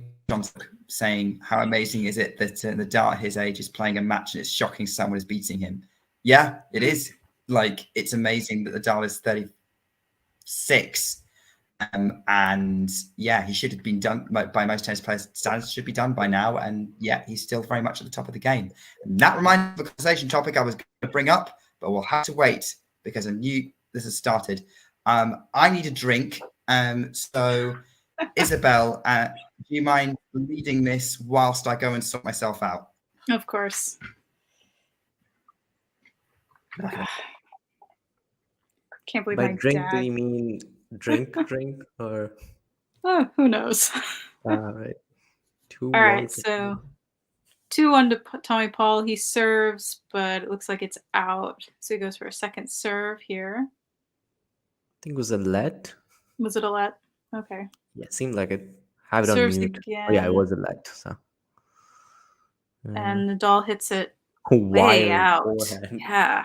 Yeah. Way out of line. What's going on with him? 15 love.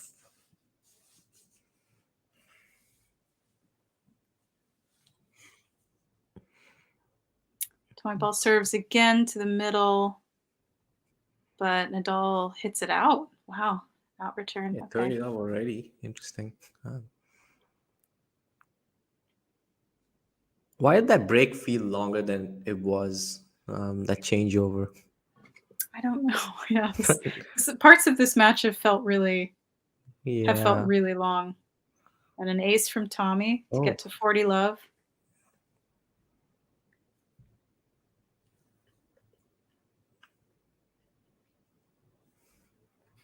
Serving. First serve. Into the net.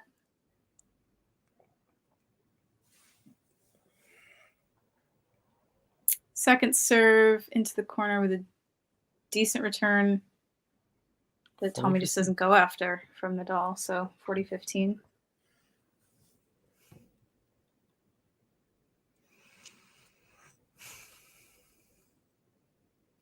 First serve way out from Tommy. I think he'll go out wide on the second serve. And he did, does. yeah. Wow. How did you know that?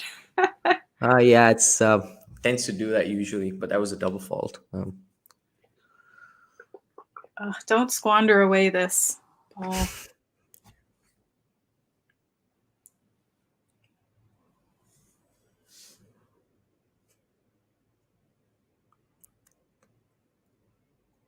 First serve again into the net. Second serve was 40-love up in this game. Oh my God. Ooh. It's just not even going after those returns. Back its use now. Okay, interesting. Oh God. Got way more complicated than should be. Yeah. That wasn't even like an incredible return. Yeah, he just was a regulation forehand. There's not much on that second serve. Anyway, the 2 return winners and a double fault.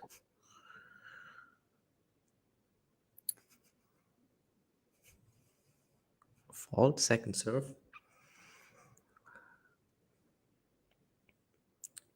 Goes out wide again. Oh no, he misses it. Break point for Rafa. You had a 40-love lead. Oh God. Like I said, I've seen this movie before. 40-love and or love 40 either way.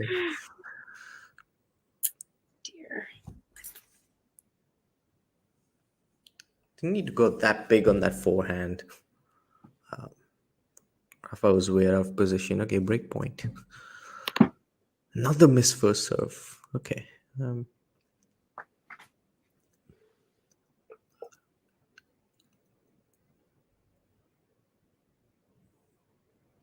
Did he break him? I think there was wide. He's challenging it. Yeah.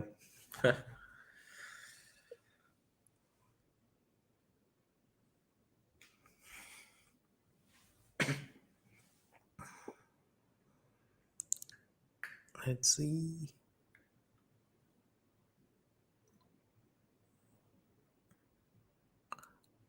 That was wide, and it's deuce. Just wide. And Nick's back with us. Tommy had a 40-love lead.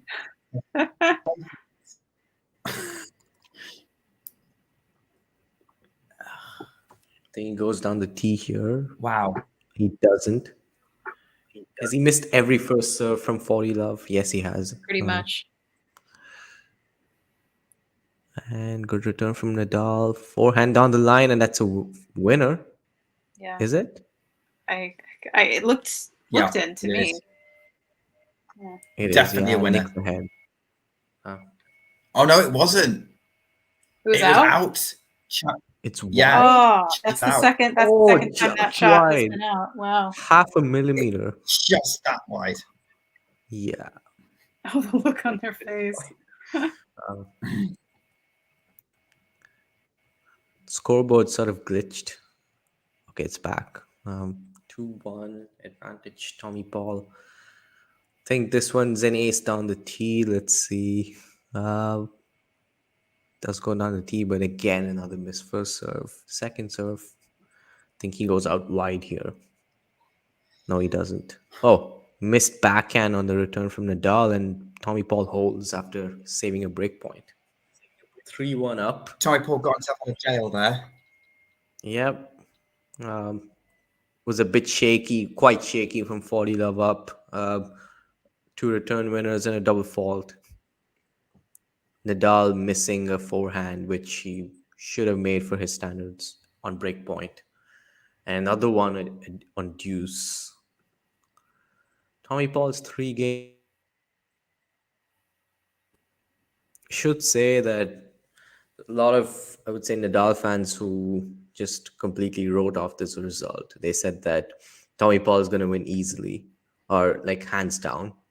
Hasn't really been the case, but he's close to it. It's true. Sorry, what was that point? So saying winning hands down and close to it. Oh no, yeah. So Nadal fans thought Tommy Paul is going to win hands down. They were just completely hopeless. But you know, the paranoid Nadal fans. Yeah. But who knows? Maybe they do have a point. At least if this sets anything to go by so far. 15 all. That was a good backhand from Tommy Paul. Yeah. Mm. And the comment I put up earlier, I do have to bring my Silk charger in just a couple of minutes. Yeah, it's fine. I mean, if you want to get it now to be on the safe side, go for it. Oh, maybe after this game. Right, 15-30. Only played once before Nadal. Yeah, he did bagel him as well. I remember that. Well, we're potentially 2 points and 3 games away from a breadstick, but that's a long way off. A long way off, especially with Nadal. Yeah. He hasn't been breadstick this year, has he? I don't think so. Oh, what a get from Tommy Paul! Oh my god! Whoa! Oh my goodness! Whoa! Wow. Okay, he's hit a purple patch here. Wow! 2 break points. Running down that drop. So Nadal hits, watching the Nadal forehand drop shot. Paul runs in, scampers up, scoops it up, lands in. Nadal just goes straight past Nadal, lands way inside the baseline. Amazing run from Tommy Paul to pick that up. So Nadal serves out wide. Paul gets it back. Nadal goes other direction with volley, but it misses, and he trudges back to his chair. And oh it my is god! 4-1. Breaks up. What? In the deciding Time set. for me to get my charger. So this was We'll not. see you later, Shrihari. This was not the outcome that I predicted. Like at all, even close. Wow. Wow. We could imagine like just a few games ago we were in a position of saying, yeah, Nadal's got this, and like he's now sat there in his chair. He looks quite unusually defeated. Oh my god! I have never seen Nadal look like that. The sweat just dripping off his face. Oh my goodness. I'm not showing it up in the on the screen, but your dad is causing trouble in the comments by insulting Noah Rubin. Switching to pickleball, may he rot in hell. Absolutely. This is a no pickleball household. Well, our friends at pontificating pickleball are probably not going to want to speak to us.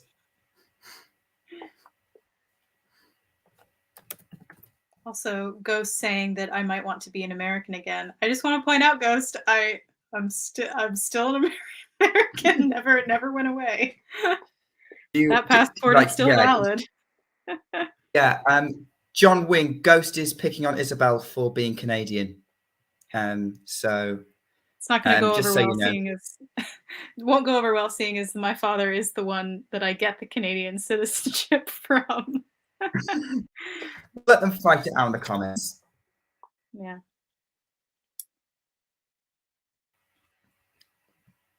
As we go back to the match, I'm letting Harry back in.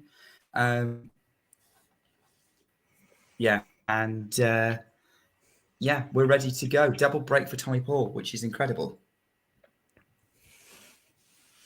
Yep, it's 2 the games away. Schadenfreude is kicked in, and I wouldn't mind Nadal going out and giving Medvedev company. If we love. Good one, Dad. Say it this way, very much I expect except for Tommy. Oh.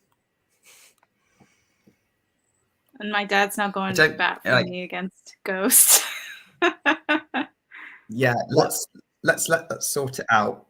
We're not going to highlight this. We'll let them privately deal with it and come back and see who's standing afterwards. But anyway, actually, that's a good point. Like, did you ask your dad how he thought the match would go? I haven't. Oh, Nadal picks that up. Oh, that was good. No, I didn't even know that my dad was watching. I haven't spoken to him, so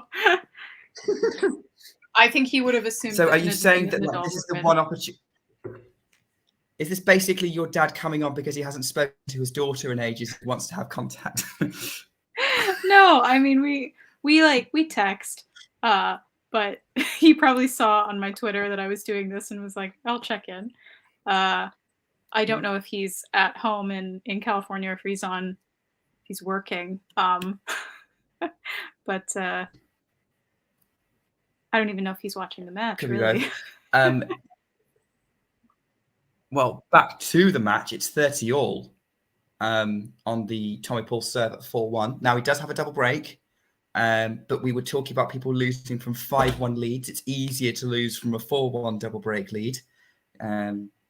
So you just had to say this is that. not over yet.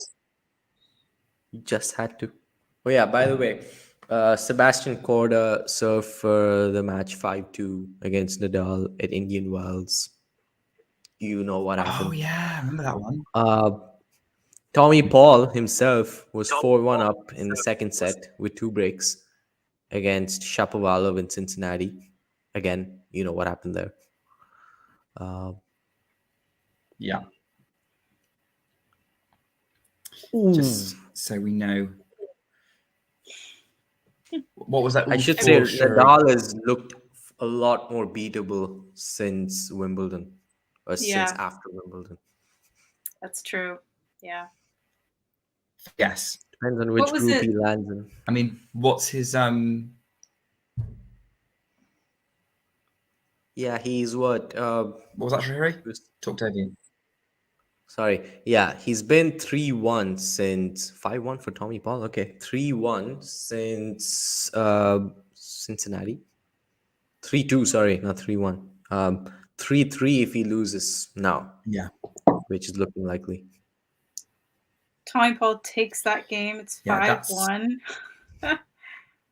So we'll see. He's only one game away from taking this match. Hopefully all of our talks of 5-1 leads and then losing won't jinx it. Yeah, Tommy, be the one to break the mold. Chapo goes up. That was low. Low blow. Really way below the best. I don't know who he's quoting. Who are you quoting, Dad? Or are you quoting yourself? Yeah. Low blow there. Okay. Right. Nadal is one game away. Chapo's never lost a match from 2 sets to love up. We can give him something. Tommy Paul serving up some revenge. I was. I don't remember that. I don't know if he needs to avenge Tiafoe at Rafa, given that Tiafoe won that match. Yeah. Yeah. Tiafoe avenged himself. I love Chapo. Okay. I guess you're allowed to mock him. Sure. I mean, John is Canadian. It's a bit like me mocking Dan Evans or Cameron Norrie. Right. That didn't cross my mind. Right. When Bianca Andreescu, when we watch cricket, we do insult a lot of our own players. So yeah. What was that? When Bianca won the U.S. Open, my dad started singing the Canadian national anthem and then started crying. So he has a lot of national pride. Wow. That's nice. 30-all. How's he going to react when Felix wins one? He'll probably try to sing it in French, would be my guess. Tommy Paul had a look at that backhand pass, but it's 40-30 for Nadal. I definitely It's don't tight. want If Nadal to it be got over the net, it probably breadsticked. would have gone wide. Yeah, No. could have. That'd be weird. 40. All right, it's 40-30 Nadal. Misses And the first serve. Second he's serve here. yeah, not going on there. Gagging a bit. Anyway, so Nadal serves, and it is out wide. Paul gets it back into play. Nadal in the net, and it's deuce. Ugh. What was Love Nadal that. trying there? Uno Quattro saying Didn't he I called call it it earlier? earlier. Uno Quattro Junior. Oh. Probably did. I'm not scrolling back through the chat to double check. I'll take your word for it, Uno. And it's Los Angeles. Okay, so it's deuce on the serve. He's really not ending this match well. His first serve goes long, so this could be interesting. Second serve again. Yeah, Nadal does not look happy right now. Started well, very well, but not quite himself as he goes long with the forehand. Match point. And now it is match point, Tommy Paul. Oh my goodness. Match point, Tommy Paul. This is not where we thought we'd be at Nadal set the break up, but here we go. Nadal goes wide on the first serve. He really doesn't look himself. It's really odd. I'm pleased for Tommy Paul, but it's really, I'm not sure about Rafa. It's backhand in play, Tommy Paul. Nadal picks up, backhand Tommy Paul into the net. Over the net, and Tommy Paul finishes it with an ace on the backhand. Tommy Paul beats Rafael Nadal 3-6, 7-6, 6-1. It was comprehensive. Tommy Paul brought it tonight. Yes. What a Let's win, a warm exchange at the net. Nadal is congratulating him as well. Great sportsmanship as always. That was impressive. That was, I mean, the way he turned it up from the tiebreaker was, I think it was one-way traffic. I've never seen Nadal just been completely bulldozed for a while like this. I mean, Tiafoe did it in a way, but is it concerning the way that he faded in that match? Because he did fade. Partly, due to Tommy Paul's brilliance, I would say he just played some amazing points and taking the ball a lot earlier, charging into the net. Is he left-handed or? Oh yeah, he is. Interesting. Well, I don't know that bodes well for Nadal in the future. Yeah. Okay, Ghost. I'm vegan, so I won't be. Right. I'm not American. Like, if you listen to my accent, I am one of the most British people you could possibly meet. It's my cup of tea. Wow. If they had French fries. I'm looking forward to Cameron Norrie. Well, I have my cup of tea as well, although I need to heat this up. I'm not much better. I literally have a packet of Jaffa cakes next to me, so I don't really I don't know how American I feel. I have literally went to snack on Jaffa cakes on my break from the stream. They're the best. Well, Twitter is gonna explode tomorrow morning when I open it. Just like, Tommy Paul, thank you for saving tennis. Some of them are like, oh, Nadal's finished. Indoor hard courts should not exist. It's not a real surface. And then Federer fans are just like, be happy your players are still playing, I guess. As a Federer fan, it's not, and this is how I felt towards the end of Roger's career too. Like, the most painful thing was just seeing him play poorly.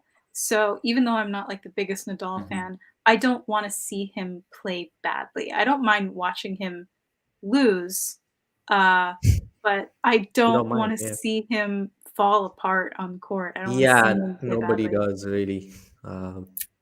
So that is the thing that makes me sad. And then in that last set, he definitely played badly. Not my quote, by the way. Not my quote. I'm only it's verbatim of what I guess Novak fans would say. Thanks for coming around, Dad. Mhm. It's nice to hear from Nice you. to see you.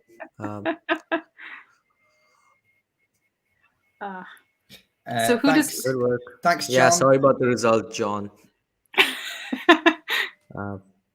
Yeah, Have fun Yeah, watching that's one of the Nick and John Murray watching going that at it foreign for person. 4.5 hours.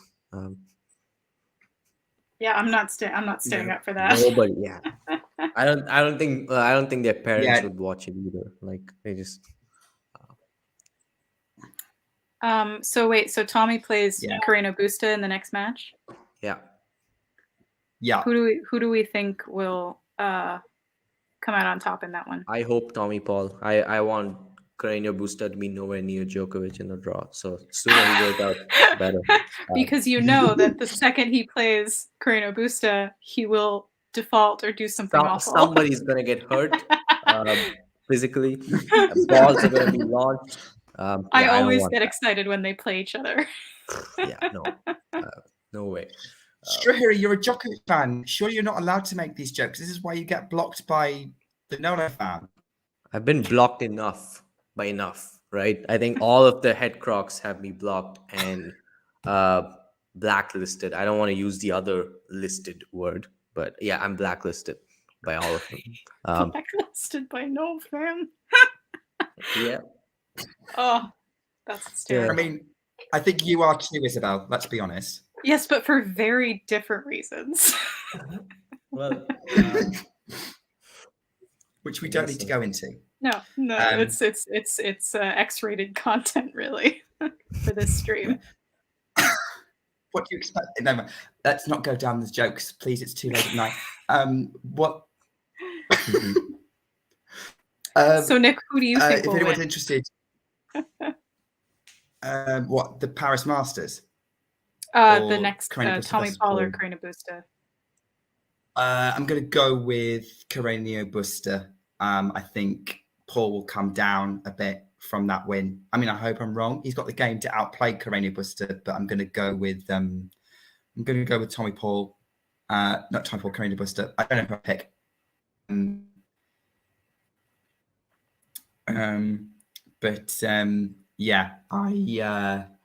I think Carreno Busta, just because I'm a pessimist. But you never know. Tommy Paul these conditions suit Tommy Paul. I could see him reaching the semi-finals off the back of beating Nadal, as Strahiri said. People who beat Nadal tend to do well unless they're Shapovalov. I think, could see him playing back in the semi-finals, but I don't see him getting further than that. By the way, if anyone's interested, it's currently 6-1, 2-all to Pegula in the WTA finals over Jabeur. Wait, when did that's that going match on begin? the others? About an hour ago. Oh, okay. Yeah, so if you're anyone in the audience is interested, Jack and Ashley are covering that on another Talking Tennis stream. By the score so far. Is it Jack and Miles? I thought it was Jack and Ashley. Yeah, it's Jack and Miles. Turn on and find out. Okay. Yeah, Jack and someone. I'm surprised by the scoreline, scoreline, especially how one-sided it is. Yeah, it's currently deuce on Pegula's serve in this game, in the 2-all game. But going back to this, just to quickly round up, because I appreciate we've been streaming for 4.5 hours, but I want to ask one more question about Nadal, or rather the sort of what involved it kind of did. The year-end number one is looking like going to be between him and Alcaraz, unless he goes on an amazing run and wins Paris and Turin. There's two Spaniards. Who do you think is the more likely to end the year number one right now? I think I know after seeing this match, I know how I feel about that, but I want to hear what you think. Of the two Spaniards? Strahiri. I'd say Alcaraz. Yeah, both of you, but we'll start with Strahiri. It's more likely that of course, he has already done better than Nadal at Paris. I would say he makes the semi-final. Should be enough points for him to have a comfortable lead going into Turin. If an Alcaraz Felix semi-final is the one that's pretty much on the cards right now, so that'll be interesting. But yeah, Alcaraz definitely in a better position, unless I don't see Nadal winning all of his matches in the round robin and Alcaraz losing all of his. I think that's one of the scenarios that's needed for Nadal to sort of, I think, finish number one. Interesting because Novak Djokovic and Roger Federer, and I think Boris Becker, it was in the 90s, I think. I think they're the only men's players to win multiple slams in a season and not finish number one. Novak did that twice, 2016 and 2019. Federer did that in 2017. So Nadal would join them, very likely. Yeah, Becker in 1989 won Wimbledon the US Open and somehow didn't finish number one in the world. It ends up being Lendl. I agree. I think judging by this match and the fact that Alcaraz has still got some progress to go, I agree with you. I think Alcaraz is now primed to end the year as world number one. And adding Nadal to that illustrious list, which would, the big they were all on the same list, it makes sense. Isabel, would that be your assessment as well? Yeah, I think I would agree. I would put my money on Alcaraz. Right. Well, on the 4 hours and 31 minute mark, I think we shall wrap this stream up so we can sleep or watch Fort Worth. I think, let's face it, we're all going to sleep because it's 11 p.m. UK time. It's about 3 p.m. in Australian time. Thank you so much for coming on. It's been great fun speaking to you both and watching tennis with you, as always. We should do this again. Yeah, we should definitely do this again. Maybe for a Djokovic match, I guess you guys will get some entertainment from this side. I can't say that for anybody else. I guess Felix is left. Right, Casper. I'm waiting for the day John asked me to commentate on the Swiatek match. That could be interesting. Okay, well, we'll see you when we see you. Yeah. We'll see you. Thanks everyone for coming on board. It's, as I said, great fun. So Isabel, Shahiri, good night. Tennis World, we'll love you and leave you. Go watch Fort Worth. Good night. Good night.